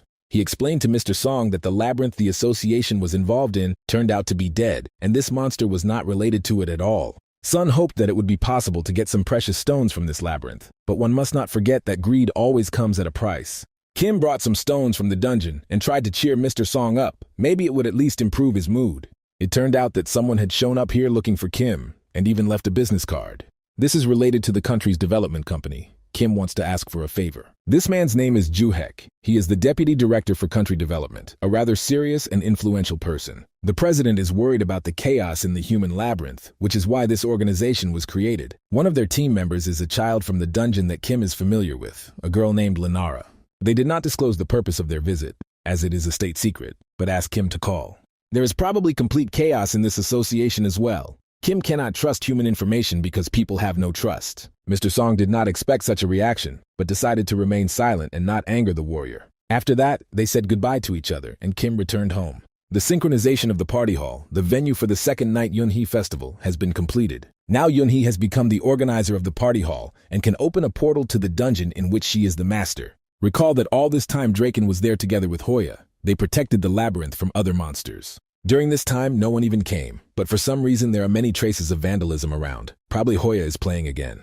It was at this moment that unknown animals appeared. They did not look like monsters and were hardly dangerous. Kim has seen something like this before. Probably these are the workers who will help rebuild the maze. He explained that he would order them what to do because he was the master of this territory. Kim ordered to immediately draw up a map and build a warehouse next to the labyrinth, but so far no one is listening to him. Angela suggested to her master that he begin a regency of the aristocracy, a skill often used by the Lord Anatolio. In this case, Kim will literally be able to control Yunhee's maze, which is almost the same as taking the maze for himself. For a rational labyrinth master, this would be worse than death, but Yunhee is a little girl. It might work for her. Kim asked the girl for permission, but she, as usual, didn't answer. Soon, she finally agreed to the regency, and Kim completely took control of the labyrinth and officially became its leader, or rather, its deputy. Now the forces of the two labyrinths obey him. He has become a true aristocrat and has acquired the skills of this title. The large number of knights and regents enhances his abilities for aristocracy. Now it is clear why Anatolio was engaged in such things. He can't constantly be busy protecting the labyrinth, so we need to improve this place immediately. He began the process of improving himself with crystals and ordered all slaves to work immediately. You should also consider calling in several soldiers to defend the territories. The structure of the troops of each maze is different from each other. Here the soldiers will be clowns, and there are quite a large number of them. Each maze has its own unique abilities and features. There is something special here called festival fever. The more opponents are neutralized, the stronger the festival fever will be. At first glance, it looks pretty good. In the ideal scenario, the battle ends on the second level, and to do this, you need to summon warriors. Kim ordered the immediate summoning of a minstrel, a juggler, an acrobat, and even a clown. They are all defenseless, but you can give them a unique ability called Sweet Dreams. This technique is also known as sweet sleep, something like an illusion, but this technique gathers a lot of the power of the labyrinth. This is quite similar to the hypnosis used in the 7th floor maze, and can be used against a strong enemy. You have to admit that this maze is the complete opposite of Nagi's dungeon, and that's a problem. Kim is used to managing his own dungeon, so here he has to start all over again. If you create a guerrilla unit and start a secret struggle, this skill will not help at all, especially in conditions of total war. There are also skills in Nagi's labyrinth. You can summon all warrior classes, but there's nothing special about it. If Kim had started his descent into the dungeon from this very labyrinth, the king of the water dragons would have destroyed him in a matter of seconds. Kim asked Yunhee to activate this skill and test it on other monsters. Test subjects like Draken and Hoya are ideal for this, even though they don't suspect anything. Kim assured me that nothing bad would happen. The main thing was to relax my body and not tense up. The sweet sleep habit started working immediately, and it was quite interesting to watch the reaction of both patients.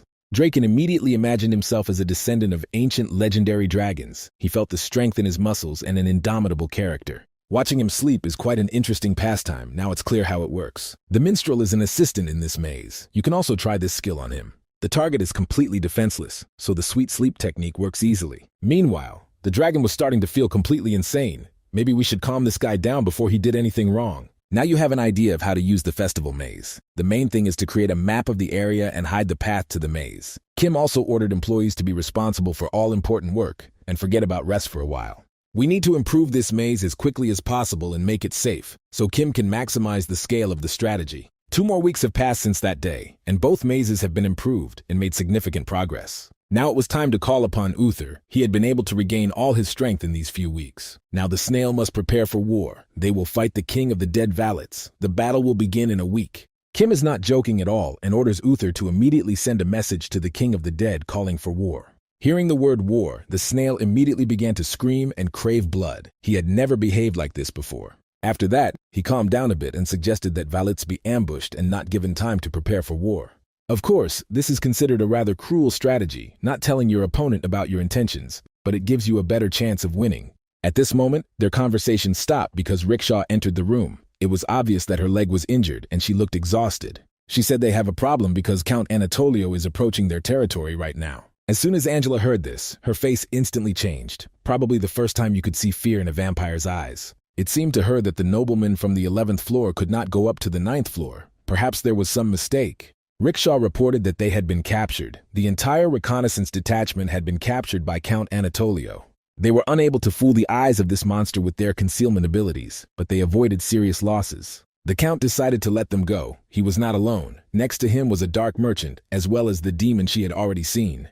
It's unlikely they'll pass by because their destination is Nagi's labyrinth. Rickshaw is sure of that. The dark merchant learned that they belonged to the Nagi labyrinth, so he immediately released them. Hearing this, Kim immediately ordered preparations for the meeting. Just in case, all troops should be gathered and brought to full combat readiness. Kim needs to return to the maze immediately. Given Anatolio's size, he won't even be able to get through the gate. Angela continued to panic. She always remained calm, but now she had completely lost control of her emotions. She said that Kim has no chance at all. Compared to Anatolio, the Dragon King and the King of the Dead are just small rats, so we need to run away. Kim doesn't know why the Count has come such a long way, but it's unlikely he's going to fight. It's possible to get scared too early, and besides, it's a great opportunity to assess the level of the Count, because he is rarely found in Geyser. The Master does not know how to hide from trouble. He is ready to meet a strong opponent with his head held high. Angela is ready to accompany her master, but whatever happens, Kim must not show the Count his strength. A few hours later, Kim met Quintus at the northern gate. They had already managed to gather the warriors. Yunhee, Hoya, Uther, and Draken went to the festival dungeons. All that was left was to close the portal just in case. Dominicana should return to the main room. Everyone else will accompany King Nagi. The maid really wanted to go with Kim, but it's too dangerous, and he doesn't want to risk his right arm. If something goes wrong, he will die. There must be someone left who knows the labyrinth and can keep Nagi alive. Kim said he wasn't expecting war, but anything could happen, so we shouldn't underestimate unknown monsters. Angela said that the entire territory of the Nagi labyrinth is already under Anatolio's control, so there's no point in hiding. After all these conversations, it was decided to take Dominican with them, and the maid was happy. At this point, the parasite reported that it felt incredible fear and advised its host to flee immediately. This has never happened before, and this speaks volumes about the importance of every little thing that happens in the next few minutes. The parasite immediately strengthened Kim's body as much as possible in order to survive, but still advises its host to flee. Of course, Kim wasn't going to run away from a regular meeting. He stayed and waited for Anatolio to arrive. This giant is truly an extremely large figure, several times larger than an adult hell spider, and even larger than the walls of a fortress. Kim hopes that this terrible tyrant doesn't see the warriors inside the labyrinth, because it might anger him. Kim began to behave quite impudently. He wanted to know why this unsurpassed Count had come to him without warning. Angela tried to calm her master and explain that she couldn't talk to the Count like that, but he didn't listen to her at all. Soon the Count finally revealed his face and said that Kim was really too self-confident and he had better get on his knees. He activated a skill called Count's Greatness, and Kim immediately felt incredible pressure.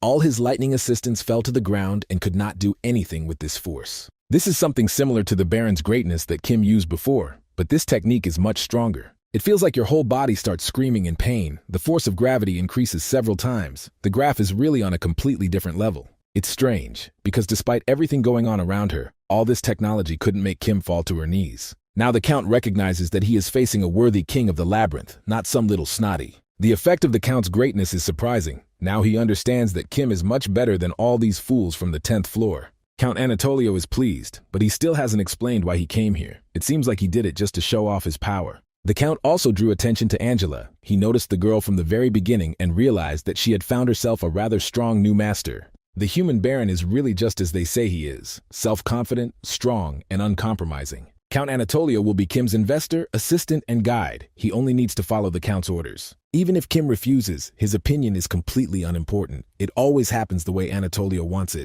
He orders Kim to defeat the King of the Dead and gain control of the 9th floor, and also reminds Kim that the road does not go up. This guy should have gone down to his hometown a long time ago. He should have gone down into the abyss.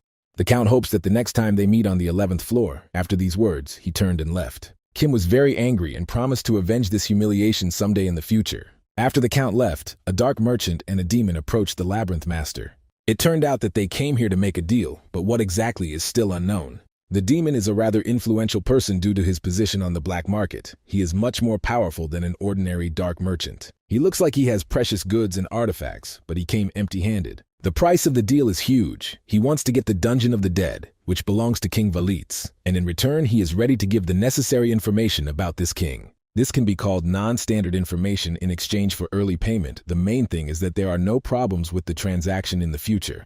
There's a reason why we're constantly silent about the ball, and it has nothing to do with the Water Dragon King. The stronger the person, the more time it takes to train the Chimera, and judging by the Dark Merchant's reaction, he doesn't want Kim to hear this. Now Kim must find out which fresh corpse was recently delivered to the black market. The answer could lead to a shock. Labyrinth Master Nagi was surprised. All the time it seemed to him that the Dark Merchants should remain neutral. I had to explain that the Dark Traders were just a small group of speculators. They bought the body from the Baron, and for him, it was just a piece of meat. After that, the body was sold to a client who needed it, and that was the work of the classic merchants in the dungeon. Actually, this is not exactly what Kim wanted to know, because he is interested in the King of the Dead. It turned out that Dark Traders also sell useful information to all other parties. They act like classic speculators, and have no conscience. Kim ordered the devil to immediately reveal all the terms of the deal, as well as information known to the King of the Dead. A week passed after this conversation, and full-scale preparations for the war with Valitz began.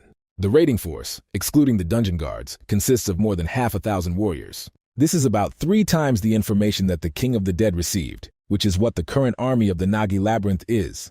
The army of the King of the Dead is difficult to count. It numbers approximately 5,000 lower-ranking warriors. Considering the transactions of the King of the Dead 2 months ago, we can say that all the chimeras are ready. The undead appear after the energy of the dungeon is infused into a dead body. It is under the complete control of the team that created the undead. Each of them is immune to psychic attacks, fatigue, and pain, and after receiving an order, they will attack until their heads are cut off. The army of the King of the Dead can be divided into 3 types: lower warriors, higher rank, and chimeras. Lower warriors do not absorb as much of the dungeon's energy, so they are only able to follow simple commands from their general. Higher rank can drive more energy and participate in the war as tanks. The strongest warriors of the King of the Dead are called chimeras. So far, only the Dragon King has been confirmed. Based on the reputation of the King of the Dead, there may also be far more of these warriors than expected. Rickshaw also prepared new information about the opponent that she had gathered over the past week. Usually, the King of the Dead keeps the undead in ambush. It is impossible to know how many dead bodies are hidden in his lands. There are also many active undead lurking in the ambush, but all reconnaissance near the dungeon of the King of the Dead has failed. It was learned that the King of Death had left his fortress and headed towards the Dungeon of Gluttony. The rats confirmed the movement of a 1,000-strong army of undead that had left their native territory. At intervals of about half a day, they divided into an advance and main detachment and set off. The arrival of the Dragon King to the vanguard and the King of the Dead to the main army was confirmed. The positions of the King of Guards are different. Most likely an attack by insects is planned, not defense, so you have to be careful not to get into an ambush. The situation is different from when they were going to attack without troops, because now the Nagi dungeon is quite strong and influential. It's unlikely to be an easy fight, but Valitz has too little information about them, and this will give him the opportunity and perfect opportunity to attack him. All the information he was able to gather was obtained after 1 week of war with the Dragon King. Now Uther must go to the Dungeon of the Dead alone, the Master has decided. It is unknown whether he will be able to fulfill his duty. Some are not even sure if he can lace up his shoes on his own. Considering the current situation, in about 2 days, the Tear and Anak will begin the battle. The King of Gluttony must restrain the enemy vanguard. Meanwhile, Kim and his team will attack the King of the Dead from behind, and his henchmen will try to steal the core of the Dead Dungeon while Valitz is busy. Despite the strength of their warriors, it will take a lot of effort to break through the undead everywhere. If high-ranking warriors meet, Dominicana must retreat. Don't forget that caution is the most important thing during battle. Kim cannot afford to lose his best allies. Even the success of one of the 2 teams can turn the tide of the fight, and the core of the Dead Dungeon is important for supporting the undead. Whichever unit wins, they must all meet in front of Valitz's army. If it becomes too difficult, they must retreat immediately. No team member had any more questions. They understood the overall strategy and plan, and were now ready to act. Quintus immediately set out for the army to convey the king's instructions to them and decide to set off. After that, Kim approached Rickshaw and in a calm voice told her that the long-awaited time for revenge had passed. She will have the opportunity to take revenge on the King of the Dead for all the suffering he brought into her life. Elf must cast aside all doubts and act as coolly as possible, otherwise Kim will be the first to cut off Valitz's head. 2 more days passed after these events, each team member carrying out their part of the plan. The King of Gluttony knows that according to the plan he has to fight some corpses, but right now he is so tired that he also feels dead. Soon, A huge creature appeared before him, this monster slightly different from what Uther had imagined. They hadn't seen each other for a long time, and the King of Gluttony decided to compliment the monster and note his new hairstyle. It's unlikely that such a vicious and terrifying monster would like such compliments. Uther is confident that most physical attacks will not affect his body, so he feels confident. He can be defeated by shooting heat rays, as the dragon could do in a past life. In his current state, he is incapable of this technique. At least Uther had hoped so, and he was very seriously mistaken. His opponent decided to use his special skill from the start and demonstrate his strength, and he succeeded. But in any case, this does not mean that the King of Gluttony will surrender without a fight. Although he is very small and very funny, we must not forget that he is the king of the dungeon and has a special ability. The Dragon King Anak, who rose from the dead and became undead, immediately felt the power of this boy. Now Uther wants to show off another of his special skills and order his copies to have a little breakfast. They must eat all these dead monsters around and satisfy all their secret desires. Although this particular skill seems absurd, the King of Gluttony should not be underestimated. This battle will be legendary. The outcome is difficult to predict, but it will not be sweet for the Dragon King. Soon Kim learned that the battle with the dead Dragon King had begun, and everything was going faster than expected. In order not to frame Uther, Kim and his team must attack Valitz as soon as they see him. Their army was tired after 2 days of active movement, and this could affect them during the battle. Angela suggested moving in small groups and then moving the remaining troops through the portal. It might work, but Kim was against it. It's like opening the door to the Dungeon Master's room. This door won't be closed for 24 hours, and it could lead to disaster. You can't sacrifice combat power to protect the portal, so you have to hope that Uther can defeat the dead man. He promised to attack and do everything to eat the dead bodies of the enemy. It might work. The lower undead have no nutritional value, so it won't be easy, and the Dragon King is very strong. Devouring him will be a difficult task. Uther is not going to wait until he is melted, because his special skill, Rapid Healing, is temporarily unavailable. According to available information, it is known that Dominicana and her group have fallen into the dungeons of the dead. They are already very close to the core. Everything is going according to plan. You could even say they are ahead of their time, but it's too early to rejoice. Soon, Rickshaw appeared and said that the reconnaissance squad had found an enemy camp where the undead were located. There was also confirmation of the presence of the King of the Dead at the very center of this army. It is dangerous to interact with a non-living thing that almost knows no fatigue, so you need to act wisely. It will be difficult if Valitz notices anomalies in the Dungeon of the Dead, so you will have to attack quickly and do everything almost without stopping. Kim promised to give the King of the Dead Rickshaw for revenge, but now the situation has changed and he must cut off his head himself. As soon as they approached the enemy army, Rickshaw immediately ordered the first detachment of archers to attack. A truly epic confrontation awaits us. The scale of this battle will be much greater than during the war with the dragons. The undead came to destroy and kill everything in their path, but that doesn't mean they are invincible. The basis of this army is made up of lower-ranking warriors. They are not too powerful, so they can be easily defeated. The Nagi are perfectly prepared for the battle. They are acting according to plan and maintaining order. Lower-ranked undead have low penetration ability, so they can't function as a true tank. Now Nagi's army can fight even without its king, because so far the main forces of the opponent have not entered the battle. Rickshaw interacts wonderfully with the archers and gives correct and timely orders. By taking the ideal attack position, archers can attack the enemy without risk and remain at a safe distance. It was noticeable that the beginning of the battle did not go according to the King of the Dead's plan, and he immediately tried to intervene. Looking closer, he saw that he would have to meet the same legendary guy who was talked about so much in the dungeon. This drives the King of the Dead crazy and adds spice to the potential confrontation. Recall that not all of the forces of the Nagi Labyrinth were gathered near the army of the Dungeon of the Dead. Some had other goals. So far, they are heading in the right direction, and on their way they encounter reconnaissance signs left by Rickshaw. They are very close to the Dungeon of the Dead. There are a huge number of dead bodies and burials. The problem arose when they got even closer, because it seemed as if there was no nucleus here. Even on the new map, there is a Dungeon of the Dead. Maybe if you go a little further, you can find everything you need. On the other hand, such an experienced warrior as Quintus immediately realized that all this could only be a trap. They cannot stand still, so they must decide how to proceed in order not to let their king down. They can't waste time, so they need to act very quickly and forget about doubts. Kim struck with a lightning strike with his sword and ended the fight in a matter of seconds.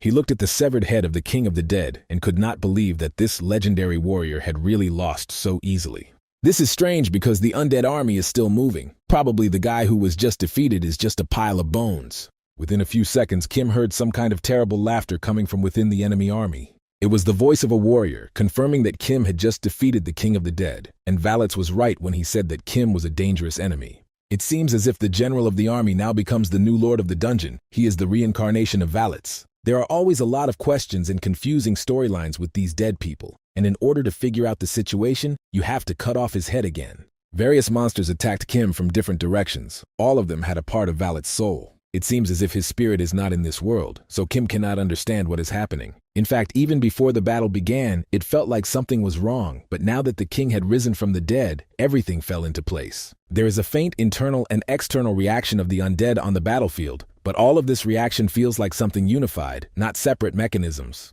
This mad king broke his soul into 1,000,000 pieces and gave it to each of his warriors on this battlefield. Valet survives death and repeats his life in another body, following the fragments of his soul. In other words, all the undead around and is the king of the dead. He has broken his soul, just like Voldemort. For such tricks, all you need to do is deal with the dead soul, and then doing something like this becomes very easy. So it turns out that Kim must destroy the entire enemy army in order to completely defeat the king of the dead. You'll have to do all the hard work, but there's no other way. Kim ordered all his assistants to act immediately and destroy the enemies. The sorcerers must also join the battle. Angela has long been waiting for the opportunity to show all her best abilities. Her vampire potential is ready for battle. The wizards also began preparing to use their improved skills, which they had managed to hone over the past months of training.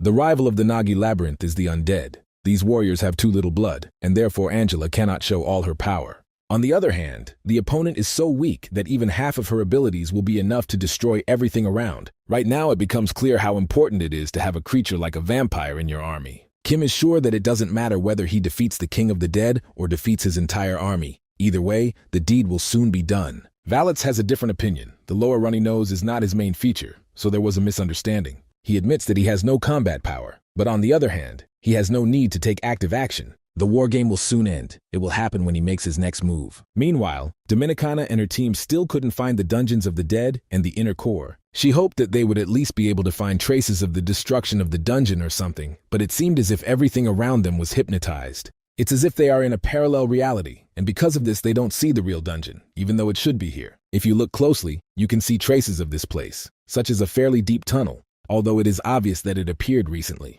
It's unlikely that something like this can be dug up easily, because it requires digging monsters. Meanwhile, a huge and terrifying creature appeared on the battlefield. Perhaps this is the answer to the question regarding the dug tunnel. Kim was surprised by the level of preparation of his opponent. It was much more difficult to restrain him than King Anak. Another problem also arose, as Nagi warriors who died in battle immediately turned into undead.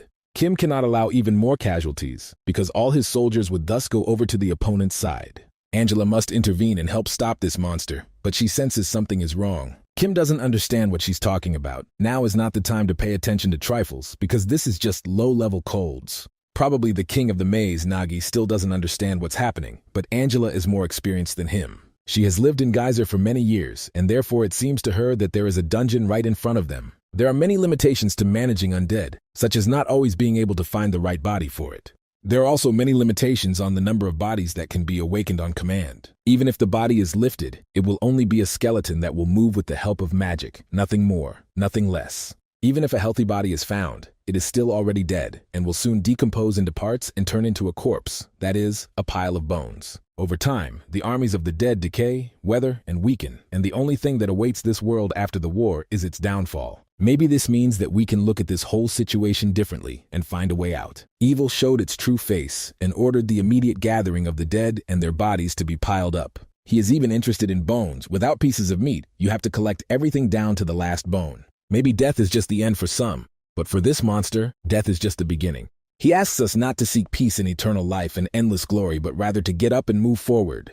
The first chimera of death, the Dungeon of the Dead, was created, and the capabilities of the troops in the Dungeon of the Dead immediately increased. All these creatures have felt incredible power. They are close to their core, which gives them additional energy. Angela immediately noticed that all the monsters around her belonged to the highest category of undead, and this was a big problem. The impact on the dungeon contributed to the appearance of higher undead, although the first earthquake could destroy everything around. Kim really didn't want to use Yunhee in this battle, but it seems he has no choice. The situation on the battlefield must be changed immediately, and for this we will have to use hidden weapons. Yunhee must attack through the right flank with the army. Her prime time has finally come. The sorcerers will also focus all their firepower on the right flank. The carnival dungeon will finally enter the battle. The opening of the festival will begin soon, but it is completely unknown whether this will be enough to win. Since there are penalties for not completing tasks, the dungeon crawler in the carnival must act very quickly. Angela is still worried. She sees too many inaccuracies and misunderstandings around her. It is also not easy to see the body's nose. This is the best skill that only aristocrats can master. Excessive use of such force is more likely the ability of the unknown than the ability of the commander. He probably hid the dungeons from the beginning, but even in expanding monster souls there must be limitations. Valitz could not hide all his intentions for long. He revealed his plan and acted like a true gentleman. On the other hand, if you look at this situation from a different angle, you could call his behavior stupid. As soon as a player reveals his cards, it becomes easier for opponents to seize the initiative. This is exactly what Kim plans to do. His parasite skill is ready to help its owner win another victory on the battlefield. It is obvious that he is interested in the core of the dungeon. Possession of this artifact is equivalent to possession of an army of the dead. This doesn't mean it will be easy to get the core, as there are a large number of high-ranking undead in Kim's path. The Chimera will also try to stop him, but the parasite's skill perceives any opponent equally. During all these months of war and dungeon battles, Kim has made significant progress. He is no longer the same boy who became the king of Nagi's Labyrinth. Now this warrior is much more experienced and confident in his own abilities, but even now he still has room to develop. The core of the Dungeon of the Dead is very well guarded. To get it, you will have to go through hell. These guards are here to stop Kim. There are 2 of them, so they have a numerical advantage. But if you look more closely, you can see that some unknown wizard is standing behind them. Our main character doesn't really like all this. Maybe he's afraid of magic. Meanwhile, Angela came to support. As soon as Kim received a minor injury, she immediately smelled his blood. He told the girl that there were 3 human chimeras inside, and they were all quite strong. Soon these monsters came outside. They decided to take a walk and have some fun. Looking more closely at these monsters, you can see that they look very similar to a familiar character, and this is unlikely to be a coincidence. Yes, it seems that this is the Rickshaw family. If after what happened to them, they can still be called a family. Seeing what happened, Rickshaw completely lost self-control. She took out her weapon and ran to attack Valitz. Now she sees nothing in her path, and such carelessness can lead to terrible consequences. If Angela hadn't intervened at the last moment, Rickshaw would have been cut in 2 by now. The huge red monster was already preparing to cut her in half, but the vampire was saved by the elf. Valitz is surprised. He thought that Rickshaw would die anyway, which is why he let her go during the last meeting. Even 3 elves were enough for him, and besides, this girl wasn't worth much attention. Valitz is also confident that his opponents will not be able to defend for long and will soon begin to retreat. The same creature with a human face also appeared on the battlefield. This monster began to give orders and said that the elf must be killed, along with the vampire.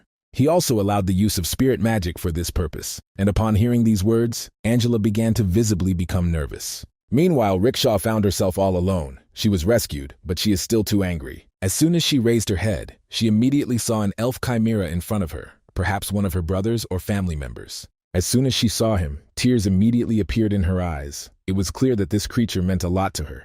Maybe it was like that before, but now it has changed, and this elf no longer belongs to the world of good. He has become undead, and will do absolutely anything his master tells him to do. Seeing that Rick was in serious trouble, Kim tried to help her, and because of this, he completely forgot about his own safety. These powerful chimeras are true martial artists as well as high-ranking warriors. Much has been said about Kim's progress, but even now he is still an ordinary person. Seeing the blood on his body, he became even more angry and tried to do everything possible to destroy the enemy. He was sure that he had repelled the attack, but the chimera turned out to be much stronger than he had thought. This elf belongs to the legendary level, which means that defeating him will not be easy at all. Now Kim is surrounded by enemies, but the elf began to perform some incomprehensible tricks and destroy the undead around him. He probably wants no one to stop him from defeating the Labyrinth King Nagi, and that also means he knows how to use magic. In such a difficult situation, you will have to rely on the parasite's skill, because without this feature, Kim has no chance of winning. The undead can control a spirit, although a spirit is only a denial in imagination. Now you will have to fight another chimera elf, who is also at the legendary level and has magical abilities. It is noticeable that this monster is being purified, and now, after the purification process is complete, it will be much more dangerous than its brothers. Angela should retreat and call for help. It is better to fight with a numerical advantage over the enemy. The king who gives the orders is still in a safe place, and he should have been hunted down long ago. This is not possible at the moment because all the warriors of Nagi's Labyrinth are fully engaged in other battles, and Angela cannot do everything alone. She has too much responsibility on her shoulders, although on the other hand, that's exactly why she was taken to Nagi's Labyrinth. Opponents have a perfect balance of attack and recovery magic, and it can also be noted that they are not actually dead at all. To be more precise, their bodies are dead, but most likely their souls are still alive. A king who gives orders to the entire army cannot control all the chimeras at the same time. You could say they've all been brainwashed, so all is not lost with these elves. We need to find a way to bring them back to consciousness, perhaps only with the help of Rickshaw. Kim immediately called Yunhee for help and ordered the girl to protect Rickshaw because she was the key to victory in the battle with the chimeras. After that, he ordered the girl to open the dungeon and entered the festival labyrinth. Yunhee started attacking the chimera with the sweet sleep skill. We already remember this effect from the past. If we're already talking about the past, we can look at what happened to the elves before they became monsters. The general came to the princess of the estate and asked her to never run away from him again, but Rickshaw replied that she could protect herself. The problem is not only this, the prince is also worried about her, but the girl still thinks she is in control of the situation. The Knight General always protected Rickshaw. He risked his own life and did everything possible to make her feel safe. This is what he lives for. This is what he has vowed to do for the rest of his life. The Knight General is supposed to be a human shield for the princess, but now he is trying to kill her. Oddly enough, at this last moment, when only the last step remained to be taken, the general remembered who was in front of him. He was ready to send the princess to hell, but stopped at the last moment. He threw away the stones he had tried to kill her with and immediately tried to help Rickshaw. Only now did he realize that Valets had made him his puppet, carrying out any orders. The king of the army was surprised by what was happening. It seemed to him that the elves were completely under his control. Yunhee intervened in the situation. She still didn't trust the general, and therefore decided to calm him down on her own. He thought she was one of Valets' warriors, and so he said he would kill her and tear her body to pieces. After that, they explained to him that they were actually friends of Rickshaw and were fighting on the same side. The general also learned that he had become an undead being, created with the help of the king of the dead. If he loses all his energy supply, he will not be able to exist, and he will also forget everything that happened again and turn into a monster. The general may receive a new order to kill Rickshaw, so he must remain calm and not show that he has fully awakened from this dream. Kim was pleased to learn that one of the chimeras had awakened and broken free from the king's control. However, there is other news that is not so rosy. For example, the energy of the festival dungeon is almost completely at 0 level. Yunhee must prepare to open the 5th level. It is dangerous, but there is no other choice. The only thing that can help in this battle is Valets' loss of power, but the general must not be caught in his eyes. If he gets brainwashed again, it will only get worse, so it's better for him not to interfere now. He is willing to avoid the king's attention, but that doesn't mean he will no longer protect his princess. Rickshaw is still weak and cannot defend itself from enemies on its own, which is why it needs a general. Wherever he is, in any condition, even with broken bones, he will still forever remain her night guard. During the battle, a portal was opened in the middle of the action. This was done in order to get the effect of a dungeon. Kim and his team do everything they can to throw the king off guard, but for now, he remains focused. The king ordered his dungeon to immediately destroy the portal because he realized that this could lead to problems. Kim is ready to defend the portal to the last drop of blood because he understands that this is his last chance to win. The festival maze level is currently being increased. We need to wait and give Yunhee a chance to help. He is constantly bothered by chimeras. These terrible monsters are still not awakened, so they create too many problems. Meanwhile, the general of the knights could no longer restrain his inner convictions and the call of nature. He is the shield that must protect all elves in this war. Lunar, the commander of the knights. Valets needs to understand that Lunar is not going to be his puppet. He would rather die a horrible death than watch evil triumph over good. Angela was furious at the behavior of this fool. She asked him several times in a row not to come into the king's sight.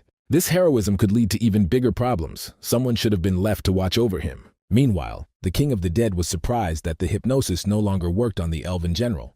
He doesn't understand how it works, because all the other chimeras are still completely under his control. Valets tried to convince the general that he was fighting on the wrong side, because now he had a chance to avoid all the problems of his past life.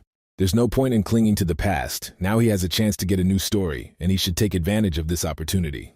The King of the Dead immediately activated a skill that begins to manipulate consciousness. Resisting this technique is too difficult. The elf must immediately let go of all his beliefs and accept any order from his new king. Valets probably never realized that his main mistake was leaving the souls in the bodies of these elves because the soul, unlike the body, is immortal. Now the elf general will demonstrate what the spirit magic technique is capable of. The king immediately realized that his target was not receptive to mind manipulation, and his attack failed. He couldn't believe that this body, that is, the vessel he had created and enclosed his soul in, had gained so much freedom.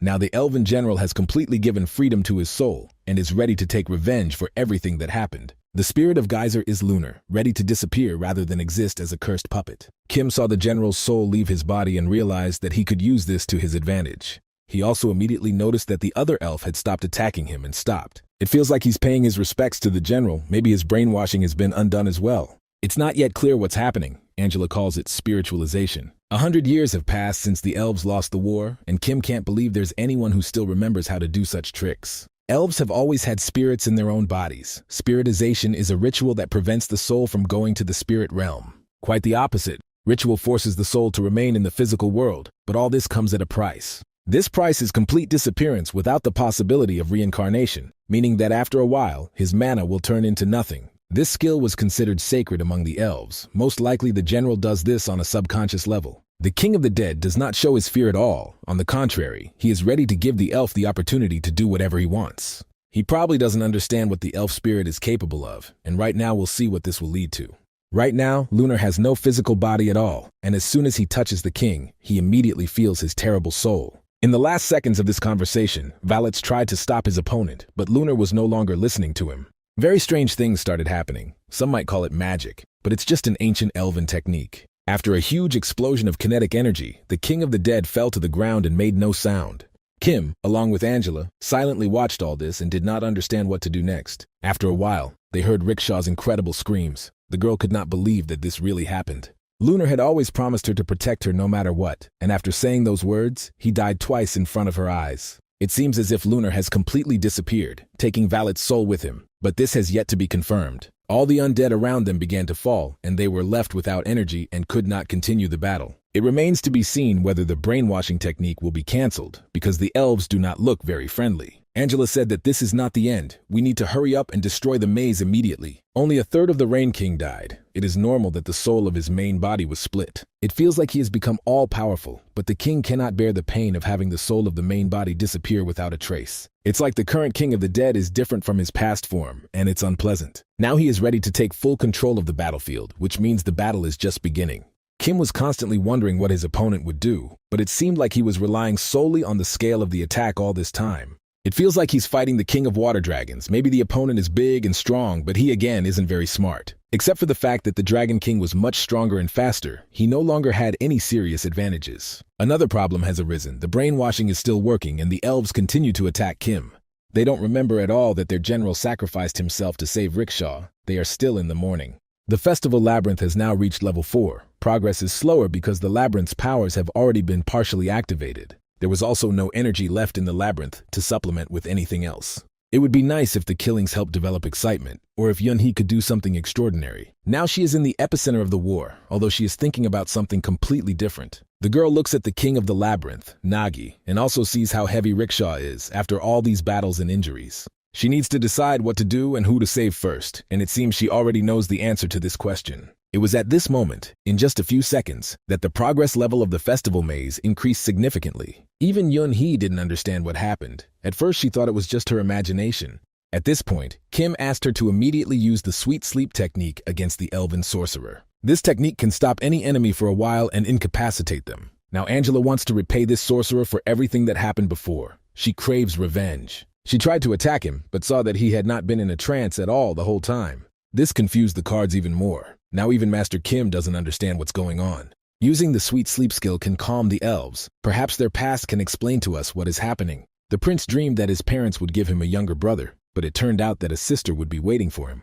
For the prince, this is not a problem at all. He will love his younger sister, just as he would love his brother. Elves only have one chance to have children. This chance comes once every century, so it doesn't matter which one to give birth to. Soon a little girl was born, her smile like spring sunlight, filling the depths of Geyser with happiness. If she had been a boy, she would have had to be sent to rigorous training, but a little princess was born. Now the elves must constantly protect her so that this girl never loses her smile. She should be completely free from the endless threat of war and enjoy life. Now even the King of the Dead is losing touch with reality and doesn't understand what's happening. He activated a spell against the elves, but now they are not moving at all and are not completing the task. The connection with them is constantly weakening. The same thing happened with the general, but Valets does not want to let them escape his total control. He has activated full-fledged mind manipulation and is doing everything possible to bring them back under his control. It seems he overestimated his capabilities too much and will not be able to use this third-class magic against a strong sorcerer. Realizing that everything was not going according to plan, Valets tried to destroy the elves, because if he could not control them, then they must die. At this moment, Rickshaw intervened in the situation. She told her brother that they had to get out of here immediately. The girl doesn't want to watch him die in front of her eyes again. She believes it's her fault that everything happened this way. She was just a burden to him. Maybe if she had never existed, if she had died instead of him, none of this would have happened. As soon as she said these words, the huge creature immediately attacked her and her brother. The Labyrinth King Nagi looked at this and couldn't believe that Rickshaw had died, but then he heard some sound and deep tremors. It seems that at the last moment the brother finally heard his sister's words and was freed from the curse. He asked her to never say such words again because she had done nothing wrong. It seems the prince is too late, but it's better to come to someone's aid later than never. Ivan guessed that they had very little time now, so they had to act very quickly. He never wanted her to live the life of a soldier and tried to raise her like a flower in a greenhouse. He had always felt like he only had to protect her, and now his mistakes had caused serious suffering for his sister. He regrets that he couldn't protect her, and now he really wants to help his sister on her personal path. Then he asked Kim to take care of Rickshaw. He knows that the master will be able to do it because he is stronger than the elves. I had to remind the elf that now Kim perceives Rickshaw not as royalty, but as a spy general working for the Nagi Labyrinth. He can only promise one thing: if she is in danger, Kim will protect her to the last. In fact, this is exactly what the elf prince needs. The main thing for him is that his little sister is safe. She must live, must continue her personal path and move forward with her head held high. The girl tried to stop him, but the system reported that a movement of spiritual energy caused by external factors had been detected. All necessary conditions have been met. Now the process of heroization begins, and soon the awakening will be successful. Geyser found an incompatibility. Seeing this, the other elf realized that it was his turn to intervene. This is the only chance he has to act for the prince and ridicule Geyser. For him, the solution is obvious. He will do everything to help and is ready to give all his strength and energy. Once upon a time, before Valitz became the master of the labyrinth, he had only a small group of undead. He was ready to give in to his pride whenever he felt he was in danger, and he fled from death without any hesitation. He believed that he could always get a new chance to counterattack, and now his feelings told him that this thing was very dangerous. All the undead that possess a piece of his soul also begin to panic. He, as a king, feels it. Soon, after a brief analysis of the situation, he ordered all his soldiers to immediately turn around and flee. They must use all the necessary means to escape from this hellish place. It doesn't matter how many warriors can escape. The main thing is to escape from Nagi's attack zone. Kim found it hard to believe that in the midst of war, his opponent would choose to flee instead of taking the blow. He asked Angela to stop the enemies because they cannot be allowed to escape. They must be destroyed all at once. Now we can't tear the elves away from the awakening process. They are doing something big, and they need help. To do this, Kim activated the parasite skill and prepared to do whatever was necessary for the sake of a common victory. Although the King of the Dead says that no parasite can stop him, if you look closely, you can see fear in his eyes. A storm is approaching the dungeons, and it is unlikely that most of the participants in this battle will be able to survive this storm. Little Yunhee is now at the limit of her capabilities. She lost too much energy during the battle. The warriors on the flanks are currently unable to stop the 1,000-strong army of the undead, so it is difficult to even understand exactly how to stop the enemy. They all try to escape, but at the last moment something very scary appears before their eyes. What could be worse than a large number of clones of the King of Gluttony? It seems he got hungry and came to try something tasty. All the warriors of the undead army who had climbed the huge mountain disappeared from the king's sight almost simultaneously. Looking more closely, he realized what was happening to his warriors and could not believe that he had really forgotten about the treacherous Uther. This led to a real panic, because the Dragon King Anak had to kill this small and annoying slug. It seems that even after returning to this world, Anak is still too weak and cannot be relied upon. Ahead you can see the tunnel through which the Labyrinth of the Dead passed. It is through this path that Valitz is going to escape. But upon looking more closely, he saw that there were also enemy warriors near the tunnel. It seemed the King of the Dead had a problem. Nagi's Labyrinth has received long-awaited support, not only the Snail King, but also the werewolf leopard Hoya. She came with her friends to have some fun. They didn't find the dungeon core, so they look angry. Each member of this team wants to help the king of their dungeon and correct his expectations. Kim was happy to see them. He wasn't at all upset that they hadn't fulfilled their part of the plan, because he understood that they couldn't find the dungeon core. You have arrived just in time, and now you must treat the undead as your eternal enemy and not let anyone escape.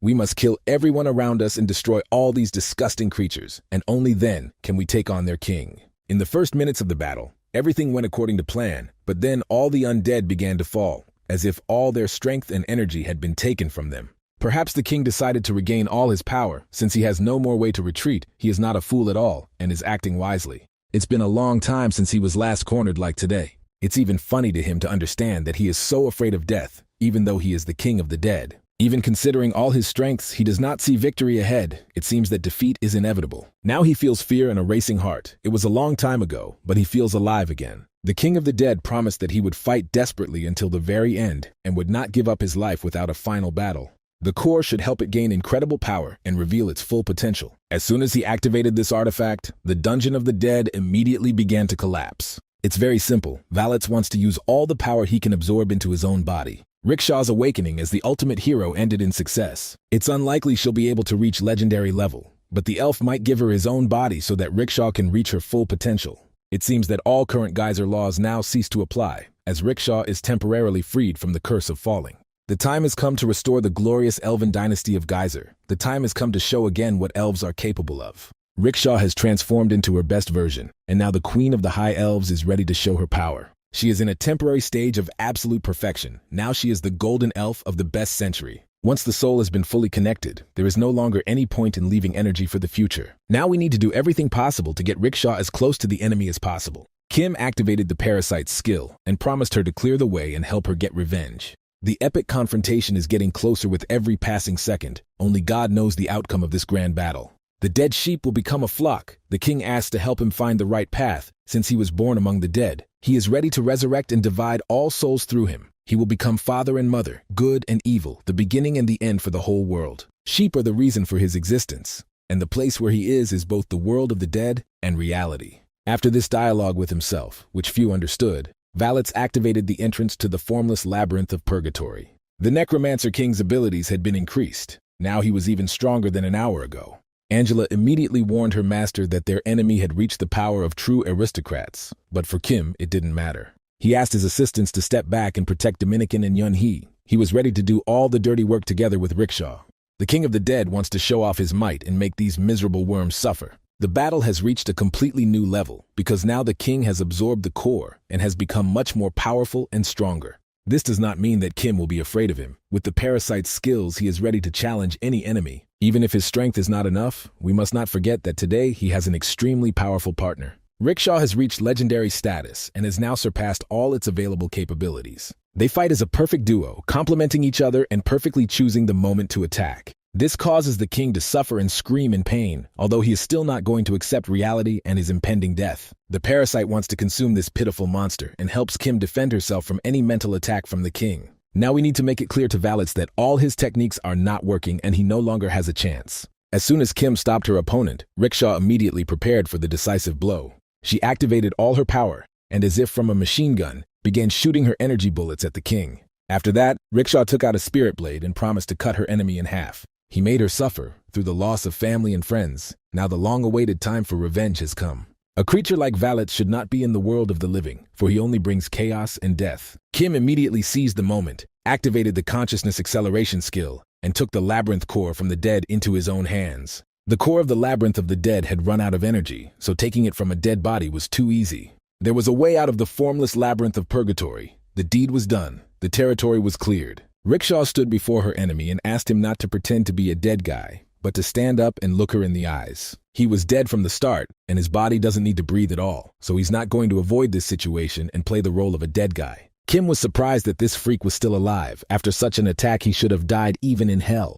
The king has run out of energy, and he also doesn't have a new body to resurrect himself, so in a few minutes, Valets will cease to exist. Now the elf can take revenge to the very end, sending him to the world of the dead with his own hands. Oddly enough, Rickshaw turned around and went the other way. She wouldn't finish off the wounded man. If he was really dead from the start, there's no point in delivering the final blow, because it's the same as just flipping a switch. She wants to prolong his suffering, because there are guys who can make Valets suffer from pain for a very long time. She probably meant a group of shady dealers. These guys would happily take a dead body and do whatever they were told. The devil came here to personally take care of this process, and you can't expect leniency from him. 3 days have passed since this glorious battle, which will be told in future generations. The warriors of the Nagi Labyrinth have returned home and buried their fallen soldiers, and now it's time to analyze everything that has happened in the past few weeks. First, the Dark Merchants told the information about the Nagi Labyrinth to the King of the Dead, and then they came to Kim and offered information about the Necromancer King. In return, they had to give them the body of the King of the Dead while he was still alive, as well as the core of his labyrinth, so the Dark Merchants were satisfied. To be honest, no one really gained from this deal because the devil got a broken labyrinth and a nearly dead king. Kim also did not benefit as all the undead were left without the energy and strength of their master, so this war brought only losses. The only plus of this battle is that they destroyed the enemy and can sleep peacefully. Perhaps Valets should have been destroyed once and for all, so that in the future he might have a chance to take revenge. He promised to return and find Kim with Rickshaw, but for now they are completely safe. The last words of the King of the Dead do not leave Kim's head. On the other hand, dark traders always keep their word, then you can trust them. Now it's time to move on to the next problem. After destroying the Labyrinth of the Dead, there are still some things left to do. At this moment, Quint came to Kim and said that Rickshaw had woken up from her awakening state. They immediately went to her rooms to make sure she was okay, and had fully recovered from the battle. Now she is once again a heroic class low elf, cursed with the fall. After the King of the Dead was taken away, she started having problems. It's like the geyser curse returning with the effects of awakening. Besides many questions. But now Rickshaw needs to rest, because she has been unconscious for 3 days. She explained that now, after the death of the King of the Dead, other labyrinths would begin to move and create new problems. Rickshaw tried to do everything to help right now, but Kim replied that their contract was over. He acted until that moment. They took revenge on the Necromancer King, and now Rickshaw is not connected to the Nagi Labyrinth. She is just a guest whom they love and respect, but she is not obligated to follow orders and continue to serve Kim. The elf thanked the master for starting the war for the sake of an ordinary mercenary soldier who had nothing to do with Nagi at all. She is grateful for the chance to get revenge, as well as for being able to see her family and close friends. If it weren't for Kim, the legacy of the Elven royal family would have disappeared forever. If he hadn't welcomed her here, she would be in a much worse place right now. Thanks to Nagi's labyrinth, she was still alive, and asked to be allowed to stay and continue working under Kim's command. Although she is an Elven queen, she wants to help the Nagi labyrinth continue to grow and flourish. She is only willing to be a scout captain, that is enough to live happily and do her job. Kim said that he was denying her this request right now, and it surprised Rickshaw a lot. He soon explained his decision and said that she needed rest now, and after recovering she would be able to take over the service. After Kim made sure that everything was fine with Rickshaw, he also checked the clearing of the maze area. This process was also completed. We will have to focus for some time on restoring strength and stabilizing the situation, and also not forget about defense. There is no doubt that the other labyrinths already know about what happened in the Dungeon of the Dead. Now no one will look down on them, as Valets and Anak did. News of this war has spread throughout Geyser. Now Nagi's labyrinth will truly earn respect. Kim and his team accomplished a lot of important things in a short period of time. If other labyrinths have brains, there is no doubt that they will come here to make an alliance contract, or make an alliance against them. The second option is even more plausible, so we need to start preparing for such a scenario. Kim asked to call Uther, because they are going to the Hammer Labyrinth to meet Malik, the Goblin King. Let's move to the territory of the 9th floor. Somewhere in the swamps is the King of Travelers, Hecarim. He is currently talking to the Queen of Arian's dreams. They are trying to reach an agreement regarding the payment of the gold. Now is not the time to play aristocrats. The situation is really very difficult, and each of them must be careful. First, the King of the Water Dragons was destroyed. Now the King of the Dead has died. All of this took less than a year. The Labyrinth Kings are excited. They must consider Kim's potential and cannot discuss the number and quality of their troops in his presence.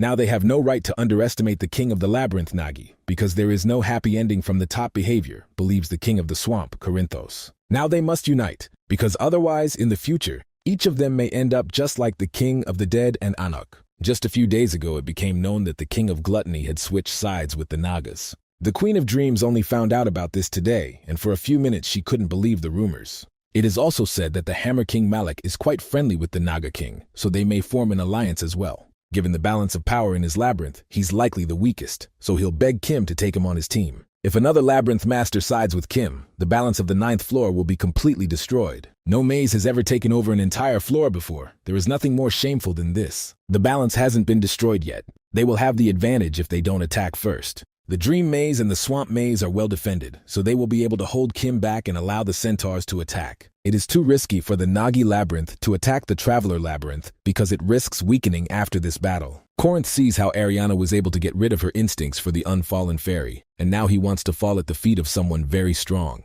Now she's worried about something completely different. Her girls got the information when they brainwashed some monsters from downstairs. She hopes it's all a lie, but it looks like the aristocrats of the deep floors are going to intervene in this war. 2 days after the end of the war, there was fun in the Dark Merchant's territory. The King of the Dead is still alive. He has been imprisoned and put in a dungeon cell. Interestingly, this room is completely devoid of mana and security. He is imprisoned only with iron chains. No one expected that a group of dark traders could be so stupid. They underestimated Valets too much. There is a lot of miasma around, which means there are a lot of corpses in this place, and you can take advantage of this. The dark merchants probably didn't know that the undead feed on miasma, but now they'll remember it for the rest of their lives. The king of the dead has regained his strength and can set out on his journey and go about his business. Probably everyone around him thinks that his soul transfer magic comes from the labyrinth of the dead, but that's not entirely true. In fact, Valet spent eternity in the labyrinth of the dead researching the magic of soul transfer and dispelling soul fragmentation. After many years of constant training, he finally discovered a way to use this skill on his own, without a dungeon. First, you need to find a body, preferably fresh, and it would also be ideal if this body had magic skills. The king soon found a resident of Gazeria, perhaps not up to his standards, but it was better than nothing. This technique is quite difficult. It is not easy to use without the help of a labyrinth, but if everything is done correctly, the exercise will be done. At this moment, the devil merchant approached the king, who had fallen asleep while waiting for Valets. Half of the rain has already left the king's body, but it seems the devil is not going to stop him. He intervened in this situation and began to rewrite the magical ritual. The fragments of the soul of the king of the dead begin to come together again. The coordinates of his target have been lost. The devil thinks it would be much more interesting to see what an undead being with blood flowing and a beating heart would look like. This is much more interesting than looking at a gray body that hasn't experienced real life for a very long time.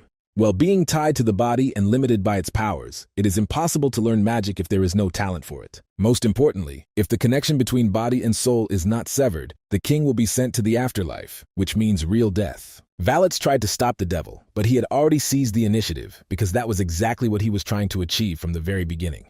The king understands that he cannot sit idly by and do nothing, which is why he must select all the other pieces and activate the key addition skill. Instead of thanking the merchants for keeping him alive, he asks for too much. The devil will be watching the king in case he is ready to become the new protagonist. Now the king of the dead is completely in his power and must entertain the devil, no matter how strange it may sound. Soon the king lost consciousness, but a little later he opened his eyes again and saw the real world. He hoped that everything had gone well. The magic of soul transfer had sent him into a living body. Now that it's really happened, there's no going back. He has to figure out the body he's in now. Everything around looks quite strange, but it looks like this is a room in which someone lives. The king also noticed that he had rather large hands, but he was lucky that he could use magic. There's also some bad news. The amount of mana is too small. Even a small ice cube causes problems. A living body must progress along with growth, so first you need to master this labyrinth and then become stronger. Valets realized that he could not walk. Looking at the lower part of his body, he realized that he was in the body of some monster. It turned out that he had just been summoned, and another monster approached him and congratulated him on his arrival in the world. So the king of the dead, the legendary necromancer, turned into one of Nagi's slaves, and therein lies the irony of life. It's hard for him to believe that all of this happened just like that. There's no doubt that the shady dealer put a lot of effort into it. Now Valets is an ordinary first-generation Naga who must work for the labyrinth. Since another Naga was born earlier, he was put in charge of the newcomer, who was summoned a little later. Being responsible for a newcomer is normal. He will have to show the newcomer the maze and work together with him. This newcomer is the king of the dead, but no one in this labyrinth even suspects it. They only saw this newcomer start to panic and suffocate from fear. Everyone around them started to help him.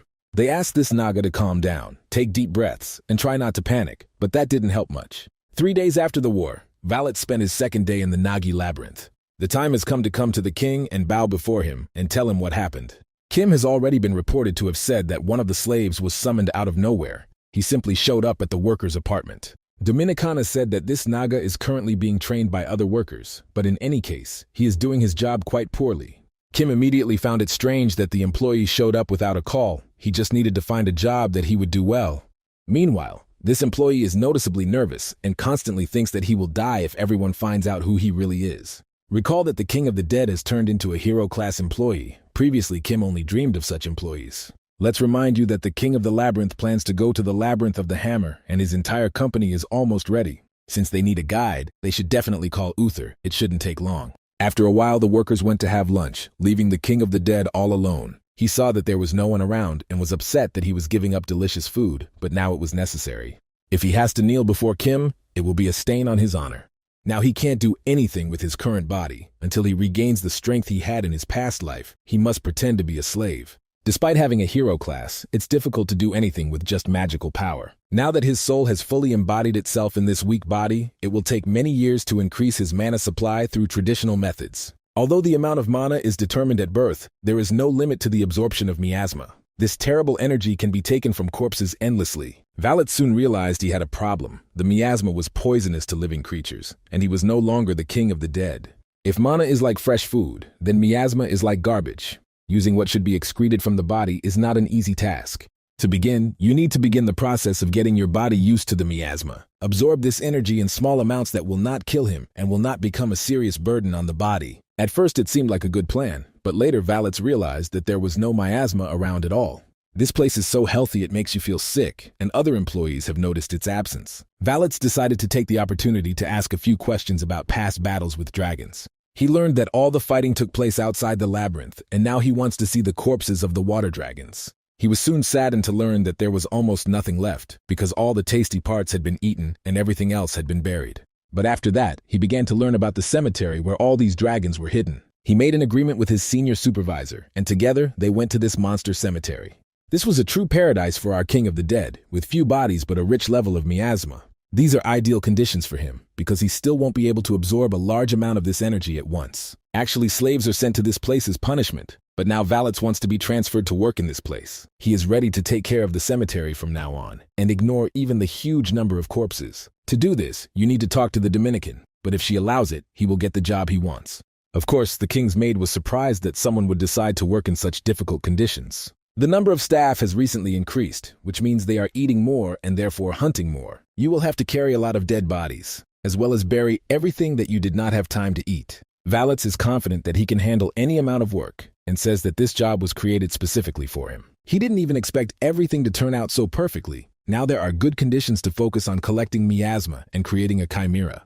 In the future, this will make it possible to transfer his soul to another body and begin his return. Dominicana was surprised that they had come across such a strange specimen, but in any case, she was pleased that she had found a worker for the cemetery. Let's move on to the Hammer Maze, where, as always, work continues. Soon, an urgent message from a group of scouts reached the king. He was informed that an army of Nagas was heading towards their labyrinth. Most likely, they would be here in about 2 days. Rumor has it that there are about 20 elite vampire dragon warriors, and even a gluttonous king. It seems that there are no people there, although they say that there is a Geyserian there who looks like an ordinary slave. The scouts are probably too mentally retarded to understand that this person is the lord of the Nagi Labyrinth, that is, the baron of the 9th floor. The king of the Hammer Maze expected ordinary servants to come to him, but he will meet a real king. He ordered his men to gather all available warriors and prepare to meet the aristocrat. Within 2 days, Kim was there. He couldn't believe that the Goblin King wouldn't be a goblin at all. On the other hand, it's the same. Kim is also the person who runs the snake maze. They greeted each other and sat down at the table to have a conversation and enjoy a delicious meal. From the very beginning, Kim honestly admitted that this was the best maze he had ever seen. To get here, you need to walk along a narrow road that leads into a valley between rocks. If you go further, you can see the inner wall with the tower and the main walls of the fortress. Even if you bring siege-type water dragons here, it will be difficult for even them to break through. Goblins are small in size, so they have to take care of their defenses to be able to defend themselves against the huge monsters of the dungeon. Finding food in the fortress is quite difficult, so they sell equipment to dark merchants in exchange for food. Now everything became clear to Kim. The goblins were improving their skills while everyone else didn't even suspect their existence. All the other labyrinth masters look at them as cowards, but in reality the goblins sit inside and constantly improve their level. It's hard to even think of a way to take over this place, but now the question arises as to why the king opened his doors to Kim. It turned out that he had no backup plan at all. This is the usual confidence of a king. He is sure that Kim will not turn his back on him. They have friendly relations, and together they can confront enemies. Besides, goblins have a lot of useful technology to offer, so it makes no sense for them to be enemies. Besides, if they fought with these unusual and strong warriors belonging to Kim, they would have no chance of winning. Their scouts are still scared to death, so Malik is grateful that Kim cleared the dungeon of terrifying monsters like Anok and Valets. They were a real problem for the other mazes, and now everyone around them could breathe easier. Kim understood that his interlocutor saw the big picture of the 9th floor. He deserved to understand the real reason for this meeting. Malik Balzac asked for a little more time. He is sure that Kim does not want to leave a potential enemy behind the front lines and understands his point of view. Because of the desert lands, they could not hunt, so all this time they depended on a group of dark traders. In other words, a significant portion of the costs of maintaining the labyrinth depend on the mines and the extraction of crystals. If Malik becomes a Knight of Kim by contract, he will have to give up 30% of the crystals that are necessary for the survival of his labyrinth. This is too much for the labyrinth to continue to exist, but in fact, Kim did not come to ask Malik to become his knight. He is sure that you can't knight just anyone at first meeting, because then there is no point in expecting loyalty from a knight. He came to form an alliance. He needs an ally he can count on, not someone who will stab him in the back. Kim isn't going to knight everyone, although of course he's done something similar with Uther in the past. The difference in their status and power is obvious, but for some reason Kim wants to form an alliance with a weak mage without any conditions. It's strange. When Kim became an aristocrat, he received envoys from the labyrinths of the 9th floor, all of whom brought with them the usual greetings. Even all of this was just a manipulation, because in reality they had come to begin monitoring Nagi's labyrinth. Even though the goblins had a hard time handling the maintenance, they still came and brought with them a chest full of crystals. Kim recruited an army using these crystals and developed plans using a map he also received from the goblins, which led to his victory over Anak. So all this means that they have already fought together on the same side and can now trust each other. To be honest, Kim would like to reward the Goblin King instead of taking something from him. After all these beautiful speeches, Malik began to laugh. Now he sees that Kim is really different from the water dragons and other freaks on this floor. After that, he said he wanted to bow to Kim for such support and ordered his assistants to bring things inside. This equipment is made from an alloy of deep dark iron and adamantium. Rumor has it that Kim's sword breaks at the end of every battle, so Malik decided to give him something really strong. There is no one who could scratch this sword except the aristocrats of the Abyss, because this weapon is made in the finest forge of Geyser.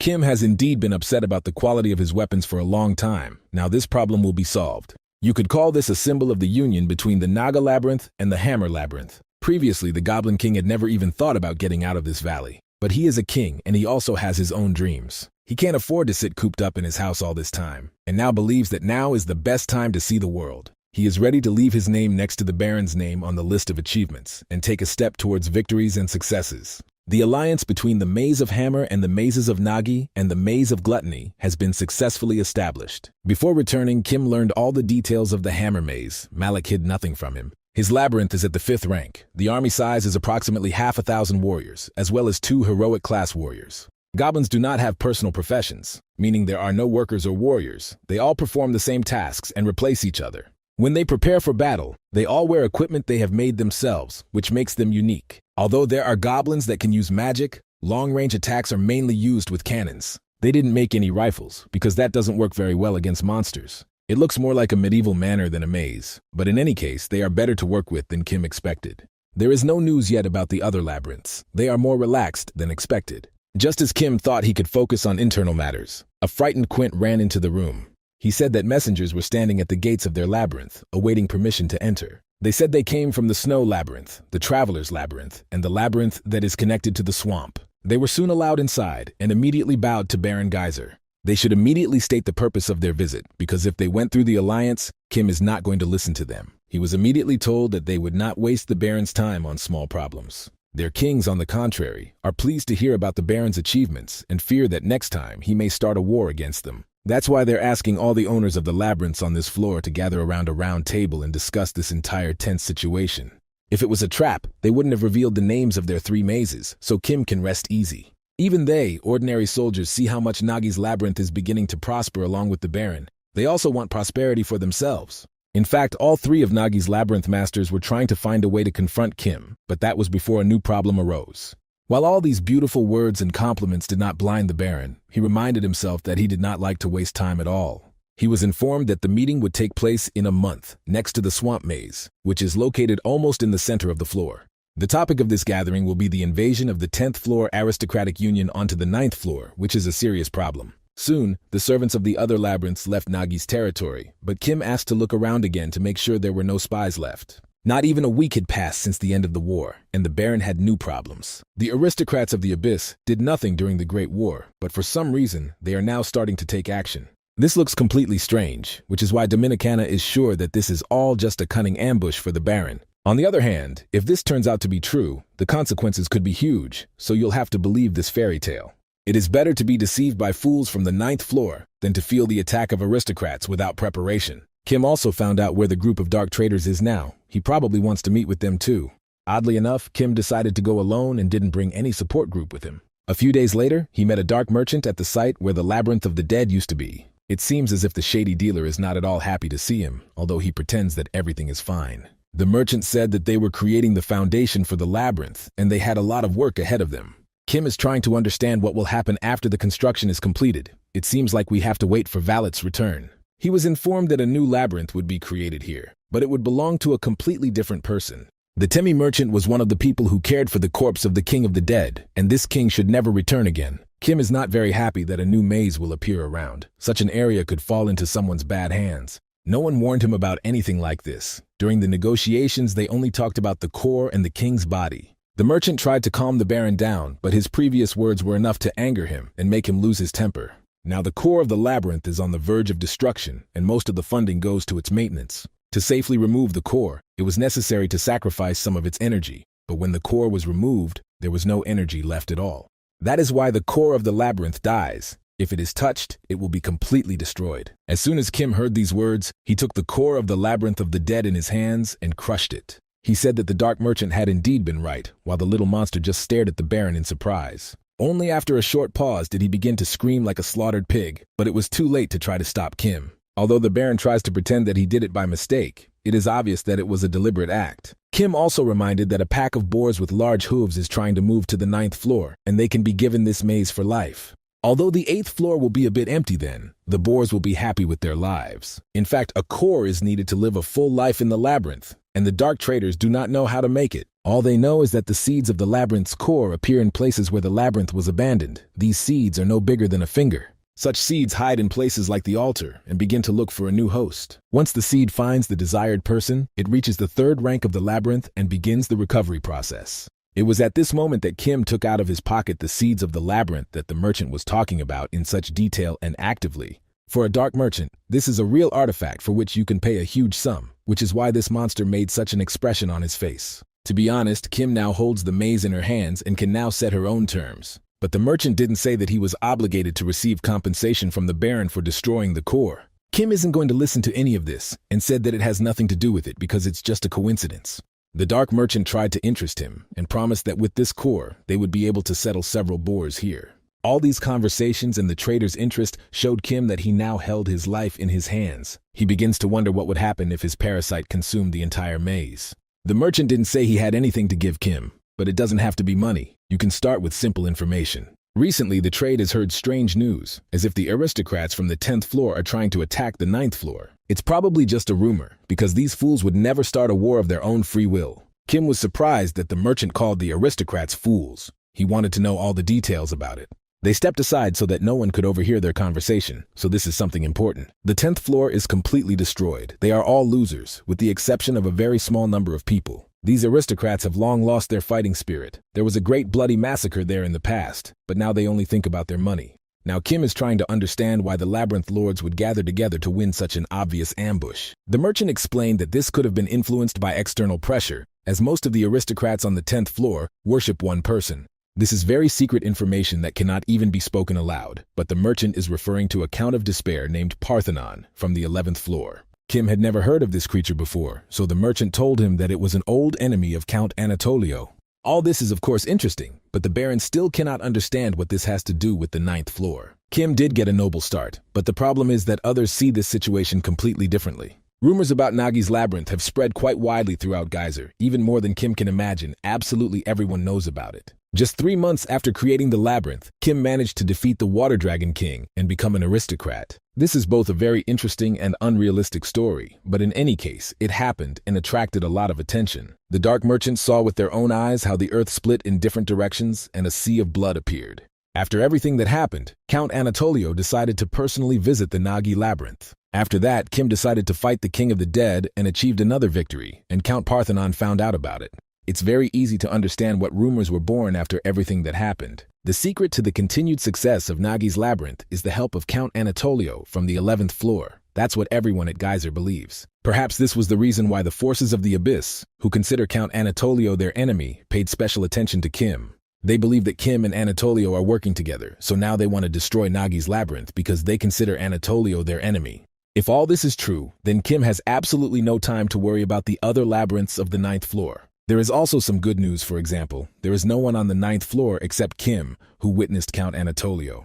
He killed all the scouts who didn't belong to the Nagi labyrinth. Even Rickshaw almost died that day. Other labyrinths know that a creature from the Abyss was once here, so they concluded that the Abyss was preparing for war. There is also news that after the war with the King of the Dead, Count Anatolio has officially decided to sponsor Kim and his labyrinth. Some goods will be delivered here from the Abyss, but it will take several weeks because they will have to pass through the 10th floor.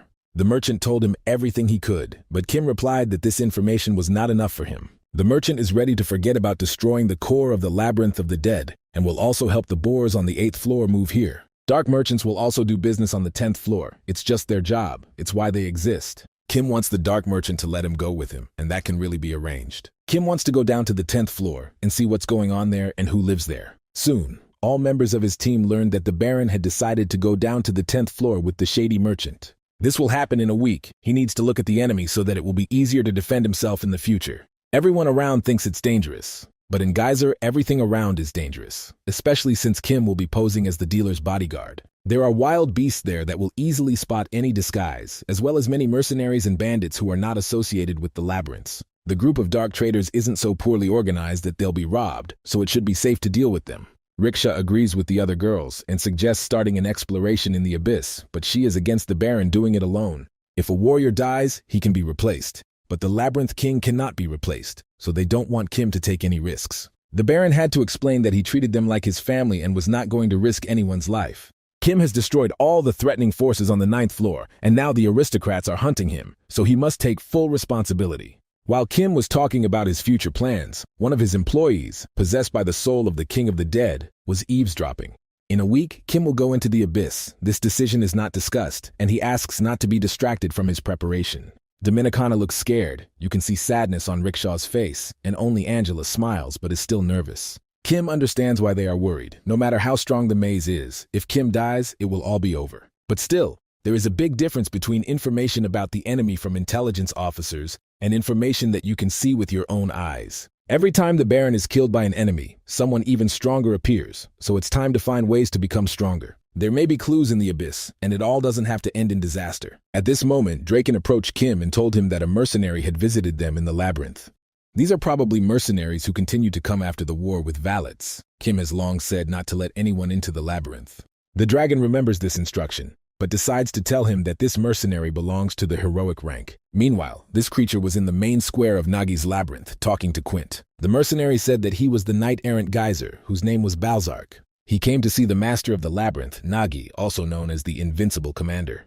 Quintus ordered him to leave, and thereby angered Balzark very much, so much so that he challenged him to a duel. Two warriors of heroic rank have started a conflict with each other. It seems that we need to watch out so that a battle does not break out between them. It was at that moment, when the atmosphere around was at its most protective, that the Baron of the 9th floor appeared. The Invincible Commander turned out to be much smaller than Balzark expected, but one should not judge warriors by their appearance. He asked Kim to fight him, and if Kim could win, the mercenary was willing to serve him for the rest of his life. The parasite very quickly assessed the strength of his opponent and realized that he was indeed a hero, just like Quint, but perhaps even stronger. Balzark heard that the Invincible Commander lives on the 9th floor and came to personally verify the Baron's strength. He kept talking about wanting to challenge Kim to a duel, but the Baron tried to understand the real reason for this visit. It was also absurd that Kim thought this knight might be Anatolio's soldier. As soon as Balzark heard this name, he immediately became furious and asked never to mention the swineherd's name in his presence. In the mercenary's opinion, Anatolio deserves to be torn to shreds, and this is not at all the reaction Kim expected. Balzark is not afraid to speak like this about his past master, because all this no longer has anything to do with him. He was part of the Iron-Blooded Knights before he came here, but he left them of his own free will. When the knight began to talk about the reason for his decision, he said that he hated Count Anatolio. It's hard to believe that he voluntarily left the Iron-Blooded Knights to obey the Baron from the 9th floor. It's even funny. Kim is not going to believe these tales, because if he believed in anything like that, he wouldn't have become a Baron. Nevertheless, Balzark continued to assure that all this was true, and he knew many people on the 10th floor who hated Anatolio. When Anatolio first came to Nagi's labyrinth, Kim could not understand the purpose of his visit. Only later did he realize that it was all just a clever plan to leave Kim completely without a choice. The same smart and strong Anatolio could not let go of a knight of heroic rank, which is why Kim does not believe in these tales. It is true that the Count is intelligent and cautious in his plans, but he did not consider Balzark a valuable knight. To him, this warrior who had participated in a great number of battles was nothing. This conversation is becoming too difficult for the knight. If they continue talking about it, it will all turn into a mortal battle instead of a duel. He suggested stopping there and remaining gentlemen, so he asked once again that Kim accept his request for a duel. His goal is to verify Kim's strength because the Invincible Commander he heard about is not such a talkative person. Kim is tired of all this empty talk and is ready to finally silence this knight. But instead, even if the Baron wins, he is not going to take Balzark into his army because he does not want to take any risks.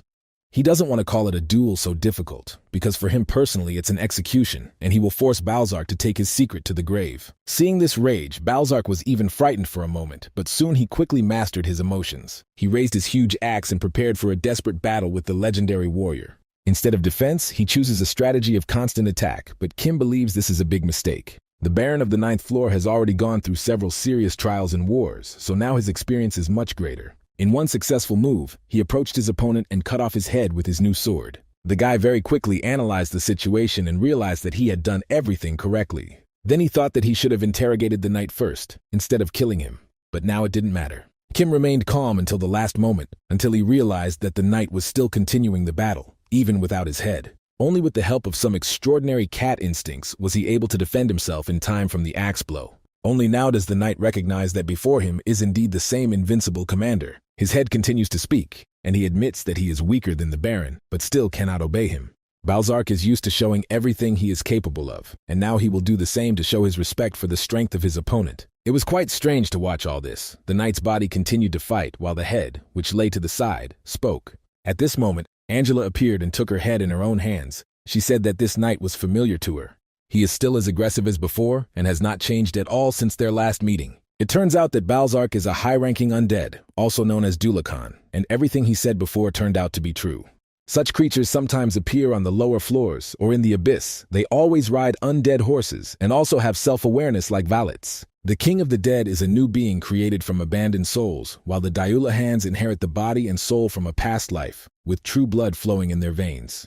So you can become the same creature if you die during battle and immediately awaken as an undead, but there are several conditions for this. You have to die headless, and also be a knight and feel hatred for the creature that killed you. Now you can guess that Count Anatolio is the creature who killed Balzark. He was a member of an old mercenary group that worked in the abyss. They weren't legendary, but they knew how to earn a little crystals for a living. Like any other group of mercenaries, they rested in the labyrinths of the clients who hired them, and the rest of the time, they walked around and enjoyed life. This was a big mistake because their captain was chosen by one of the labyrinths. That is why the captain appointed Balzark as the new leader, and at the same time tried to expel them from his territory. They couldn't come to an agreement, even though they were a real family, and from that moment on, the problems began. In his past life, the king was wise. He always found the right solutions and planned a strategy several steps ahead. Over the years of working as mercenaries, they had collected enough gems to fill their master's room, and more. Only after that was it decided to start improving the maze level, although each improvement takes a lot of time. They were able to protect the labyrinth and quickly level it up, and within a year, their dungeon had reached level 7. The story of this labyrinth spread throughout the geysers, as they successfully defended against every attack and increased their level faster than others. Kim is doing the same thing now. It was really fun then. Balzark felt for the first time that he was enjoying his own life. He thought that their king would become a real aristocrat, and they would really live on the 11th floor. Their future seemed incredible. The surrounding labyrinths began to recognize them, but in reality it was all just acting. It was after all that Count Anatolio decided to attack them, and their fairy tale ended very quickly. When they saw this giant, they immediately began to panic because they had never seen anything like it in their lives. This is truly the toughest enemy they have ever faced in the past, but that doesn't mean they will give up without a fight. Perhaps it will turn out to be much weaker than expected, and then their future will be cloudless again. The Labyrinth King immediately ordered his warriors to prepare and announced that they would fight the Iron Giant and 100 of his knights. Among their rival knights was a vampire named Angela, which is how they met. At that moment, the mercenaries thought only of themselves. They were no longer a weak labyrinth, nor a pack of bandits. Now they have turned into a real army that has deep experience and is ready to give everything they have for the sake of victory. The Invincible Commander, that's what their king was called, and his entire army was ready to carry their ruler in their arms. After the king encouraged his army, he ordered everyone to immediately attack the enemy. Today, all these cunning aristocrats must experience the power of true warriors who are not afraid of death.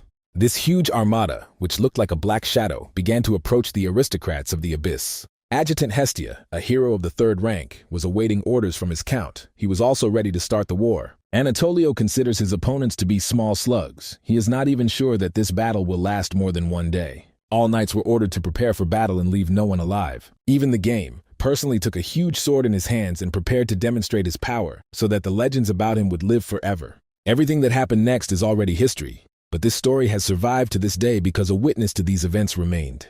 Balzark was both frightened and paralyzed. He had never seen anything like it in his life. The king approached him, ordered him to immediately take 2 little warriors with him and pretend that they were dead. The king promised to be a wall for them, smiled and apologized because he had not expected the count to be so strong. The king gave a group of mercenaries to Balzark, after which he protected them with his own body, like a true hero. Everything they had spent years building up was destroyed in just one attack, and it was hard to consider life fair after that. Soon Balzark woke up. It turned out that he was alive and had not even lost his limbs, although from the very beginning it seemed that it was just a dream. The little warriors were next to him. They were seriously injured, but they were still breathing, so they needed help. First, you need to pick them up and run as far away from here as possible before the enemy realizes that they are still alive. At this moment, it turned out that Count Anatolio and his army were still nearby. The king was told that the master of the labyrinth was dead, but there were several warriors who survived. The death of the labyrinth did not affect them at all. Upon hearing about the living mercenaries, Count Anatolio ordered his soldiers to show mercy to them and not to kill anyone. It's strange because even after these words, something terrible happened. The wounded soldiers began to be executed without the right to pardon.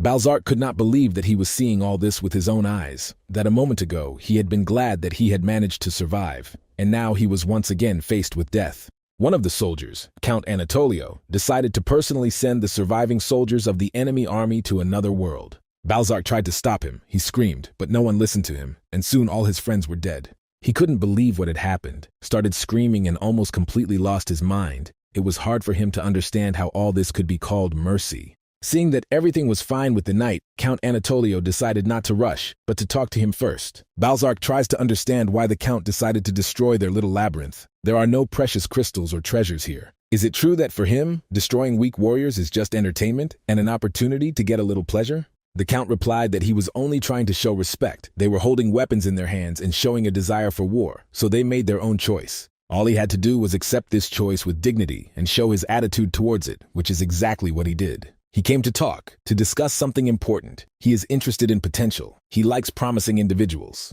He is ready to sponsor various talents and even be a sponsor for the masters of the labyrinths. Now he can say with confidence that the mercenaries did not meet his standards, although he was looking forward to meeting their master. He was called the Invincible Commander, which was why Count Anatolio was so interested in the meeting, but they turned out to be just a group of stupid beasts. These beasts could not even assess their enemy, and showed that they were an inferior labyrinth that would sooner or later turn into ruins. He compressed this eternal pain into a brief moment to give them peace. This is the grace he gave them, and now he wants to hear words of gratitude. Hearing these impudent and heartless speeches, the famous knight Balzark almost swallowed his tongue in anger. To believe that this terrible count killed a huge number of living beings just to talk. He saw the weapons in their hands and decided to demonstrate his nobility, thus destroying thousands of warriors, fathers, and children. Balzark was raised completely differently. He has a different view of kindness, nobility, and goodness. In response to such impudent behavior, even understanding the threat of death, he can only throw stones in Anatolio's face. The count explained that letting your emotions control you is not courage at all, it's stupidity. He cut off the knight's head and said that today's whole adventure was completely uninteresting. The labyrinth turned out to be an ordinary gathering of animals. It was better to find something more interesting, something more promising. At that moment, strange things started happening around us. Some kind of magic intervened in this situation and decided to change fate. With the help of this magic, Balzark was given a second chance. He disagrees with Anatolio's words and therefore seeks revenge. He will always hate this terrible creature, because it was because of him that he lost all his close friends. In other words, his family. His terrible attitude towards the count will be eternal, and he will never stop until he has revenge. In Geyser, only the strongest survive. Anatolio believes that the knight should have accepted his own fate. Instead, he returned from the dead and now seeks revenge. The problem is that it's not enough to change the world. The count is still endowed with extraordinary strength and authority. His head cannot be cut off as easily as a peasant goat on a farm. He can do whatever he wants with Balzark, because he is the main aristocrat of this floor. Now the knight had become his own puppet for play. He had not even come close to revenge, and he had not even been able to scratch his rival. Anatolio didn't expect the knight to rise up as an undead to continue attacking. He had already died once, but he still didn't care about the difference in strength.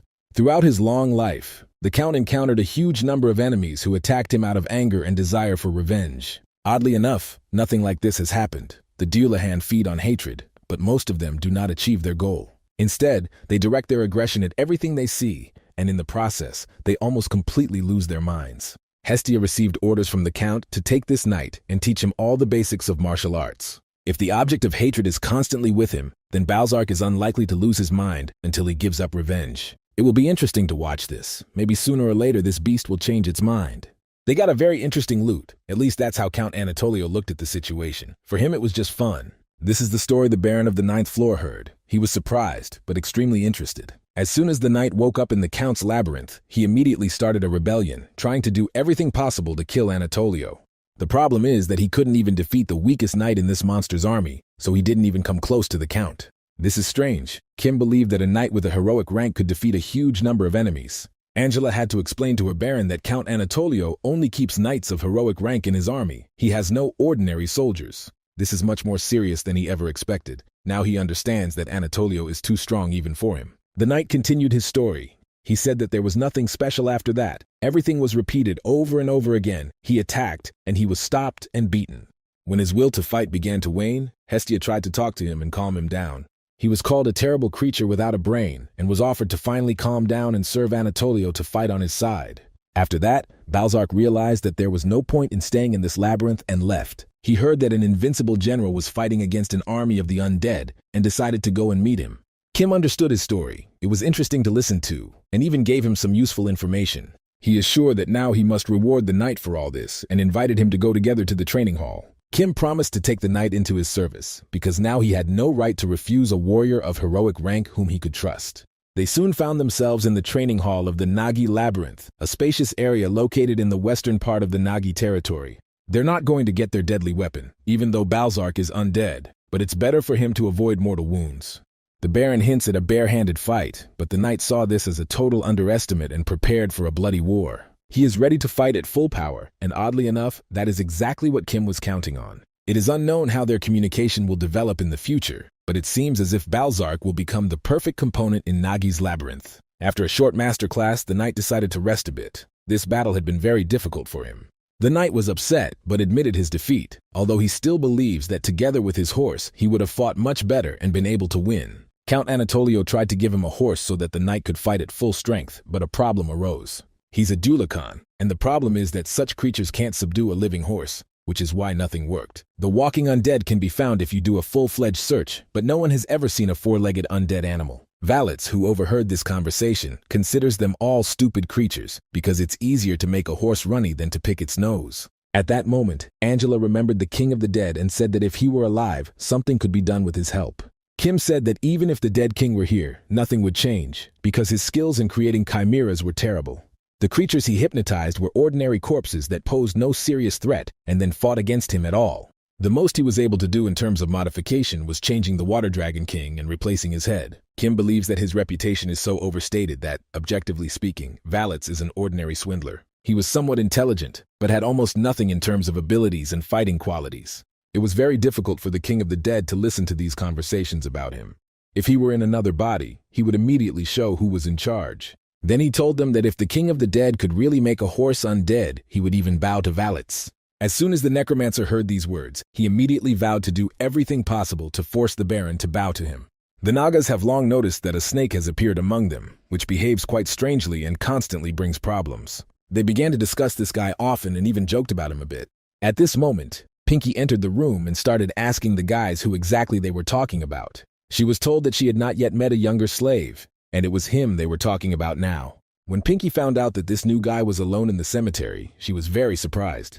She said that older allies should not bully the youth, and began accusing the boys of misbehavior. They have no right to leave young Nagas alone in a terrible place, because something bad could happen to these boys. She decided to immediately set off and check on his condition. Pinky could not afford to lose the only Naga younger than her. Nagi is sure that once she sees it with her own eyes, she will understand that everything is normal, but they are still upset that they are being spoken to like heathens.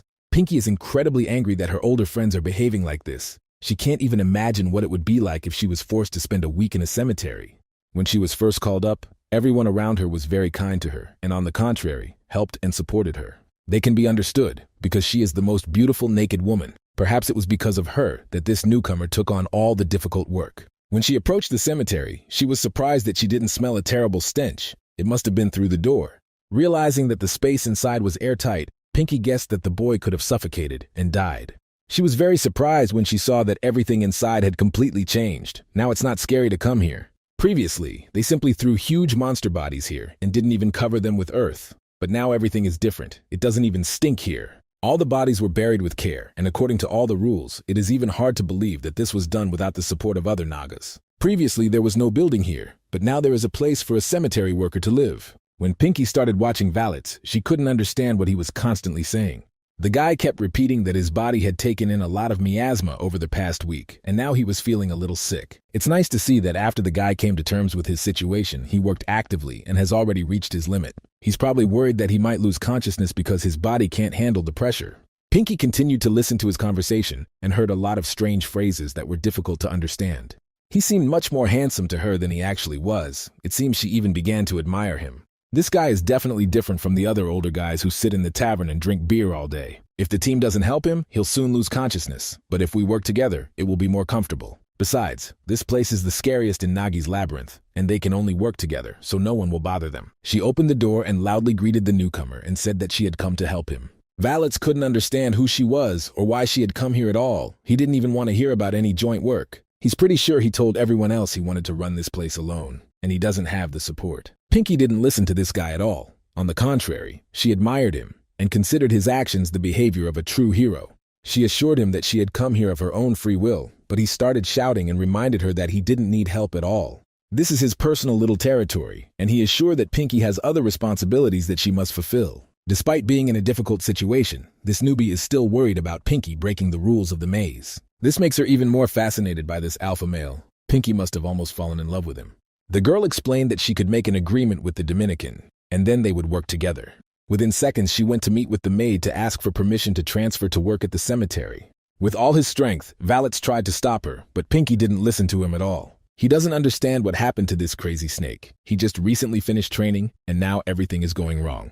The king of the dead must meditate at least 3 times a day, and this is not his only duty. Knowing the Dominican, the maid easily allows Pinky to work with him. Maybe she doesn't really want to help at all, but rather came here to watch him. Maybe they've already realized that the king of the dead has been reborn in Nagi's labyrinth, or maybe they're just starting to suspect him. At this point, Valets even began to think about killing Pinky with a large amount of miasma. She will die in a few minutes, it will be suspicious, but everything will look like an accident. The next morning, Pinky came to his room and said that she had now received official permission to help him. She was relieved of all unnecessary duties and allowed to focus on helping the newcomer. Now they will be able to work with each other, live in the same house, and maybe, in the future, it will end up being something more than friendship. She knows that in this territory the rules are different, and it doesn't matter who is older or younger. Personal time is the most important thing, so I had to tell her that we can't enter each other's territory, or even talk. Pinky wasn't listening to this guy at all, and it seemed like he was also in love with her, and she was already starting to plan what to name their children. He wants to give her the hardest work and wait until she asks to be let back into the labyrinth. That very morning, he showed her the future work plan.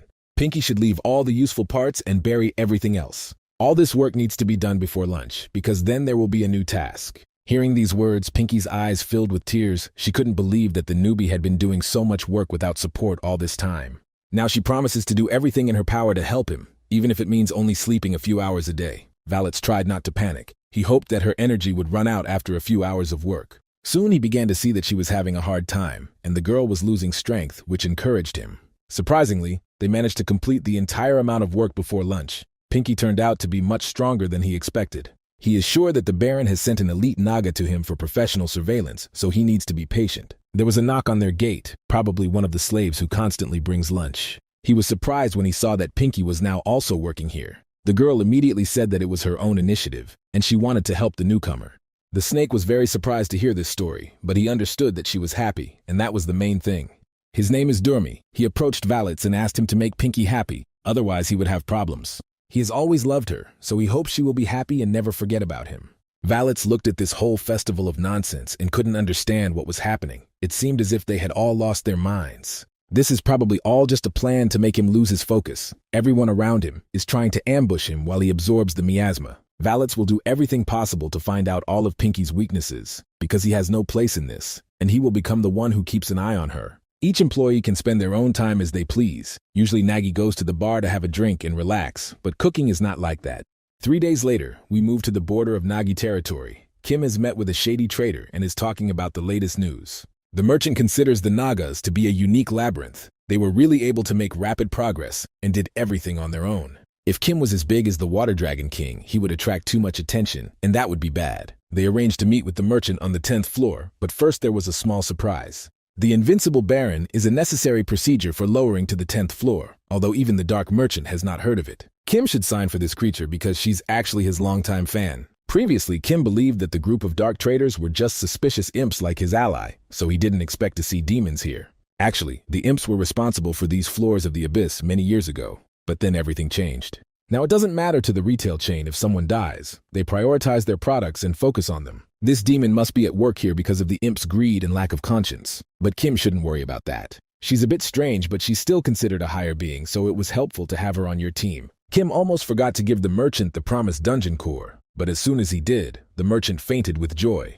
Now his life will continue, and he will not be killed for his troubles in the labyrinth of the dead. The imp can return to work and do his basic exercises using teleportation. The Dark Trader's teleportation abilities are very useful. It's much better than leaving the entrance behind as a labyrinth portal. They tear matter apart in order to teleport, but there must be some limitations. The demon said that they cannot teleport to the surface or to other labyrinths. She constantly approaches him and tries to hug him. It seems that this fan is too much in love with our hero. Kim tried to calm her down a bit and say that hugging wasn't necessary, but no one listened to him.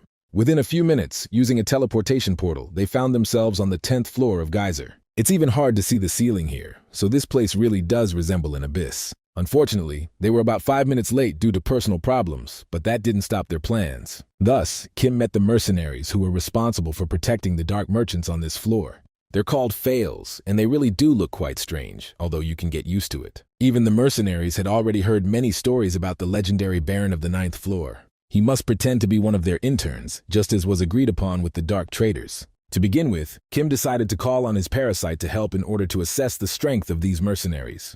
He was very surprised when he realized that ordinary soldiers were standing in front of him. At best, they were on the 3rd floor level. Kate tried to convince him that these mercenaries were professionals in their field, but Kim assured him that this was not the case at all. The Failed have been responsible for protecting the dark merchants on this floor for 5 years and are currently the merchants' best soldiers. One of the Fallen said that a group of giant worms was approaching them very quickly, so they had to prepare for danger. These creatures are excellent at sensing vibrations in the ground, just like the worms from the movie Dune. The captain asked Kim to rest in a safe area and reminded him that he was just a disguised trainee, so there was no need to do heroic things. In fact, they are considered a burden here, so they are asked not to interfere with the preparation for the battle with the huge worm. Even Kim knows about these creatures, despite the fact that he did not pay any attention to the abyss after rising to the surface. Their diameter and length can reach 3.5 meters. These creatures live only on the lower floors of the abyss. They move excellently underground and feed using a remarkable sense of vibrations. Once such creatures even killed 100 researchers. Kim even thought that these mercenaries would not be able to handle such a serious threat. Only he and Kate can do anything about the worm, so now he expects all the mercenaries to be killed. At this point, one of the mercenary leaders said that everything Kim saw was not complete information. He then continued his speech and said that Kim relies too much on his parasite. While the Baron was trying to recover from his surprise and understand how they knew about the parasite, huge worms appeared. There are exactly 5 of them, the same number of mercenaries, so it will be interesting to watch this battle now. The last person to kill their monster will have to prepare dinner. These were the conditions set for the mercenaries. One of them agreed too slowly. He probably can afford it because magic skills are still faster than strong sword blows. Each of the mercenaries knows what to do. They don't even need each other's support because everyone is considered a full-fledged professional. Some know how to fight with weapons, while others have learned magic, so they are not at all worried when encountering monsters. Kim watched this battle and tried to understand what was happening. He had never encountered such unusual technology in the depths of the abyss. The mercenaries still seemed like ordinary soldiers, but 2 monsters were beaten to half-death in just 1 second. Surely the Failed are not a group of mercenaries created from those who were gathered from the streets. They are true professionals in their field. Oddly enough, their name is very fitting, because they were liberated after a great war, but failed their journey to paradise. Only now did Kim realize that before him were the Geyserians of the Abyss, who had abandoned life on the surface. No one knows exactly when the conflict between the Earth's surface and Geyser began, but today this event is called the Great War.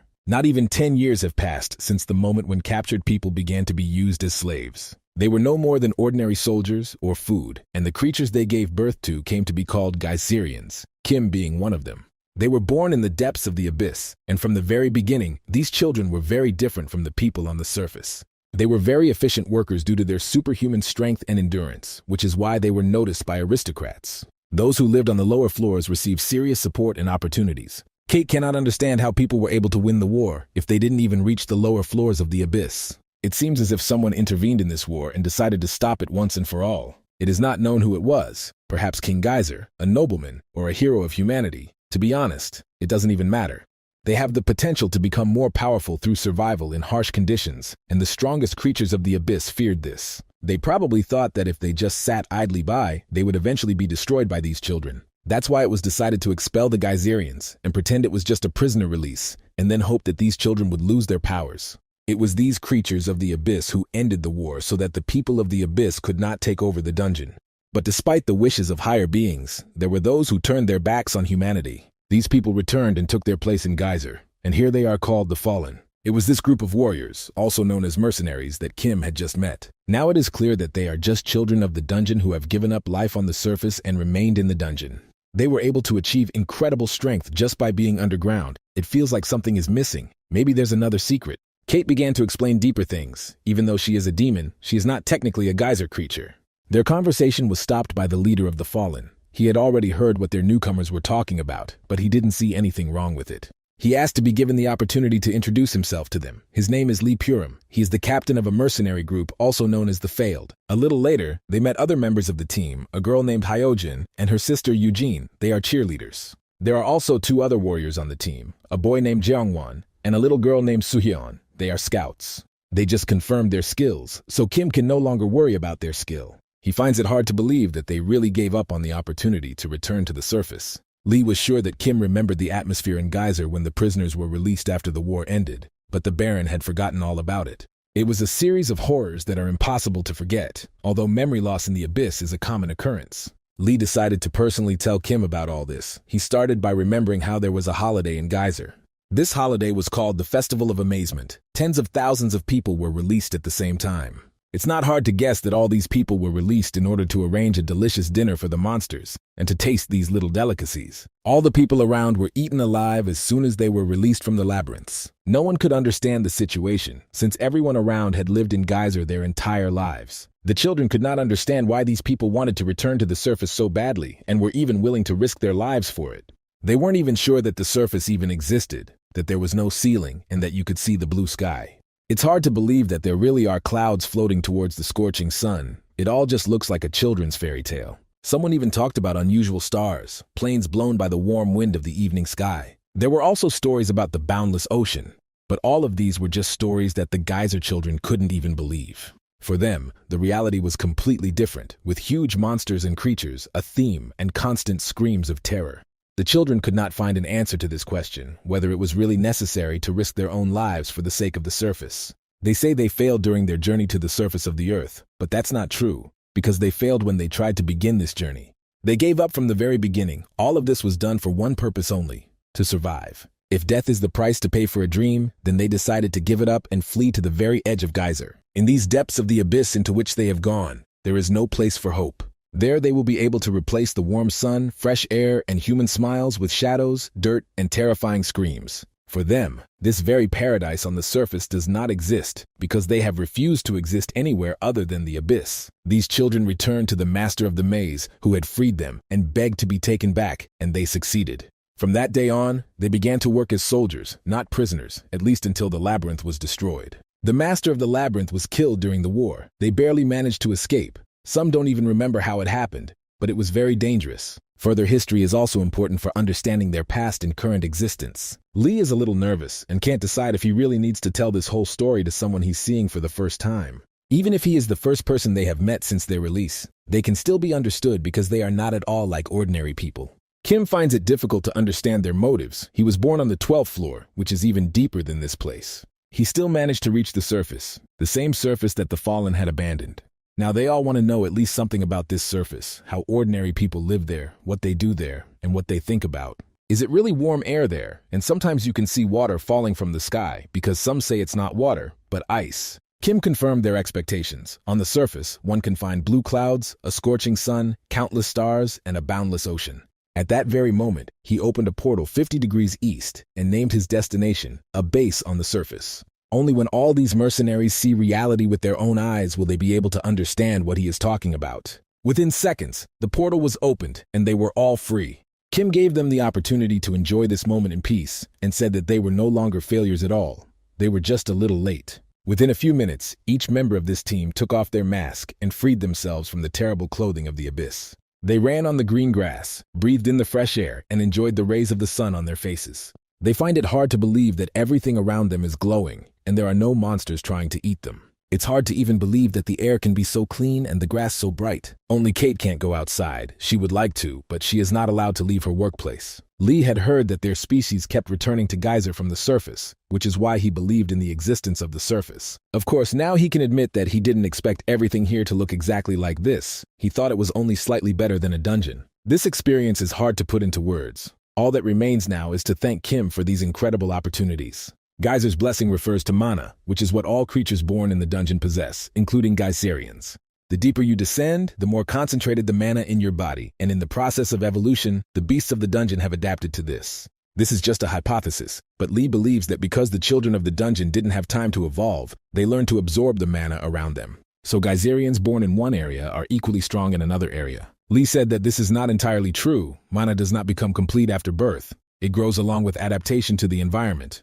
They are with their mother only in the early stages of life, and during this period their mana is formed, creating a gap in power between the Geyserian and other creatures. Mana only gives physical enhancement, but to be honest, it's not very effective either. All other Geyser creatures are born knowing how to use this energy. For them, it is as easy as breathing. That's why Lee believes that the inhabitants of Nagi's labyrinth are sure that Kim doesn't know how to use mana. The losers are ready to teach him how to do it. They are ready to help him with anything he wants. Thanks to this, Kim will be able to become stronger, so strong that compared to his current version, he will be like heaven and earth. Meanwhile, Hyujin and Eugene talked about the surface and tried to understand what people were doing. Kim didn't pay much attention to this. He was busy dealing with their leader. Lee wants to teach him some tricks, and it can be done right here and now. Kim can't believe all his words about extraordinary strength until she sees it with her own eyes. Lee is ready to demonstrate his potential, but warns that he will have to fight at full strength. What you can see around you is mana. A Geyserian from the upper floors wouldn't even have that, because the lower you were born, the thicker the mana. Kim immediately demonstrated what he was capable of, and showed that he also possessed this extraordinary energy. This is the power of the 12th floor of the dungeon. It is much better than Lee expected. Kim is sure that even Lee can't defeat him. Maybe it's time for these two to start a fight, rather than continue empty talk. Each of them was born in a dungeon, but their fates were different. Kim almost immediately returned to the surface and grew up in the real world, while Lee spent the entire time underground. Now you can see what this leads to. The difference in their levels becomes obvious in the first seconds of the battle. Simply mastering mana does increase physical strength, but the effect is minimal. If Kim learns to focus mana within his body, he will gain much greater strength, endurance, and speed. His thinking will also improve, allowing him to analyze his opponent's attack more quickly and act ahead of time. For now, he needs to practice, and practice some more, the only way to reach the level of Lee and his team members. Now Kim is incredibly angry. He has even forgotten the last time he was weaker than someone else. He wants to show that he is no less capable than anyone else in combat skills, but so far he has not succeeded. He can go further, actively train and learn to fill his weapons with energy, and even in this there is no limit. In this case, any weapon can block an opponent's blow, but so far Kim cannot repeat something like that. Although they were both born in the same place, Lee has already mastered this inner energy, while Kim is only taking the first steps towards it. In general, most of them didn't cause significant damage to their hosts in the labyrinths, but at least they could hit. Now it's the other way around. Even despite his abilities, he can't get this guy. His Lee didn't even take a single step back, and the most interesting thing was that he didn't even use his other hand. It must be admitted that Kim underestimated his opponent, and had never fought behind such a strong man before. Realizing this, the Baron of the 9th floor decided to use his hidden weapon, the power of the parasite.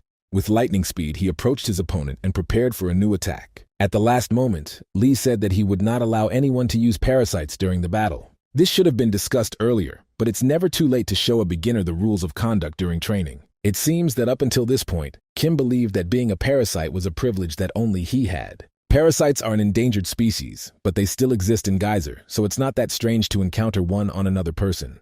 This battle was necessary in order to assess the strength of the Geyserian, not the strength of his parasite. Kim is upset because he doesn't match his opponent's level at all. Lee is really much better than him, but that's it for now. Despite the huge number of battles on the 9th floor and the situations where he was close to death, he still had not experienced anything like this before. No matter who his opponent was, if he kept training, he always found a way to win. Although perhaps he was just not strong enough and experienced enough to understand it. Only now does Kim realize that his opponent is not extremely strong at all, but that he is too weak. Knowing yourself is as important as knowing your opponent. It is directly related to the chances of survival and is necessary for evolution. Life in Geyser is not like heroic stories. It is impossible to win everything around just through character and determination. Surely there is an immutable law of Geyser, and even of the whole world, that in the jungle the strongest survive. They evolved through adaptation and research, and it wasn't just like that. The strength of their skin and bones, the flexibility of their muscles, and their special digestive system allow them to even eat stones if necessary. Kim's ego has probably been boosted recently by everyone around him calling him an invincible commander. He is ready to ask Lee again to teach him how to use the Geyser power, because he has a lot to protect. Kim needs to become stronger and wants Lee to become his second teacher. Soon the entire team of mercenaries, along with the Baron, return to the dungeon. Paradise is of course good, but now we must not forget that they are still at work, and all the tasks must be completed. They have Baron training waiting for them, which will extend their trip by another week, and now they will be together for almost a month. There's a huge difference between them, so a week seems like too short a time, but Kim can't worry. They're not teaching him martial arts, but rather trying to change his body, so if everything works out, even one day will be enough. Deep crystals are present in the bodies of all Geyser creatures except Geyserians, and there is a reason for all this. Kim believes it has to do with mana, given the context of their past, and he's absolutely right. Deep crystals are like hearts. Instead of blood there is mana, and it also works as an energy store. The deeper you delve into Geyser, the more deep crystals you can find due to the huge amount of mana around. The stronger the beasts, the higher the quality of the crystals, which is why everyone values the finds from the deep floors of the dungeon so much. Something similar is found in the bodies of Geyserians. This stone resembles a creature located just below the heart. Kim is nervous. It feels like they are trying to destroy him, although they assure him that everything is under control. Eugene's abilities allow her to manipulate the cells of a target's body, but at a distance she can only perform simple tasks, such as cell division. Everything changes when she touches her target. Then she can heal wounds, see the progress of illness, and even manipulate the body's energy. The process was started, and Eugene felt like he was in a completely different place. She was very surprised and even scared. All around she could see the horizon and the ocean. All the other participants in this experiment were in the dungeon and did not see what she saw. The energy gathered inside Kim will pave the way, first passing through the heart, and then slowly spreading through the arteries. Only then will he be able to learn to feel it inside himself and circulate it freely. But for this, he will have to learn to concentrate on his inner core. Hyujin also participated in this process. She organized a barrier called a silent bubble. Mana is so passive in its resting state that it is even imperceptible, but as soon as it is activated, it begins to affect the surrounding space. Thanks to Eugene, this process will not take any dangerous form, although the paths of Kim's mana have never been discovered before. When the mana first passes throughout the body, the person begins to feel real pain, and it is quite unpleasant. The Baron really feels mana starting to flow through his body. It's strange and not entirely pleasant, but the sensations are quite familiar. A little later, Eugene opened her eyes in surprise and looked at her captain. She said some pretty strange things, that the mana path in Kim's body has already been opened, and there are traces of the profound crystal there. This is very strange because Kim had no skills and couldn't even use his mana. It's hard to even call this a problem, although it's really not expected at all. Kim has some abilities. He can see the weaknesses of the enemy, and thanks to the parasite, he can see the internal organs and creatures that are weaker than him.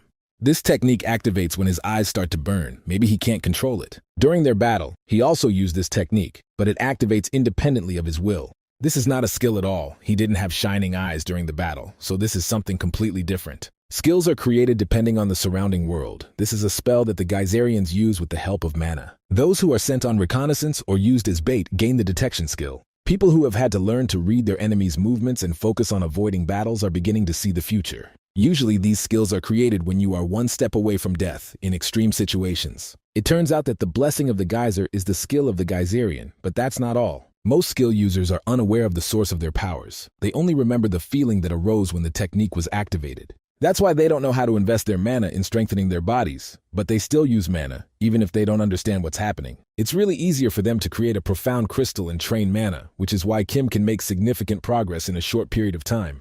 Skills are spells that must be used consciously. Kim's technique is due to the fact that he is talented, that's all. Although identifying weaknesses in an enemy won't help him during mana training, he may not worry about it. Clearing the mana pathways is just a basic construction. If they are already open, then you just need to start the circulation process. Unfortunately, Eugene can't do this. She only knows how to throw a stone into a small lake to create a wave, but here the situation is completely different. When she works with Kim, she will have to throw a stone into the ocean, and it will not have the desired effect. Her skill level is not high enough to help Kim. Even if she tries, he still won't feel anything. This makes the situation much more difficult, but it doesn't mean they should give up. Their plan now is to create a natural flow of mana in his body after Eugene has opened his inner pathways. For some reason, some paths are already open, and the mana inside is too thick and concentrated to move. Kim must remember the feelings he had when he awakened his mana. It seems to him that he has never used this energy, but this is not so because if his paths are open, it means that he has already awakened the inner energy. You have to try to remember, maybe he became too strong in a dangerous situation or something like that. It's unlikely that this happened after he became the master of the labyrinth, but while he was in the dungeon, he did nothing but dig. When he escaped from the dungeon, only he was able to reach the surface, everyone else died on the way. To be more precise, he didn't check to see if anyone survived because he lost consciousness on the way to freedom. When he woke up, he was already near the surface and saw people in front of him. If Kim remembers losing his comrades and then his memories end, then that's probably when he awakened his mana. This complicates the situation because he doesn't even remember it, and they can't go down to the 12th floor to get his memories back. Kate suggested using a monster called a rapist. Although he is used for assistance, he is still a geyser beast, specializing in recording information and transmitting orders. It also has protective abilities, such as recreating injuries, which all illusory-type beasts have. If Kate helps him a little, it will allow him to observe his past in more detail. She will order the monster to begin the hypnosis process, and they will be able to view all of Kim's memories. Of course, they need to get his permission for this, but in that case, they will be able to find the moment when he awakened his powers. Since these are all memories of a child of the dungeon, they will be painful, and Kim will have to suffer a little. Surely only a fool would turn down the opportunity to become stronger just because of bad memories, so the invincible general is ready for it. The process was started very quickly. Due to the large amount of mana, Kim's resistance to psychological attacks is very strong. This is enough to withstand the attack of the Labyrinth Master, so Kim must relax her entire body and accept, and also to begin hypnosis. He doesn't have to worry about monsters trying to ambush them. The Fallen will still fully protect him. Within a few minutes, Kim was able to see his entire past, and he was very surprised. He didn't expect to be able to start from birth, but on the contrary, it will help him understand himself even better. He is in his mother's human farm called the Sunken Sea, which is his homeland. A newborn baby can only cry out for its father or mother to come. The first step to raising the perfect slave is to kill this instinct, because a crying child is a bad child. This does not mean that bad children are punished, because pain will only make them cry even louder. The problem is much deeper than all this, because the bad kids are eliminated once and for all, and they no longer cause problems. Because of this approach, silence will soon reign in this area, and there will be no more children who like to cry. Kim remembers how he constantly examined the environment while sucking the blood of an unknown monster. While the children are in this hellish place, they get used to death and learn to deal with it calmly. As soon as their cradles mature and change color, babies begin to learn to crawl. New red cradles are forming, and children's screams and crying can be heard all around again. This only happens for a short time because soon silence will come again, so nothing ever changes there. Once down to the floor below, the pillars throw the children out. Thanks to the pillows, only a few of them will die in the process. There, the children are already being waited for by guardians, who are not kind at all, because they are ordinary animals that are poorly disguised as humans. These caregivers start trying to act like parents, but they don't do it very well. Over time, these creatures try to teach children to speak. For this, there are various techniques that try to imitate human speech. Sometimes the pillar throws out food for the children, which is how they grow up amidst endless conversations with monsters. This is the safest and most comfortable period in the life of a Geyserian, because when the children become older, they are lowered to another floor. Most likely, this is when physical strengthening with the help of mana begins. The first floor is for creation or death. The second floor is for acquiring basic knowledge and learning the language. On the top floor, things get more serious. It's designed for gaining work skills. That's where their mother is, and the children are forced to dig until she appreciates their work. Children who perform better than others are given to the highest aristocrats. Bad children go to the barons, and the worst are turned into food. There's no way out of the whale that devours portals, so maybe becoming food is the best option, because the others will have to dig forever. If your mother doesn't notice you and the aristocrats don't take you away, you'll have to work until your back breaks. Honestly, Kim liked to work. He was constantly dreaming and working. That was his childhood. He hit the rock until it broke and tried to analyze the cracks and where they appeared. Now it becomes clear that it was this period that gave impetus to the skill of identifying the opponent's weaknesses. Soon he was evaluated and called a high-level child. It was time to change the situation. Thus, little Kim ended up on the 12th floor in the Spider Duke's labyrinth. Next, we will see what happened to our main character after meeting deadly spiders. A group of young people were working not far from this geyser area. They all worked hard and tried to explore as much territory as possible. Now some of them are upset because it seems like it will be difficult for them to get out, since they have been underground for a long time. The guys started fighting with each other because the situation had really gotten out of their control. They had been locked in this cave for over a month. From time to time they calmed down and found common ground, but this did not last long. At one of these moments, when they had calmed down again, something strange happened. Some people were walking next to them, looking very creepy and unnatural. They began to beg to be saved from the terrible spiders, to be rescued and brought back outside. One of these people had a large spider crawling out of his mouth, and soon the guy died. The entire reconnaissance group, along with the general and the reporter, were frightened and worried. They didn't know what to do because they were also in a critical situation and needed help. If you engage in battle with monsters, there will be almost no chance of survival, so it's better to wait calmly and hope for the best. With the help of some members of the group, the spiders communicated with other people. They ordered them to dig, and slowly, one by one, killed them for food. Soon the spiders gave the humans a small supply of food and a new family member. They must train him and work together. When the researchers opened this small package, it was clear that they were looking at an ordinary human child. They guessed that this child was born in a dungeon, which is exactly what our main character Kim is. In order to better tell our story, we need to go back and dig deeper into what this group was doing in the dungeon. So we need to tell the story of a guy named John who became a war correspondent. He decided to write articles about Geyser because it brings in a lot of views and money. He wants to interview some explorers who are going down into the dungeons, and this could bring him fame. The boss asked him to start keeping a diary. Even though John wasn't going to die in the dungeon, he started it just in case.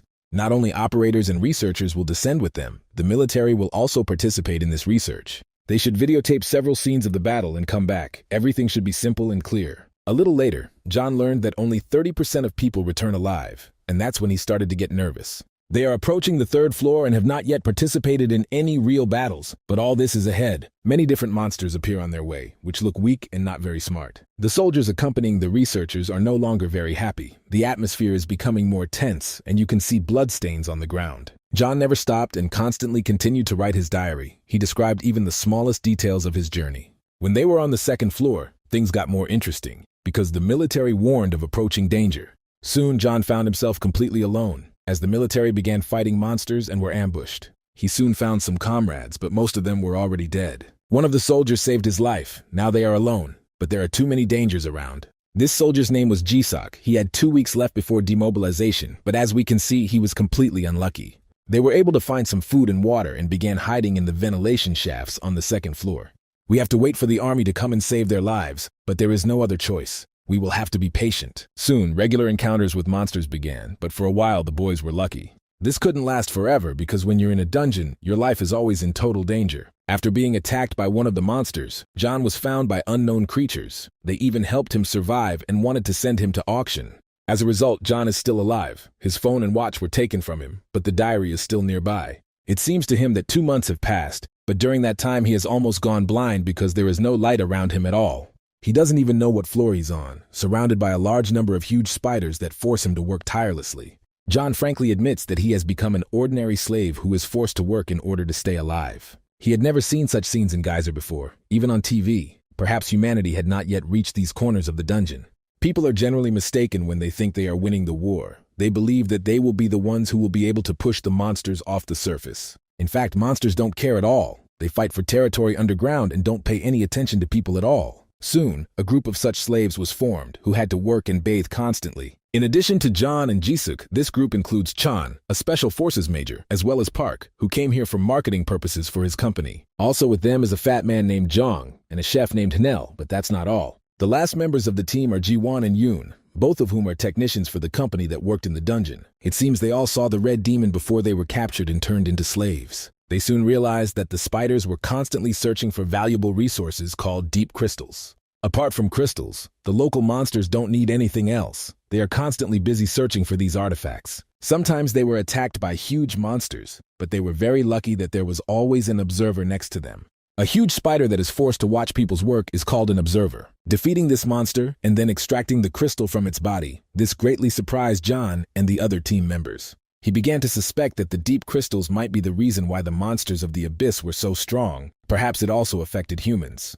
John decided to swallow one of the small crystals that had been hidden, but his body couldn't handle it, and he felt very sick. Everyone around him found out that he was hiding small crystals, but John didn't care. It was better than sitting around doing nothing. He began to feel that something was changing in his body, or maybe it was just loss of mind and schizophrenia. Soon John felt that he was really getting stronger. His emotions became more intense, but his control over his psychology diminished. Very bad things have really started happening to this guy, but strangely enough, he feels very good. Now he is sure that the deep crystals are the source of the monster's power and they can also affect people. Now he needs more information to fully understand this situation, but that takes time. He decided to sprinkle some crystal into Yun's food during breakfast. Maybe it would have an effect. Of course, in this case, the man will suffer from severe muscle pain, but he is unlikely to die. John was confident that he had the situation under control, but a few days later, Yun died. While working in the caves under the influence of a deep crystal, he could not contain his emotions and began to attack the observer spider. Yun was not strong enough to penetrate its shell, so he was torn to pieces right on the spot. John realizes that he was the one who caused the man's death. Either he was too used to death, or Geyser took his mind. Oddly enough, he doesn't even feel guilty that a person died because of him. Maybe it's all for the best. John is not going to leave this place the same way. He wants to become stronger and find answers to all his questions. This will help him get out and tell people what's going on here. But for now, he needs to get to know the new member of their team. This is a high school teacher named Jinuk. He also ate some crystal dust and immediately felt the effects on himself. Soon this guy completely lost his mind and the spiders took him away. Most likely they ate him for dinner. After that, a new member appeared in the slave team. His name was Bench. He was an army captain who immediately became friends with Major Chan. This is the perfect test subject, and so John gave him a portion 3 times larger than everyone else. The result was the same. The captain could not control his emotions and attacked the observer. He was killed very quickly, but it was noticeable how brightly his eyes shone in the last minutes of his life. Now it's time to meet a new member of the team. A guy who was born in a dungeon has joined them. Now our history has been synchronized. We already know everything that happened with this group, and we better understand the surrounding context. The boy told about how he was raised and where he was before he entered the spider's territory. As soon as John saw him, he immediately thought that this child could be the key to salvation. The whole team constantly talked to the guy and learned about his difficult childhood, although it was quite difficult to understand him. John is sure it's a good sign because the other group also has a Geyserian, but he hasn't said a word in 2 months. Jisuk noticed that the child's eyes were shining. He was sure that it had nothing to do with a strong spirit and strong character. This is a child who was born in a terrible place and is used to terrible treatment, so he doesn't care if people die around him. Maybe he doesn't even know what death is, because these horrible creatures have turned him into a real digging machine. At the same time, Kim also watched people and studied their habits and formed his own opinion about them. He believed that people were wrapped up in the same things, spent the same days with the same expressions on their faces, and that they were incapable of anything. This group was the first people from the surface that Kim met, and it was then that he realized that they could have different clothing, facial expressions, and personalities. He also paid attention to their conversations. He had never even thought about such topics. The boy quickly learned their names and began to treat them as his new family. Soon all these guys started calling him a talker because he was constantly talking to them. Kim didn't really like the name. He said he wanted something much better. At this moment, war reporter John remained calm and watched this special child very carefully. He soon decided to start following his usual plan and adding crystals to Kim's food. The boy transformed into an extremely strong being and thanked John for his delicious food.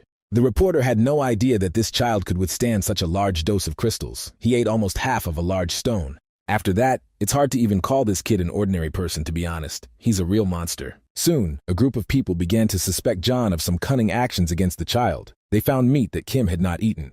John assured him that this was his food, and he would eat this piece of meat after he finished his work. At that moment, Park approached him and asked him to do it now, as if asking for a check on his own words. John tried to stay calm. He said he wouldn't eat meat that was lying on the ground because he could get poisoned and lose his job, which is tantamount to death. Puck is not a fool. He knows that it all started from the moment John got sick. Then it seemed like it was just a disease that existed in Geyser. He noticed that after that, strange things started happening. People were dying the next day after eating the meat that John gave them. Even if they survived, he still forced them to finish the portion in order for them to regain their strength, so John has to eat this portion himself. Finally, this beast felt that it was in a dead end. It was driven into a cage like a rabid lion, and now its life hangs by a small thread. He pretended to eat the meat, but at the last moment he gave the piece to a small child in the dungeon. They tried to stop him, but Kim wouldn't listen and said that with the help of this meat, he was becoming stronger. John always understood that from a moral point of view this was wrong, but this approach was necessary for salvation from the dungeon. Thanks to the sacrifices of other people, he was finally able to find hope for a better future, and now there is no doubt that the talker will be able to lead them to the outside world. A little later, John promised to tell all his plans and strategies to the other team members. He was no longer going to hide it within himself. He will tell them about the plan to get out of this hell, because it is all a common goal. We are only now catching up with the plot of this story, but now we know all the circumstances of the situation much better. A group of researchers have become slaves forced to work for monsters. All their hopes are focused on a little Geyserian. Kim also observes his memories and tries to understand what the war reporter's plan will lead to. The slaves were promised that in a month they would be released and the monsters would not interfere in the affairs of the prisoners who left the labyrinth. They can choose to return to the surface or stay to work in the labyrinth. In any case, now the monsters admit that the humans won the war, so the worst is behind them. It was hard to believe what had happened. After being underground for so long, they had completely forgotten what joy was. There's still one more month to wait, but John is upset because everything he did before has now lost its meaning. The Spider Duke decided to give people a chance and show his mercy, so in 2 weeks they will join the war on the 12th floor. They will become signal rockets that will help destroy the walls of the enemy's labyrinth. Everyone around was excited and scared, sad and even paralyzed, and only one person was smiling, as if they had been given a second chance. John was not mistaken. Everything he did before could help at a crucial moment, and now he is happy. A little later, Puck found a strange book. John didn't lie and said it was his diary. They started fighting over all these crystal experiments. Puck accused John of killing 3 people who didn't deserve to die. He didn't even ask if they wanted to eat the crystals. He decided everything for them, and thus sent them to another world. Oddly enough, John doesn't see a problem with this. He is sure that now these people are safe. They are much better off than the people underground. They must immediately get out of here and tell the outside world about the dangerous monsters. For the sake of this goal, one can even make great sacrifices. At least that's how John sees it. People who had been sent to war up until this point did not return. The monsters only lie to boost morale, but in reality, everyone who goes to war dies a horrible death. John tried to justify his actions, saying that even if they were indeed released, they would have a long journey to the outside world. They will have to find food and survive in battles against monsters, and there is no guarantee that they will succeed. When he heard that his friends were hoping for help from the army, he almost burst into anger because it was all nonsense. They have been abandoned, forgotten, so if they don't take risks and try to survive, death awaits them. John will do everything he can to choose from here, even if his friends don't support these methods. Some even supported the reporter. It was the military soldier Jisuk who saved John at the beginning of their journey. Most likely the war will be started far from here. They will be able to seize the moment and try to escape. The major is not sure they will have a good chance of getting out of the battlefield, but it's worth the risk. John prepared small balls with crystals. You can eat them every day and constantly increase the dose. If his calculations are correct, then by the day of war they will be able to become much stronger and save their lives. They will transform into the next category of people who have experienced the power of evolution. Kim, who had been watching these events all this time, was shocked because this was not the past he knew at all. The week passed very quickly. There is less and less time left until the war, but the preparations have already begun. They dug for a week to make a way for their escape. A labyrinth was found at the end of this tunnel, and given the height of the corridor, it is not as large as one would like. No monsters or dangerous creatures were seen there. Most likely this labyrinth had already been abandoned. They must find a way out of the maze before they starve to death. It won't be easy, but there is no other option. Now they only have 2 weeks of food left. Meat cannot be stored because it spoils quickly. The major suggested not waiting for the war and trying to escape right now in order to take less risk. This idea is quite logical, but the whole problem is with observer spiders, because they are constantly watching people. They will also take a few crystals with them so that everyone has a death pill in case of dire circumstances. It's unlikely that everyone will be able to get out, so everyone will be able to make their own choices and control their own destiny. Thanks to the crystals, they became several times stronger, so their chances of escaping increased significantly. John also said that they could use other slaves as bait, and Puck didn't like that at all. There are 1,000 people locked in a dungeon, and none of them are tolerant of deep crystals. These people won't be able to get through the spiders and monsters, so it's impossible to save everyone around them. This is the end of the planning. We need to forget about childish behavior and become adults. This is the only way to save our lives. After this speech, none of the team members said a word. John took it as agreement with his plan. Now he wants to make a film where they will be the main characters and can demonstrate their full potential. The next week passed very quickly, and the very war that the spiders had spoken of began. A huge number of human corpses could be found around, but this was only the beginning. All these people must declare war on their enemies, which is exactly what the Spider Duke needs from them. Meanwhile, our team is also in the middle of events. They are not very lucky with the location, but all is not lost. Puck has been upset all week. He hardly said anything, and today he is also acting like a withdrawn guy. Little Kim, who is now called a talker, works better than the others, which is not surprising because he has a lot of crystals in his body. A little later, something strange happened. A team of slaves met another team in the maze. It turned out that there were monsters behind them, so 2 enemy armies clashed in one place. You need to eat some crystals immediately to increase your balance of power and prepare for battle. After a few seconds, the monsters began to attack, and first of all, destroy people, because the spiders are behind. The war has officially begun. What the spiders have been waiting for so long is now right in front of them. The monsters immediately warned people that any escape would be considered treason and would lead to a horrible death. Pak was seriously injured. Now he is left all alone and is experiencing severe chest pain. It was planned that he would be at the center of events, but as always, in real life, everything does not go according to plan. He must quickly eat the crystal and regain his strength, but at that moment a monster appeared in front of him.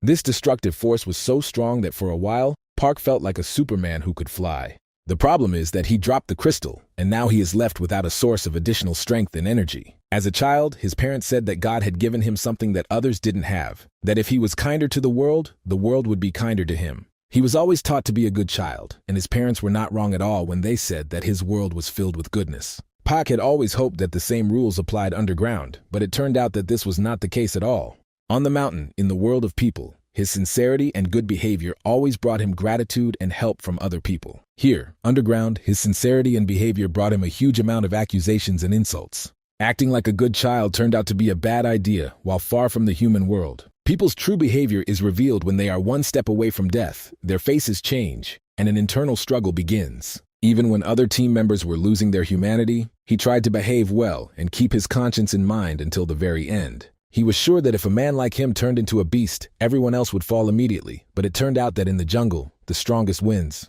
The jungle doesn't care about good or evil. Here you have to think about yourself and forget about your own conscience. Meanwhile, the chaos continued, and Soldier Jisuk was able to find the little talker and save him from the monsters. The central route was attacked with regret on his face. Jisuk said that Park could not survive at the critical moment. There is also no news from some team members. Perhaps they died or ended up in another territory. Jiwon and the Major may still be alive, but finding them is quite a problematic mission. In theory, they were supposed to get through the enemies, so one can only hope that they succeeded. The other team members have joined forces and forced the child to eat the crystal. Now they need to act quickly and as decisively as possible. Deep crystals are like energy boosters. They increase efficiency, but do not reduce fat or make muscles grow. This means that people who don't have significant physical training won't get much stronger. Simply put, Fat Man Jong and Cook Nell are in danger. Their bodies cannot withstand this load. John quickly realized that these two would only delay the rest of the team, which is why he came up with a plan. Together with the soldier and the talker, he will go through the center to distract the monsters, while Jong and Hanel must head to their destination on their own. Jisuk tried to say that they should stick together, but John immediately explained to him that it was impossible. If he wants to live, he must trust his friend and make this difficult choice. At this moment, Jisuk understood everything. He fell silent for a while. The internal struggle began. It was soon decided to follow John's plan. From the very beginning, he had said that only a few would survive. He was probably right. On their way, there are a huge number of dangers, aggressive monsters and cruel predators. Only luck will help them avoid death. They try to keep as low as possible so as not to attract unnecessary attention. The strategy of hiding in the dust also works well, so that the monsters lose their attention. All of this helps you avoid danger and move forward, as well as avoid meeting other people who have the same goal. This is exactly what they planned, but it's much better than staying with the spiders and hoping for their mercy. Other escapees are great at distracting the monsters and allowing our heroes to remain in the shadows. Back to John and Noel, these two were unlucky with their physical characteristics and are now in a difficult position. They realized that the terrible reporter had decided to leave them, and it was too difficult to accept this act of their partner. Hanel always expected something like this. He thinks it would be better if at least young people could get outside. He never wanted to be a burden in order to survive, and therefore is ready to accept his death with dignity. Hanel is upset that Jong was forced to go with him, and he will do everything he can to help his comrade get out of here alive. He ate several crystals at once and decided to give all his strength to save Jean. He threw it high up, and he himself remained waiting to meet the huge spiders. He deliberately began to attract their attention and called to him, the only way to help John. These little and ugly monsters should finally understand that old school should be respected. Other team members were nearby. They saw the sacrifice that Hanel had made.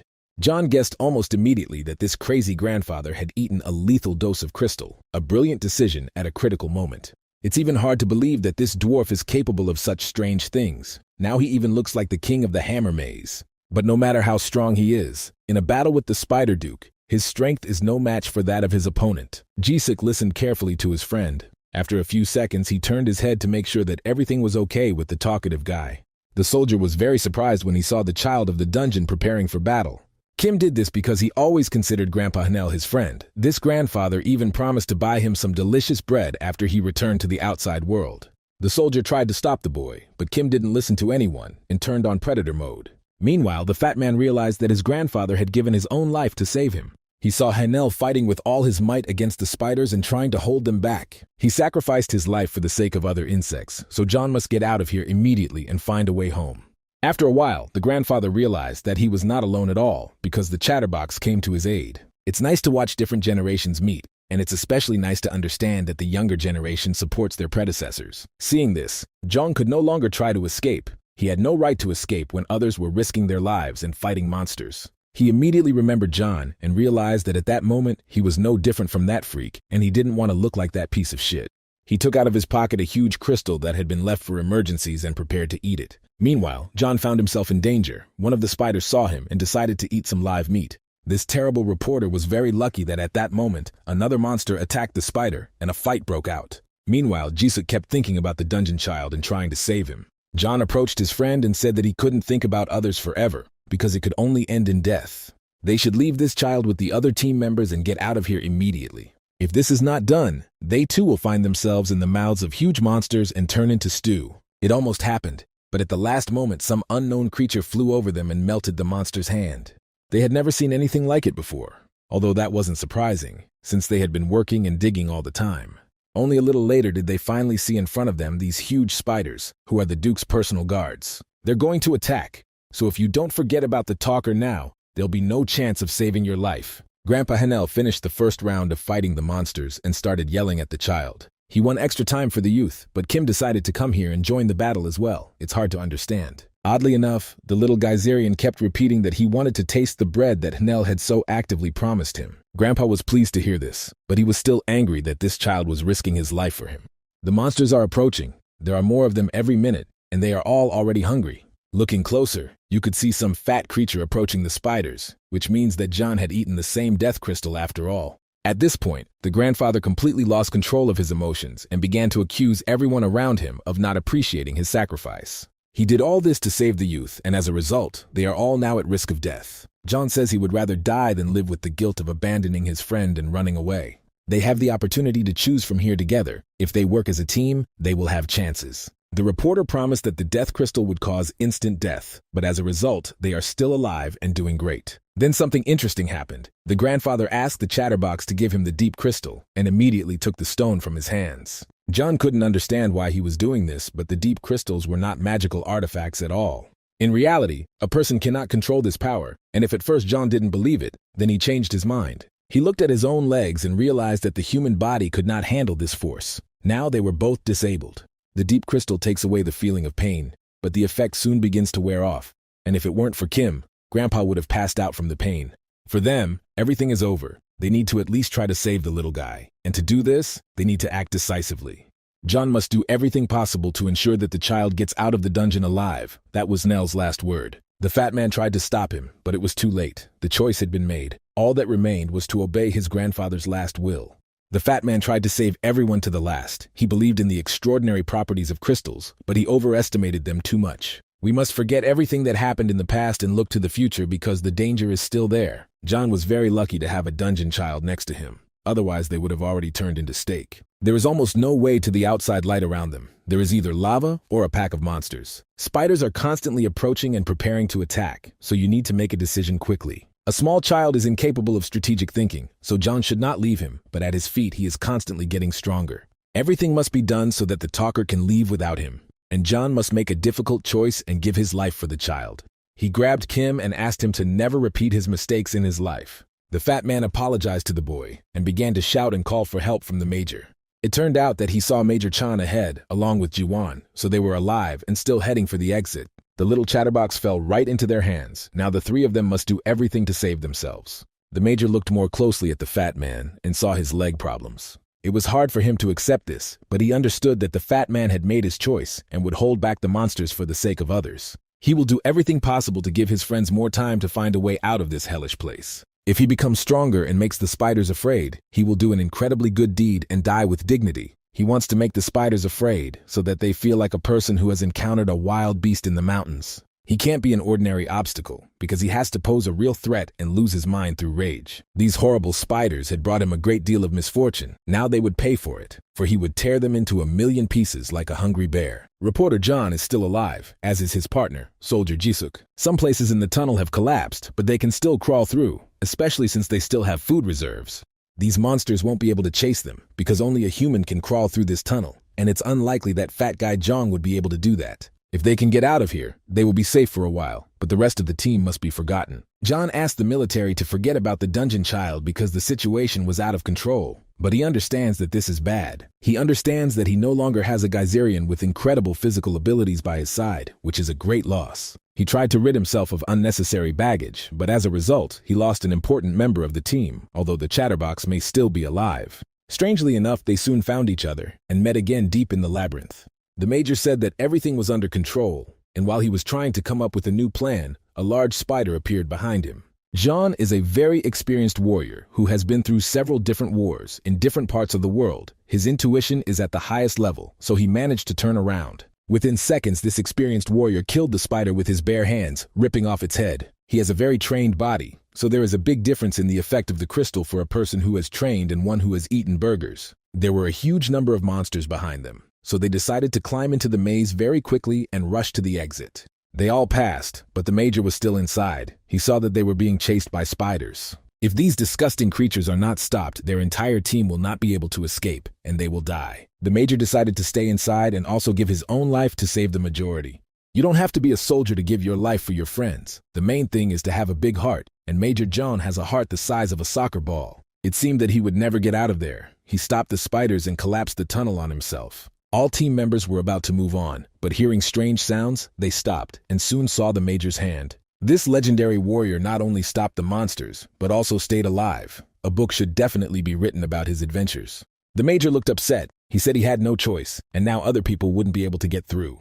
He planned to wait and start digging the tunnel again, but John revealed that they were the only survivors. All the other members of their team died trying to save each other. Most likely the monsters will find them soon, so we need to think about what to do next. The Major expected some of them to die, as the mission was extremely dangerous, but he hoped that most would survive. The most dangerous part is behind us, but it's not the end yet. We need to focus on the future and make sure that our friends' sacrifices were not in vain. There is no time to sit and cry. Now we need to find a way out of the maze and reach the surface. The idea that this labyrinth has been abandoned is just a theory, so it's best to proceed with caution. Soon they heard strange sounds and also felt the ground shaking, all this vibration coming from the other side of the wall. The walls began to collapse, and the boys very quickly tried to escape their own deaths. Their worst fantasies were realized because the spider had been chasing them all this time. John was already mentally saying goodbye to life, and it was at this moment that another monster intervened again and saved him.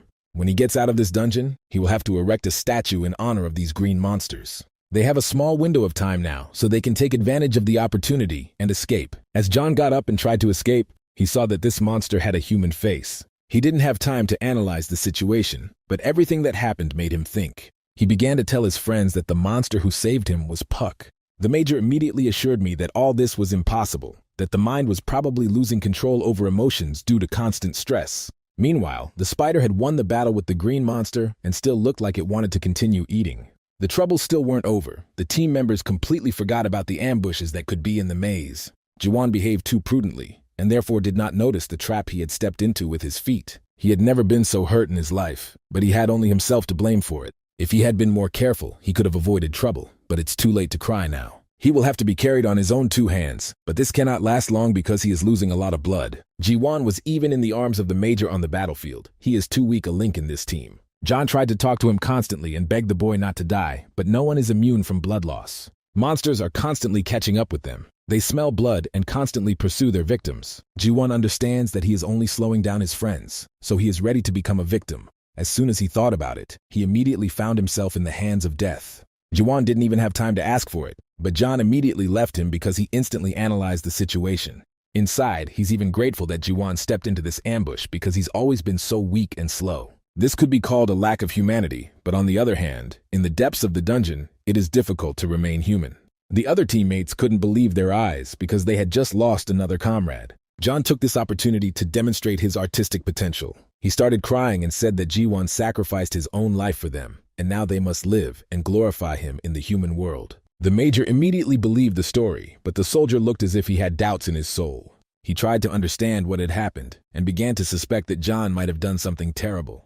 He's already seen this reporter lose his humanity in the depths of the abyss, and now he's not even surprised when he feels animosity towards him. At the last moment, he saw that John had thrown Jevon into the arms of death with his own hands. This is not the first time, because this terrible character even used Grandpa as bait. He rejects everyone he considers helpless, a process that began while researching the effects of crystals. The soldier wants to tell the major about this before it's too late, but he's sure the major won't believe him. For now, it's better for him to keep quiet and behave calmly because John might do something bad against him. There are only 4 of them left. They are the strongest and bravest, and now there is no weak link among them. Balakan has incredible abilities because he is a child of the dungeon. The guy does not feel the side effects of the crystals and does everything he is told. The major assesses the situation very well based on his experience, and it can also be noted that he is a strong and reliable comrade. Now soldier Jisuk began to analyze himself and realized that he did not have such useful characteristics. John saw his friend's excitement and decided to make sure he was okay. He told all these tales about their friends giving their lives for them, but Jisuk didn't believe it. Although John said nice things, it seemed to the soldier that he was directly hinting that he would abandon him at a critical moment. Of course, that wasn't the case, but that doesn't mean that when monsters start chasing them, something like that might happen. Jisuk didn't even give up the bag of food because he understands that if he doesn't carry provisions, he won't be of any use. And as soon as John realizes that the soldier is not helping the team, he will try to get rid of him. The path continued, and soon they found themselves at a moment when they had to make a choice. They were able to go quite far, and since the path is straight, the spiders will soon be able to catch up with them. If they are lucky, it will be possible to escape, but it all depends on luck. The major decided to go forward to reconnoiter the situation, but at that moment the soldier began to panic. Lately, his paranoia has reached another level, and now he constantly sees hidden meaning in everything around him. He had to stay with the real one, and that can't help but be scary. John tried to help his friend and remove the heavy bag of food from him. He is ready to help him and also take on this burden, but Jisuk doesn't even want to hear about such offers. John began to suspect that his friend was behaving this way because of the loss of close friends who had died in the past day. John doesn't want to pretend he's a bad guy. He did everything to save others, and he's not going to apologize to Kim. If we recall the grandfather, he made his own choice, just like the fat man in Ji-won, because they could not walk without outside support. John is not going to abandon his friend who saved his life at the very beginning, because he is not the devil at all. He remembers all of Jisuk's good deeds, and remembers that he is alive now only thanks to the help of his savior. He wants to repay him and help them get out of here alive, and there's no bad sense in that. If it weren't for Jisuk, John would have already turned into a cold corpse on the second floor. They infiltrated the base together and healed each other's wounds. They became true friends and should not fight with each other.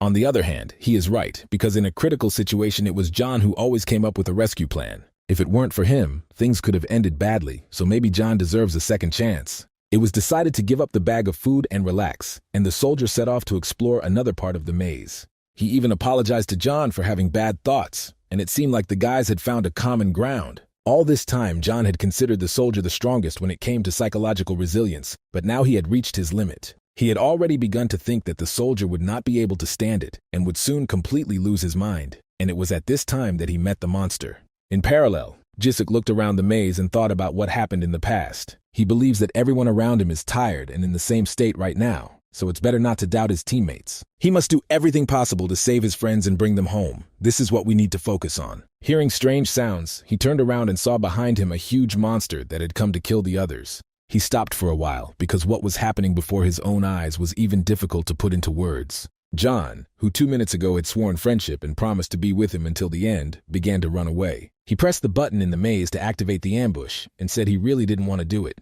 After a few seconds, John, along with the dungeon child, was safe. The monster remained in the labyrinth with Jisuk. Only now did he realize that all this time, all his thoughts had been correct. His intuition was screaming about danger, but he believed the words of the insidious thief. It's too late to think about how bad a person John was. Now you need to run and save your life. There was nowhere to go ahead. The soldier stopped and began to mentally say goodbye to life. All he has left is a death crystal so he can die without suffering pain. It's unlikely that this crystal will help defeat the spider, except to last a few extra seconds. The monster wasn't going to wait for the soldier's decision. He came here to kill, and that's what he did from the very beginning. A few more seconds and Jisuk will turn into a delicious stew in the spider's belly, unless someone intervenes in this battle. The green monsters saved several lives today. Although they look terrible, they act like noble knights. The monster intervened and destroyed the spider and helped Jisuk avoid encountering the teeth of this terrible creature. After the deed was done, the monster started talking to the boy and said that they hadn't seen each other for a long time. During this time, a lot of interesting things happened, especially the fact that Puck turned into a creature from the dungeon. Jisuk is upset. He should have believed Park and not listened to John's advice, but now it's too late to think about past mistakes. He told his friend about everything that had happened and how the members of their team had died. He told everything about John's evil deeds. Finally, before his death, the soldier asked his comrade to take the profound crystal from his hand. He didn't need it, because in that case, his actions against the monster would have helped John escape. He didn't want to detain the monster, because John deserves to die, and sooner or later he must find his end in this labyrinth. So he turned out to be the only one who understood the true essence of this terrible monster, but no one listened to him.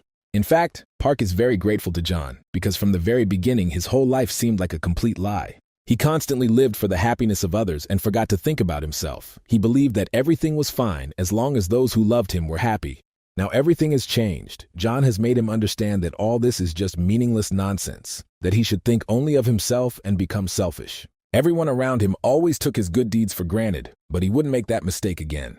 Jisuk never understood the rather important point that Geyser had replaced his comrade. He wasn't looking for his team members to save, he was looking for them to repay a debt. When the moment of reckoning comes, they will understand his inner suffering and pain. He caught up with them, and at this moment, it's hard not to remember the saying that he who laughs last laughs best. In the last seconds of his human life, he thought about how he should have lived differently, and dreamed of another chance. Soon he heard a voice telling him that humans are the lowest food chain in the world of predators. Creatures as weak as humans are not even allowed to breathe in Geyser because they don't deserve it. Before him is a creature that monitors the evolution of humans, and if Pak accepts it, he will get another chance. This creature cannot exist without a master. The previous owner always remained an ordinary soldier and ignored advice on using abilities. The previous owner died, and now this creature wants to get a new body, but much better than it was before. He doesn't need to worry. His head and torso are in excellent condition. They can be saved. He can get a new body and become much stronger than before, which will help make most of his dreams come true.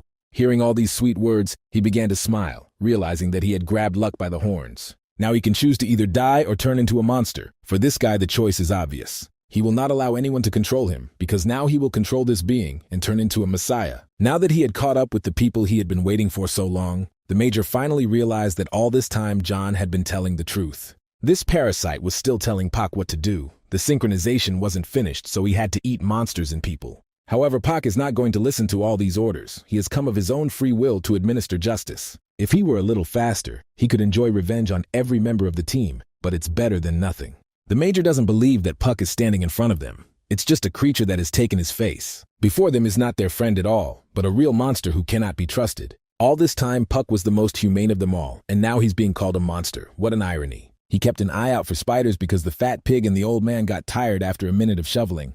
He constantly calmed the soldiers to avoid fights, and also tried to constantly maintain a good mood in the team. Because of all this, Puck suffered the most of all, and now he is called a monster, and all his good deeds are forgotten. This makes him not only suffer internally, but also scream in pain like a true psychopath. In any case, all of that is in the past. Now he will eat them like a delicious dinner and complete the synchronization with the parasite. They will become a part of him and help him achieve all his goals and long-standing desires. The guys realized that it was not too late. They had to escape. The Major was ready to detain the monster and give John the opportunity to escape with the child. So he asked the soldier not to interfere, but if the Major wanted to fight so badly, they could arrange a rendezvous. The Major is hardly the most important target for Pak, but eating him would be a nice appetizer before the main course. John tried to convince his friend that he was making a big mistake. He started talking about what it means to be human.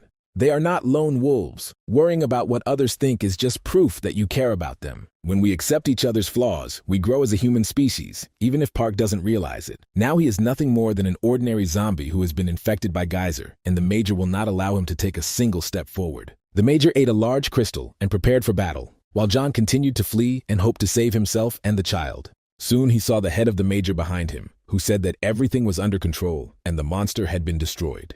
The Major said that he ate the crystal and ripped out the zombie's throat, so now they can stop worrying. A little later, Park stopped playing the role of an artist and showed his true face. John begins to realize that he no longer has weak team members. Now he himself is the weakest of all. His plan was perfect, but now he is left all alone, and there are no more friends who can sacrifice themselves for him. First, he killed one person for research and then got rid of everyone who seemed weak. He believed that as a true hero, he would emerge from this story alive, that his life would change and he would become a celebrity abroad. On the one hand, his story is truly heroic because it was he who discovered the power of crystals and found a way to escape. Everyone around him died, and he vowed to take revenge using the power of Geyser, so he cannot die. Sometimes peace can only be found after a terrible tornado. Perhaps this is his first test and boss fight. At this moment, he discovers new powers and possibilities within himself. This is also called the awakening of the protagonist. Pak listened to this crazy reporter and didn't understand anything. For him, it was all just empty chatter that was worthless. Meanwhile, John hopes that he will be able to control the powers of the deep crystal within him. The main thing is to stay calm and take his time. The risk of impaired energy circulation cannot be ignored. You must concentrate most of your strength in your legs and protect your bones and internal organs. He hoped that now he would be able to show his opponent everything he was capable of and turn into a superhero. Sometimes a person's dreams go in different directions from reality, which is exactly what happened in this situation. From the very beginning, it became clear that the fact is much stronger. Its parasite gives it much greater opportunities. If nothing changes, John risks turning into a spineless corpse in just a few seconds. Already he is starting to spit blood and suffocate. All he can do is scream and call for help. We completely forgot that the child of the dungeon was still nearby. Little Kim came to the rescue despite the risk of danger. His one blow was enough to knock the monster back a few steps. Only a little later did John learn that the child did not have the crystal because he had given it to another friend. Kim has long been accustomed to the death of people, but the death of friends feels completely different. He must save John because there is no one left except him.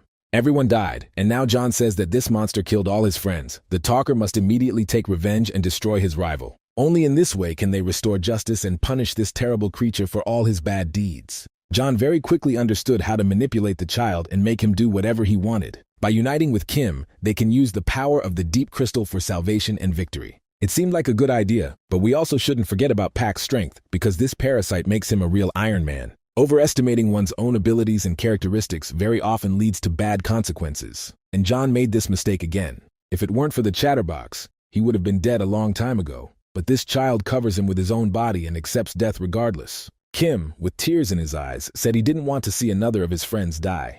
John is the only one he has left, and he is ready to do everything possible to keep him alive and unharmed. Having received a serious injury, the talker lost consciousness and began to bleed. Only now did John realize that he was not the main character at all, but an ordinary thief who always wanted to feel special. On the other hand, he still has a profound crystal that can turn this situation upside down. John understands that the real hero is the child who is now in his arms. If you put this crystal in this child's wound, then truly extraordinary things can happen.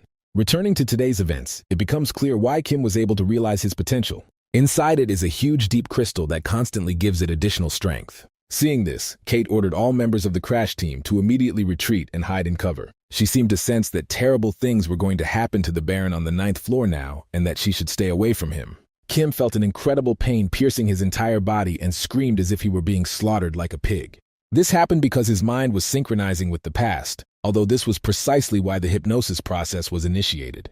No one expected the Mana Storm to be so strong. His body should have been torn apart considering this internal energy. When the Baron was younger, he was able to survive and even make it to the surface, which means he learned to control this inner storm.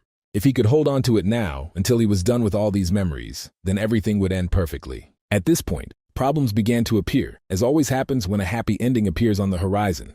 The porter cannot handle such a load even though he is a beast geyser, but it is too much for him. We will have to try to close ourselves off from this energy in order to stay alive, because otherwise it will tear everyone around us to shreds. The problems weren't over. Soon Hyujin felt a group of worms approaching them.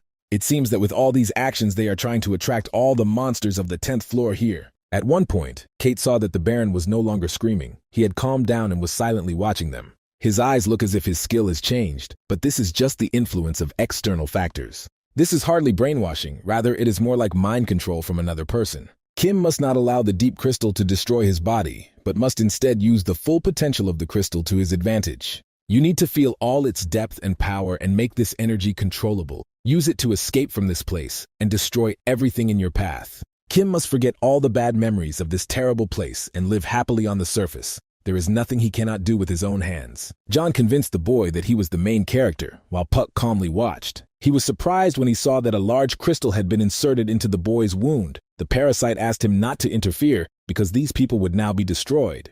Hungry beasts sometimes consume crystals to stay alive, which takes many days and effort. The mana contained in the crystals does not belong to monsters at all, and therefore the child must be torn apart by the amount of this energy. The parasite was sure that these people would self-destruct now, but a little later it became noticeable that the child's wounds began to heal. The parasite could not believe it. He saw John interfering with the child's consciousness and ordered Pak to immediately kill John. To put it simply, John was trying to use his power to instill false memories in Kim. Pak nevertheless intervened in the process and decided to kill John before it was too late. Inside this barrier was such a powerful energy that the parasite lost its arm during the impact. Now John is dying. He realizes that he has been wrong too many times, but he wants to be greedy one last time. He doesn't want to be forgotten. He doesn't want to end his life as a miserable thief and a reporter who has achieved nothing. Kim was born to an American father and a Korean mother. His full name is John Kim Jae, and he wants his memory to live on. That's why he wants this little child of the dungeon to take his name, and that's how the Geyserian got the name Kim. The child remembered that he had to use the power of the deep crystal to its full potential. These were some of his few remaining memories. He kept repeating that he had to escape from Geyser and destroy everything in his path. Now Kim's story becomes much deeper and more multifaceted, going beyond his name and birthplace. He understood who he is, he understood his roots, and now no one will stop him. This incredible mana can be felt even a few meters away from Kim. It seems that this aura can destroy even without touching. Now is not the time to look at him as a Superman. We need to prepare and defend ourselves. As soon as Kate said that Kim might attack them, he immediately ran forward. The brainwashing team can cause any consequences, so now Kim can consider them all as her enemies. He started hitting everyone around him so hard, as if they were the cause of all his life's problems. Now his aura has gone beyond imagination, and even such experienced warriors as the Fallen are beginning to fear. It only took him a few seconds to tear the stretcher in two, like a piece of chewing gum. He approached Hyojin and stuck his hand into her body, ripping out her heart and stopping her breathing forever. Don't worry, all this is just an apparent reality that didn't actually happen. This is nothing more than a trick, although our heroes felt all this pain on their own bodies. They don't understand what happened. The Baron also returned to his place and seemed not to have taken a single step forward. It was probably Captain Provolny's intervention. He activated his skill and saved the team. This technique is called reality denial. Kate had heard of it before, but had never encountered it in her life. It's not yet clear how this works, but now Kim wants to attack them and do it all in the real world. Eugene intervened and activated her strong side. She will try to hold Kim back for a while. For now, he is under her control, but if everyone else wants to live, they must flee immediately and find a safe place. This whole procedure took much more strength than Lee expected. He would no longer be able to help the team at a critical moment. If he tries to activate the reality denial skill again, he will lose his eye and will no longer be able to use it. The Demon and Baron take up much more energy than expected, so there are probably limitations to this technique. He woke up exactly as planned, but in the process he also lost his mind. Kate set the synchronization of emotions and sensations to the maximum level so that Kim could truly feel what he saw. It's strange to see him awaken through brainwashing, rather than through his own efforts. In the past, a high-ranking profound crystal became the fuel for his awakening and began the process of evolution. The captain cannot believe that such mana can be created using a high-rank crystal, and he is right. The young Baron's mana storm was about 2 meters in diameter, but now it is more than 10 meters wide. There were 3 commands in the brainwashing: absorb the power of the crystal, escape from Geyser, and destroy all obstacles that stand in the way. If Kim is released to the surface, everything should be resolved, but he cannot be allowed to destroy everything on his way to the surface. He will have to go 10 floors, and in that case, he will kill a huge number of living creatures. Kate said she could help with the process and speed up his memories. Now he doesn't look like a living person at all, because such strength is enough even to tear apart a huge worm.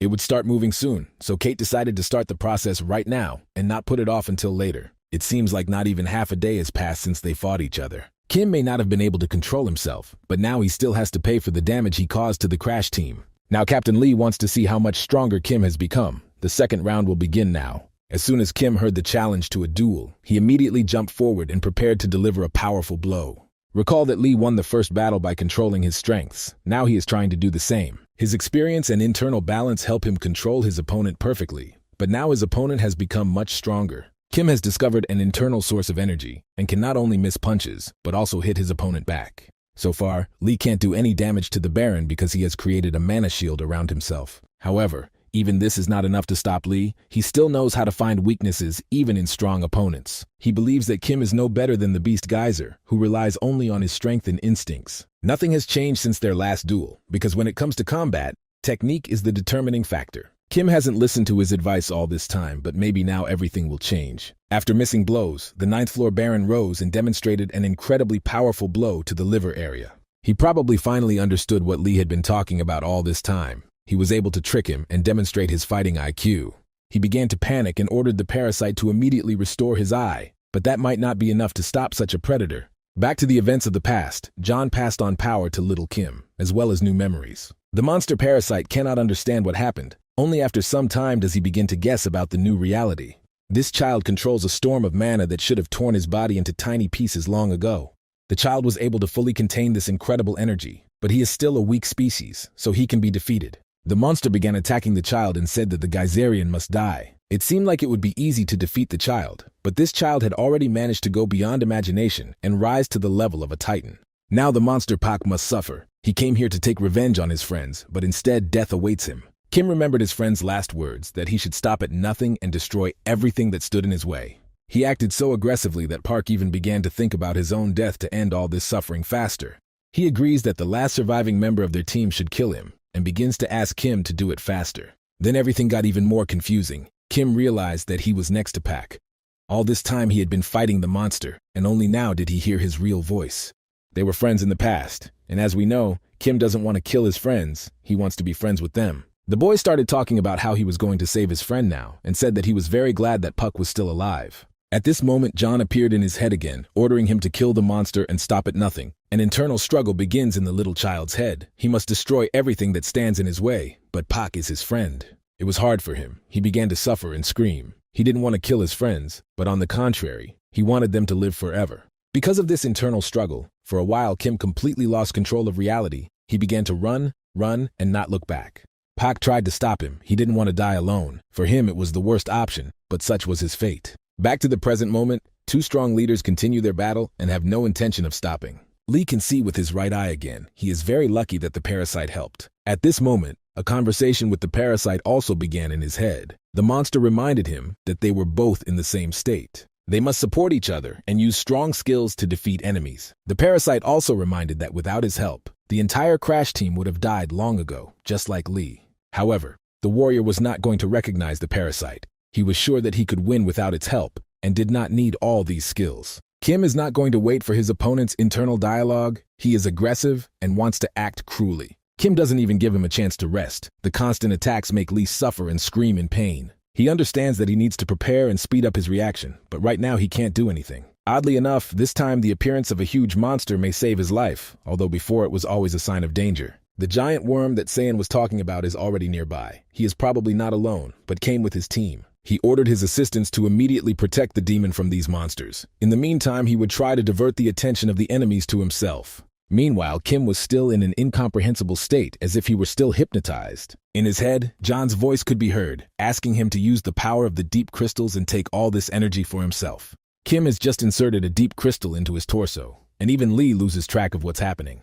The huge worms immediately sensed the mana around them and began to approach Kim. The parasite immediately began searching for crystals nearby. He feels that these artifacts are in the bodies of monsters. Within seconds, Kim was attacking these huge slugs and doing all the dirty work for the fallout. With incredible speed and ease, he ripped the profound crystals from the bodies of these huge monsters. Lee looked at him and realized that he was no longer a human being. Even a Geyserian's body should not withstand such a load. Kate explained that all this is only happening because brainwashing has occurred, and because Kim is currently unconscious. She is sure that he is in incredible pain, even worse than if he were burned alive. Due to the other mana within himself, his body is in a vicious cycle of simultaneous destruction and regeneration. If the recovery stops, it will turn into nothing in a few seconds. This is probably the secret to Kim's abnormal amount of energy. When he was a child, he constantly absorbed crystals on the battlefield. After that, Kim turned around and saw that there was also a profound crystal inside Lee.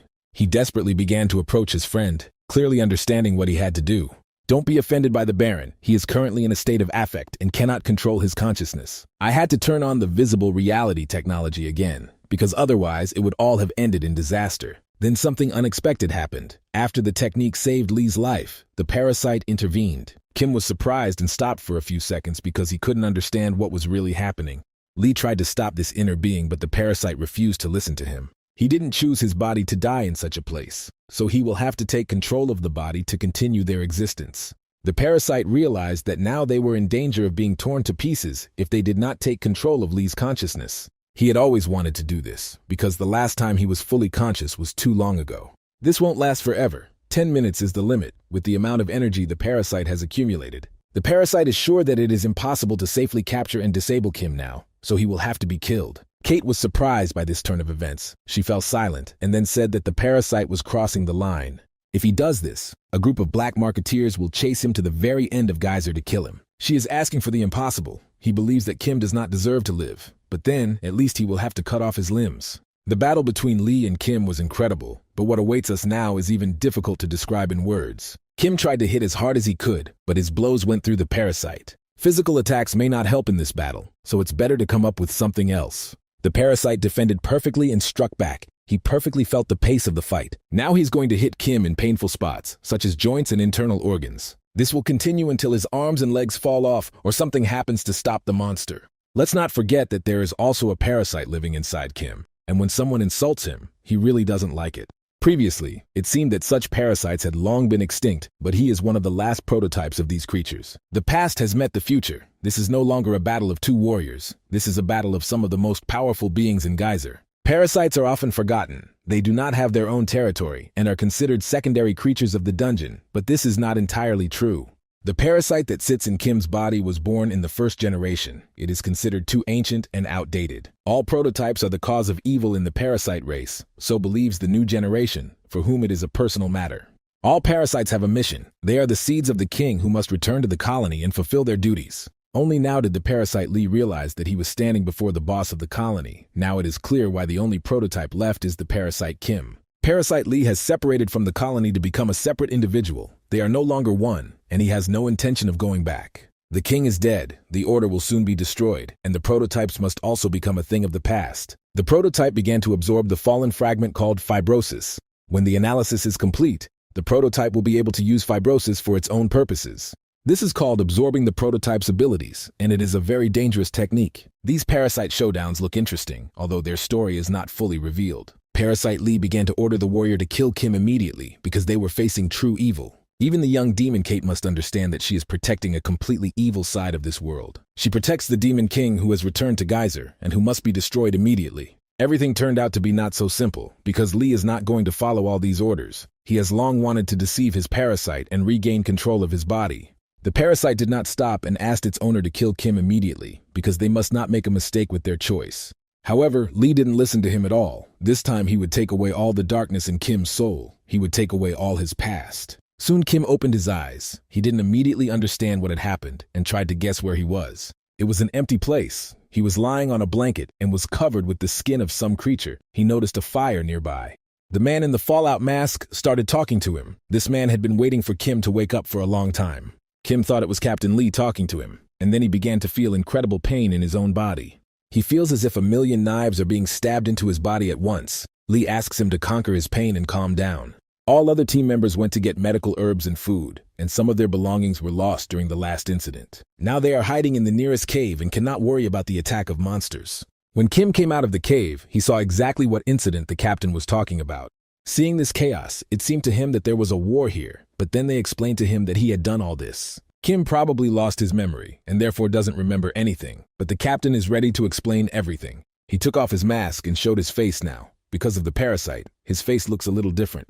Lee explained what happened and how he used his skill to erase Kim's memory, and because of it, he lost his eye. 2 days have passed since then, and he hasn't felt so grateful in a long time. He doesn't even know how to thank Lee. The captain assured him that there was nothing special about it. He would have lost his eye sooner or later anyway. It just happened right now. Lee has no regrets, and it's not like he's completely lost his eyesight. He now relies on the parasite's power, which allows him to track deep crystals, some objects he can even see better than before. Now he looks at his interlocutor as if at the sun, he sees the inner energy and the crystal. Meanwhile, all the other team members, along with the demon, returned to the cave. They brought some food with them. Since Kim has not yet fully recovered her strength, Kate is ready to carry him in her arms. It's too late to go to the labyrinth they were going to visit first, so it's better to rest and continue the journey tomorrow. First they will go to Baron Horace's labyrinth. He should be glad that they destroyed the local worms. After that, Lee continued his story. There was still much to tell. Their main goal was to delve into Kim's past and relive the awakening process. He had to remember all the feelings of that moment in order to use the mana in the present moment, but he lost his mind during the awakening. Kim doesn't remember anything. If you look only at the result, it seems like they only lost because of this process. They are very lucky that they have another idea to solve this problem. Kim received a small, lower-ranked, profound crystal in his hand. Kim had been consuming such crystals even before he was brainwashed, and during the battle he did so with worm crystals. This means that he has the ability to absorb raw crystals, and there is confidence that his body has memorized this process. Now all that remains is to go with the flow and learn to use your strength. We can't let the loss of an eye be a wasted sacrifice. Kim smiled and said that he would do everything possible to ensure that his friend's help was not in vain. Nothing bad should happen because it's a lower-ranked crystal, but it will hurt a lot, and that's the only downside. As soon as Kim swallowed the crystal, he immediately started screaming in pain. He expected it to be a little easier. Lee told him to calm down and ignore the pain. He saw the mana begin to rage in Kim's body. Mana will try to break free from the body, independent of what she will have to destroy on her way. Right now, the hero is incredibly hurt. He doesn't know how to manipulate mana, so he has no ability to self-heal. The parasite is also in a dormant state, so it won't help. Usually in such situations, people die within a few hours. All these internal flows of mana are his strength. He must learn to take it under control and not try to stop the movement of mana. You need to feel the energy from your fingers to your shoulders. Imagine that it is blood flowing through your veins. This is the path of mana. The glass fragments in his body have become a stream and are now flowing through his body. In order to fully master this power, you need to sink to the very bottom and push yourself off it. They completely lost touch with reality and found themselves deep underwater for a while.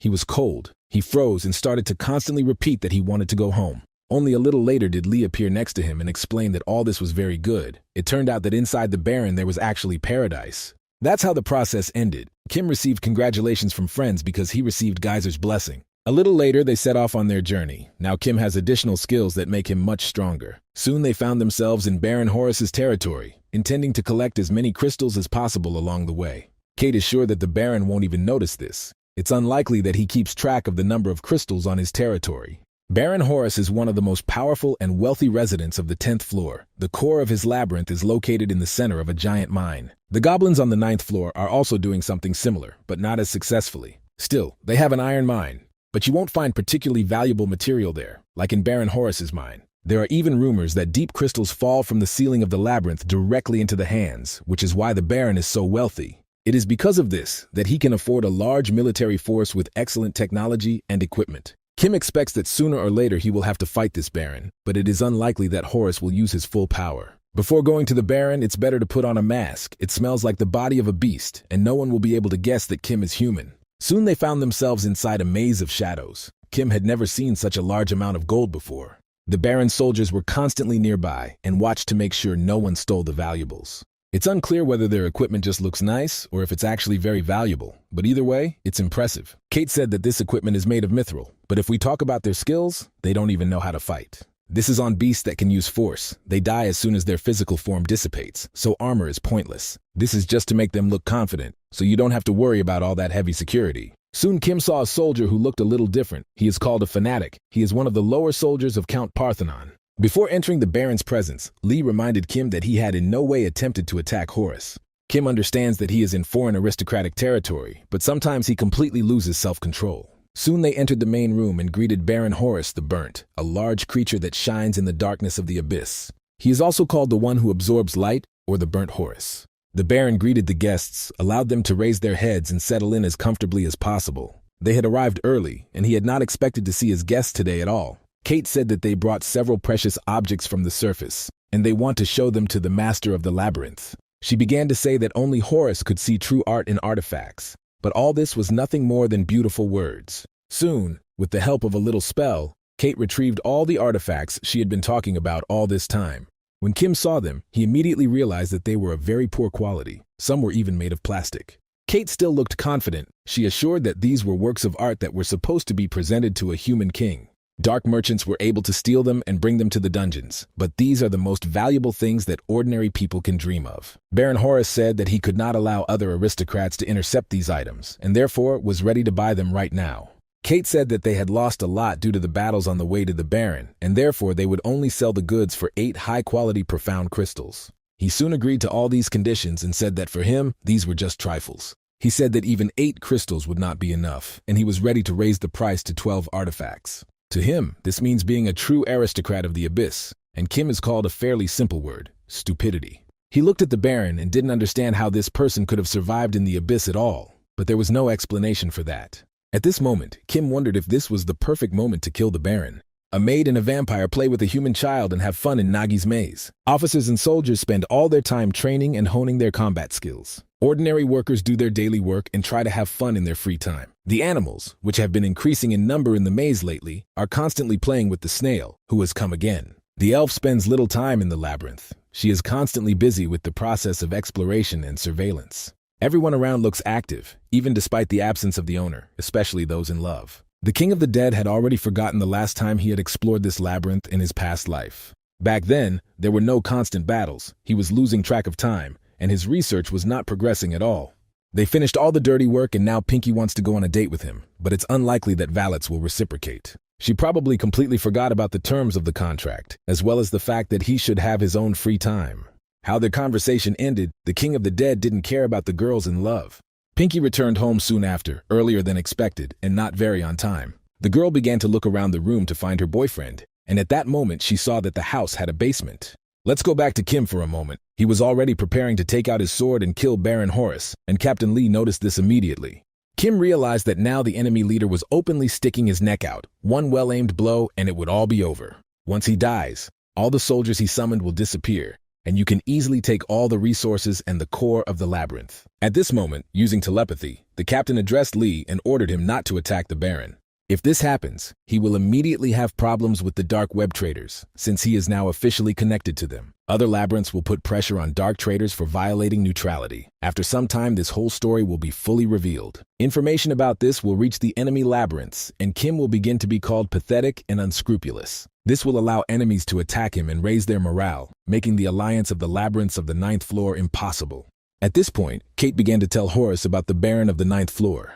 Horus began calling Kim bad names and said that he had heard about his affair with Count Anatolio, and he did not like it. Count Horus said that he felt no threat from some child on the 9th floor because he could destroy him with just one finger. He doesn't even need to send his entire army for this. Just 5 soldiers will be enough. Now they realized that the aristocrats had relaxed their vigilance and did not even suspect what was happening on the 9th floor. Nevertheless, Kim was still able to contain his aggression and remained calm. A little later, they found themselves in a cave near a maze of shadows. Now they can analyze the situation. Lee was very scared. He almost regained his sight for fear that Kim would start attacking the Baron. He was right not to attack Horus, because there would have been far greater losses if that had happened.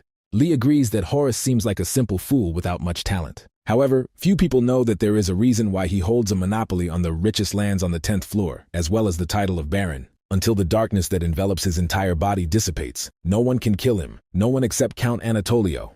If Kim attacked him, the Baron's body would split into 2 immediately after the attack. All of this would be an illusion, because as a result, only impenetrable darkness would remain before Kim. This is called the fiery darkness of the abyss. This technique belongs exclusively to one being, the Scorched Horus. Kim suggested shining a flashlight on him, but this advice can hardly be taken seriously. Meanwhile, Pinky opened the basement door and saw something she wasn't supposed to see. The King of the Dead had already prepared his new body and was getting ready to celebrate. This body holds all the miasmas he could find in this place. This body will allow him to regain 60% of his strength. He still doesn't have enough miasma to transition to another body, so he must have been in too much of a hurry. The King of the Dead has only one chance. He must focus on restoring the miasma. As soon as he turns into an undead, he will immediately lose his taste and hunger for regular food, and will have to say goodbye to all the employees. He turned his head and saw that he was not alone in the room. He had never felt such fear as a dead person. Pinky stood there as if hypnotized and unable to move. She was as shocked and scared as he was. Valets realized that he was caught red-handed. She saw everything, so Pinky must die. He immediately began to attack her with miasma energy. The girl became even more scared and didn't know what to do. She began to suffocate and lose consciousness, but the King of the Dead had no other choice. All of this will take a long time. He will also suffer health problems after this attack, but Pinky cannot be left alive. He should kill her right now, but at this moment he feels uncertain, although he cannot explain these emotions. Maybe he's become too sentimental lately. He needs to forget about these feminine things and become a man again. She shouldn't have come back, shouldn't have forced him to do it. She promised to give it to him in her free time. Oddly enough, the King of the Dead still hesitates and cannot finish off his victim like an experienced predator. He can't understand why this is happening, maybe because it's just a little girl who brought him lunch. She began to cry and apologize, asking for forgiveness and promising never to interfere with his affairs again. Pinky even said that she just wanted to spend some free time with him, just to be there for a few moments of relaxation. These words turned out to be the most powerful spell in the world. These words were enough to make the King of the Dead abandon his original goal. His miasma level ran out and he was immediately seriously injured, but that didn't matter. He should have killed her, but he couldn't, and now his entire work is in jeopardy. When he opened his eyes again, after losing consciousness, he saw that he was in a cozy and warm place. It was something like the central center of the Nagi temple. He saw that there was a maid nearby. They talked about how too much miasma was found around the cemetery, but this energy shouldn't have harmed the workers. It seemed that Pinky would tell everything now and then. A terrible future would await the king of the dead. It turned out that everything was completely wrong. He actually took all the blame and said that she had forgotten about safety precautions. Her words were enough to calm the Dominican and the sorcerer. They soon revealed that Pinky was seriously injured, but showed her heroic heart. Even despite the intense pain, she took Valets on her shoulders and slowly moved towards the central labyrinth. In simple words, she saved her partner, and now, after some time, they will fully recover from their injuries. The king of the dead immediately said that he wanted to continue his treatment on his territory so as not to leave the cemetery unguarded. Pinky decided to go with him, and soon the doctors let them go home. Everyone around immediately understood that this was love and decided not to interfere with the young people spending time together. Dominicana realized that she almost lost important employees, so now she must inspect the cemetery and tighten security there. The sorcerer also noticed that this whole situation was very strange. In order to receive such injuries, it was necessary to gather an incredible concentration of miasma. This could not have gone unnoticed, meaning it was all done deliberately, and this is worrying. It's also a strange fact that the worker rescued Pinky from a room filled with miasma, but he only has injuries to his hands. This means that there are traces of magic in this case. The worker is using a necromancy spell. Valet saw that Pinky had injuries all over her body and ordered her to climb onto his back. She was incredibly happy, and within a few minutes he was carrying her like a real princess. Now it's time to talk about what happened. He wants to understand why she didn't tell Dominican the truth. Pinky replied that she didn't think anyone needed to know about it. She didn't want him to have any problems. She believes that while working with the miasma energy, her boyfriend gained incredible strength and can now become a hero too. She found an explanation for all his actions and now feels at peace because she believes in all this nonsense. They agreed not to tell anyone about all these secrets, and Valets also asked Pinky to never again interfere with his free time in the basement. Back to Kim and the Fallout team, they're talking about the mana flowing through Kim's body. Most likely this power is much greater than Baron Horus's mana. Kim is probably at the level of a count now, or even higher. This does not mean that he has a higher mana level than Anatolio. It's not that simple. Kim tried to recreate the circulation of mana in his body and strengthen his arms. Everything worked almost instantly. He continued to improve his energy control skills and attack various stones. Such training is necessary in order to fully master the technique and learn all the subtleties of this game. Right now his movements are quite clumsy because he is too focused on circulating mana, which means he is not yet used to controlling his own energy. You don't need to consciously control mana. This process is natural, like the flow of water in a river. That is, it is a passive ability. They can't use mana from birth like geyser beasts, so Kim will appear to have a new set of arms and legs. You need to learn to control them as part of your own body. It will take some time, but then it will add many possibilities. You have to remember that even if you have an ocean of mana, if you don't use this energy correctly, it won't help. We need to receive a whole waterfall from the paradise within ourselves, and not be satisfied with a small stream. This is the only way to learn to fight on equal terms with the Barons of the Abyss, and there is no need to rush to do so. If Kim continues to improve his skills, soon all of Geyser will be afraid of him. He can discover a technique like the tsunami, and then Count Anatolio will never treat him like a small insect again.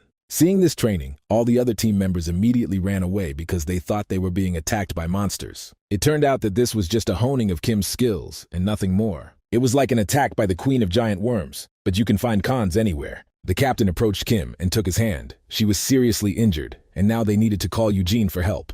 Apart from Eugene, no one is able to control the regeneration skill, as it is a very difficult technique to control. Kim decided to try to do it on his own. He's always too cocky, but that's what makes him such a cool guy. The captain noticed some problems. The power of Kim's punches is incredible, but there is a critical flaw in how he does it. For a few seconds after his attack, his body strength is no different from that of an ordinary person. All creatures that have mana also have stronger bodies, even if they don't like it. The level of power is proportional to the amount of mana, so the closer they are to the abyss, the stronger they become. A wound that can kill a person from the surface will only leave a scratch on a person from the abyss. The deep crystal acts as a storage, so a large amount of mana is always within the body. On top of the inactive energy that a person draws from within themselves, there is mana, which is used to strengthen the body. Kim's defenses dropped as he prepared to strike, and within seconds his body was as weak as a surface person's. This may seem like a minor issue because it only lasts a few seconds, but it's very misleading. If the enemy is strong and conscious enough, he can take advantage of this opportunity and kill Kim. This attack should only be used if there is no other choice. You must be sure that this blow is enough to kill the enemy. After the conversation was over, it was time to relax a bit and enjoy a delicious dinner. They found themselves in the center of the wasteland labyrinth after 3 days, an underground labyrinth that reaches the 11th floor. It is called the Dry Pit. This labyrinth is very clean and colorless. It is made of marble, and all the soldiers here are just ordinary insects. Most of them are slow beetles, but they are very strong because their exoskeleton is also covered in marble. This place looks minimalistic compared to Horus's labyrinth. Probably the owner of the labyrinth doesn't care about the appearance. Soon they finally met the local boss, this one being Baroness Validus, or the Ant Lion. Although she is an ordinary geyser insect, she looks like a human, which is a sign of her intelligence. The Baroness is very lazy and constantly does nothing, lying in her place under the blanket and watching Netflix. Validus buys electronics and games from black market traders, and you can even spot a regular generator here. If Uther regularly goes outside, then this lady is a real recluse who plays offline games because there is no internet here. She doesn't look like a threat at all, so our heroes continued their journey and came to a maze of jungles and mountain ranges. There is also a forest on the 9th floor, although this place is more like an ordinary jungle without any special nuances. The soldiers here are therianthropes. Instead of different species, there are only harpies, and they are all extremely fat and can hardly fly. Baroness Xanax of the Blue Sky lives here. She is the boss of this labyrinth. This Baroness is as fat as all her soldiers, and she is also very lazy and impudent. In general, Xanax constantly buys food from shady dealers. It's frozen food from their grocery store. They calmly left this labyrinth without receiving any useful information, and lately they have been getting little benefit from these travels. Now they will go to the Boreas laboratory because they want to visit all the labyrinths on this floor. The eternally frozen lands of Baron Borai are next on their list, for this Baron is the only being on this floor who truly deserves his title. Captain Lee once again asked his partner not to show aggression in any way, even if the Baron decided to attack him. 4 days later, they found themselves near the entrance to the permafrost on the 10th floor of Geyser. They are surrounded by frozen mana, which is why it is not slippery and does not look like regular ice. The labyrinth took the form most suitable for its master, just as Xanax has an overgrown jungle because its army consists of harpies. Baron Borai is a frost ogre, and it is already known that he rules over several snowmen. Soon, the captain ordered all crew members to immediately wear masks. Ahead they saw the corpse of a recently killed beast, with a spear sticking out of its back, meaning it had been killed. This spear has a huge amount of mana, so the owner of this territory may be nearby. Boreas is known for his love of battle. He kills all the beasts around him out of his thirst for blood, and even kills his slaves who steal his prey. That is why most of his warriors are ordinary scouts. He is the only hunter in his own army. Soon, Baron Borai pulled out his list and saw the dark merchants approaching. They arrived earlier than expected. He approached them so quickly that some almost fainted from fear. If it weren't for the demon's red skin, he would have killed her almost as soon as he noticed her. He warned that everyone must carry a flag with the symbol when they come to him, and he would not forgive any more such mistakes. Kate said that they lost most of their treasure when they were ambushed by giant worms. The Baron is not going to believe this nonsense. There are enough of them to destroy even the aristocrats, so he understands that everything she says is a lie. One of the team members kept standing with his head held high, probably because Kim did not respect the Baron's authority. Soon he immediately bowed because he remembered the captain's words that there should be no problems. Kate apologized for the behavior of the newcomer, who was on this floor for the first time. She explained that he had problems with his head. He was autistic. For all these miscalculations, Boreas is ready to punish his guests. 5 blows without using a spear, 2 for the demon, and 3 for the mercenary. Kate said that she was responsible for the mercenary, so she was ready to withstand all 5 blows. In this case, she will face twice as much punishment, and Kate must prepare for terrible pain. She didn't even have time to blink when the master of this labyrinth approached her and struck the first blow. This continued over and over again until all 10 strokes were performed. You may not like demons, but right now it's hard not to sympathize with this little creature. Kim looked at her and completely understood that it was his fault. If he hadn't been distracted, Kate wouldn't have been hurt. He remembers that he shouldn't show his aggression even if the Baron starts attacking. The captain has been very active in asking for this. With each subsequent blow, Kate looked even worse. This small body could not withstand such pressure. Kim looked at this with aggression in his eyes. It seemed to him that the Baron had decided to kill Kate. Even Baron Borai understood that the demon would die from the next blow. He doesn't understand why her guards don't intervene. Dark merchants hired them to protect Kate, but they don't even do anything. Captain Lee explained that the orders of the labyrinth leader take precedence, which is why they do not want to interfere in this conflict. When it seemed that the Baron would now strike the final blow and kill the demon, Kim rose to his feet again and took a step forward. He admitted that all this happened because of him, and if the demon died, it would be a failure for all the mercenaries on the team. The dark traders will also be incredibly angry, so both sides will lose from this situation. Kim asked to be given the opportunity to take the 10th strike instead of Kate, because it would be fair. The Baron agreed to these conditions, but said that for this strike, he would use a spear. There would be one attack, and Kim would not have the right to dodge, but could block the blow. If Kim can do this, the Baron will turn a blind eye to all their future mistakes. Apparently, this spear is the main weapon of the Labyrinth boss. It is probably a very durable and powerful weapon. It is also clear that the Baron will use mana when attacking, so he will do everything possible to kill Kim. If you fill your weapon with Mom, even an ordinary axe can become a deadly weapon. Kim prepared himself and tried to quickly come up with a defense strategy. He had no more than 1 minute to do all this. He tried to fill his entire body with mana and concentrate the energy within. He has no choice but to unleash his full potential and show who he really is. Baron Boreas was approaching so quickly that even lightning could not reach such impressive speed. Two energies collided in one place. This explosion could be similar to a hydrogen bomb. The surrounding rocks were immediately damaged, and the mercenary team, along with the demon, barely managed to escape the explosion. They are lucky that they know how to use magical skills, otherwise they would all be crushed like an orange. Kate lost consciousness after all these injuries, but she's still breathing, and that's the main thing. Meanwhile, the Baron began to laugh like a madman, the whole situation refreshing his mind, as if he had eaten something cool. This attack should have killed his opponent, but the common mercenary blocked his blow. This doesn't mean that Kim was able to avoid internal injuries, but he is alive and still standing on his feet. The punishment is over. As promised, the Baron will no longer consider their mistakes. When they finish their treatment, they can come to him for talks. He will leave the entrance open. After a few hours, the mercenary team found a safe place and began to rebuild their strength. Now the Baron will consider Kim a useful mercenary because he withstood his blow and remained alive. Now the captain admits that he was wrong. Kim did the right thing by intervening, because otherwise Kate would have died. On the other hand, the failed have always survived because they did not intervene in conflict situations, which is why they are still alive. They always choose safe paths and avoid conflicts, and they also ignore those who need help because they are a selfish group. During all this time, Kate has regained consciousness and can now walk independently. She decided to hug her savior and thank him for helping her in a critical moment. Now she loves Kim even more. Kim was also surprised. He believed that all dark traders had no feelings, and he was pleased to see another side of these creatures. The captain said that the dark traders didn't just change the person responsible for the abyss. Previously, an imp did this, but imps often die, while demons, on the contrary, can withstand a much greater load. The aristocrat would not be guilty if the dark merchant died during the punishment. If the dark traders wanted to start a war, the system that has existed for many years would collapse. That's why they turn a blind eye to all these aristocrats and their inappropriate behavior. Kate knows that Kim is preparing for war, which is why she is ready to tell him all the necessary information about Boreas. The price of this information was her life, and he had already paid for it when he saved her. After resting, they set off forward until they were frozen to death. According to Eugene, the demon was completely cured, but they probably have some side effects as the recovery process begins. She said it was too hard for her to walk, and so she was on Kim's back the whole time, and in this way they walked to the Boreas Labyrinth for 3 whole days. The goods that interested the Baron were conventional weapons, or rather, surface fire rifles.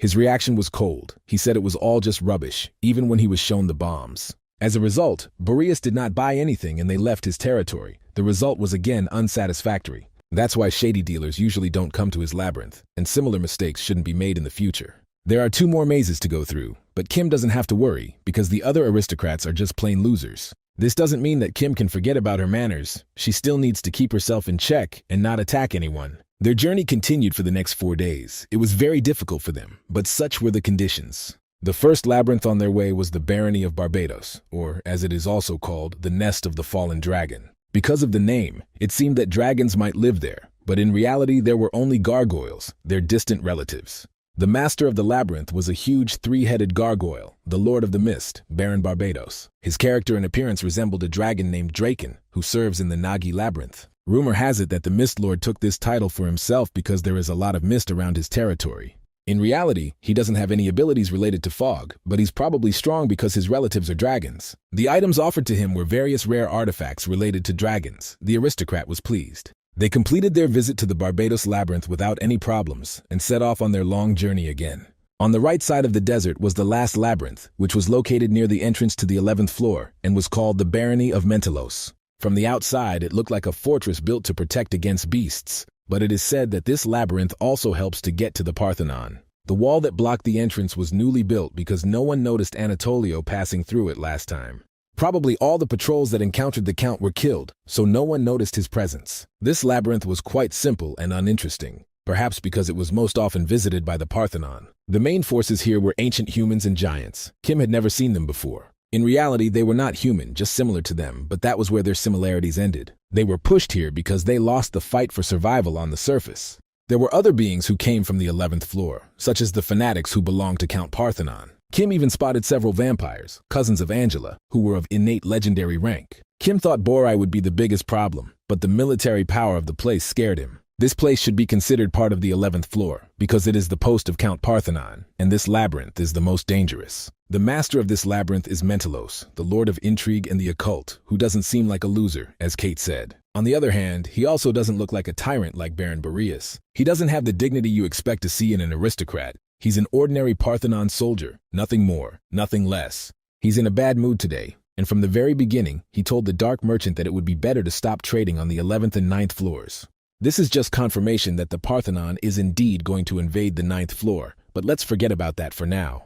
It was time for a little rest and a friendly lunch. They hadn't rested for a long time during their long travels. This takes place near Kim's house. The guy decided to treat them to some delicious food and pizza. Of course, the inhabitants of the dungeon are not used to such delicacies. For them, even sunlight is happiness. While the Crash team enjoys a delicious lunch, Kim will check on the demon. Kate is still in the dungeon. According to the rules, she cannot go out into the real world. Kim didn't forget about his friend and brought her not only food, but also a warm blanket. He also took some new clothes for her, because after the punishment from Baron Boreas, her clothes were almost completely destroyed. Kim is upset because he would like Kate to rest with them, on the surface. He had to explain that there was an agreement between heaven and earth that demons could not climb the mountain.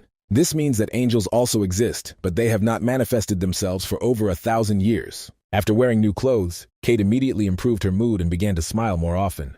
Kim let her rest a little alone and promised to be back soon. The demon would like to go with him, but rules are rules. Meanwhile, the captain informed his crew that the world on the surface was quite strange, so it was better to be careful.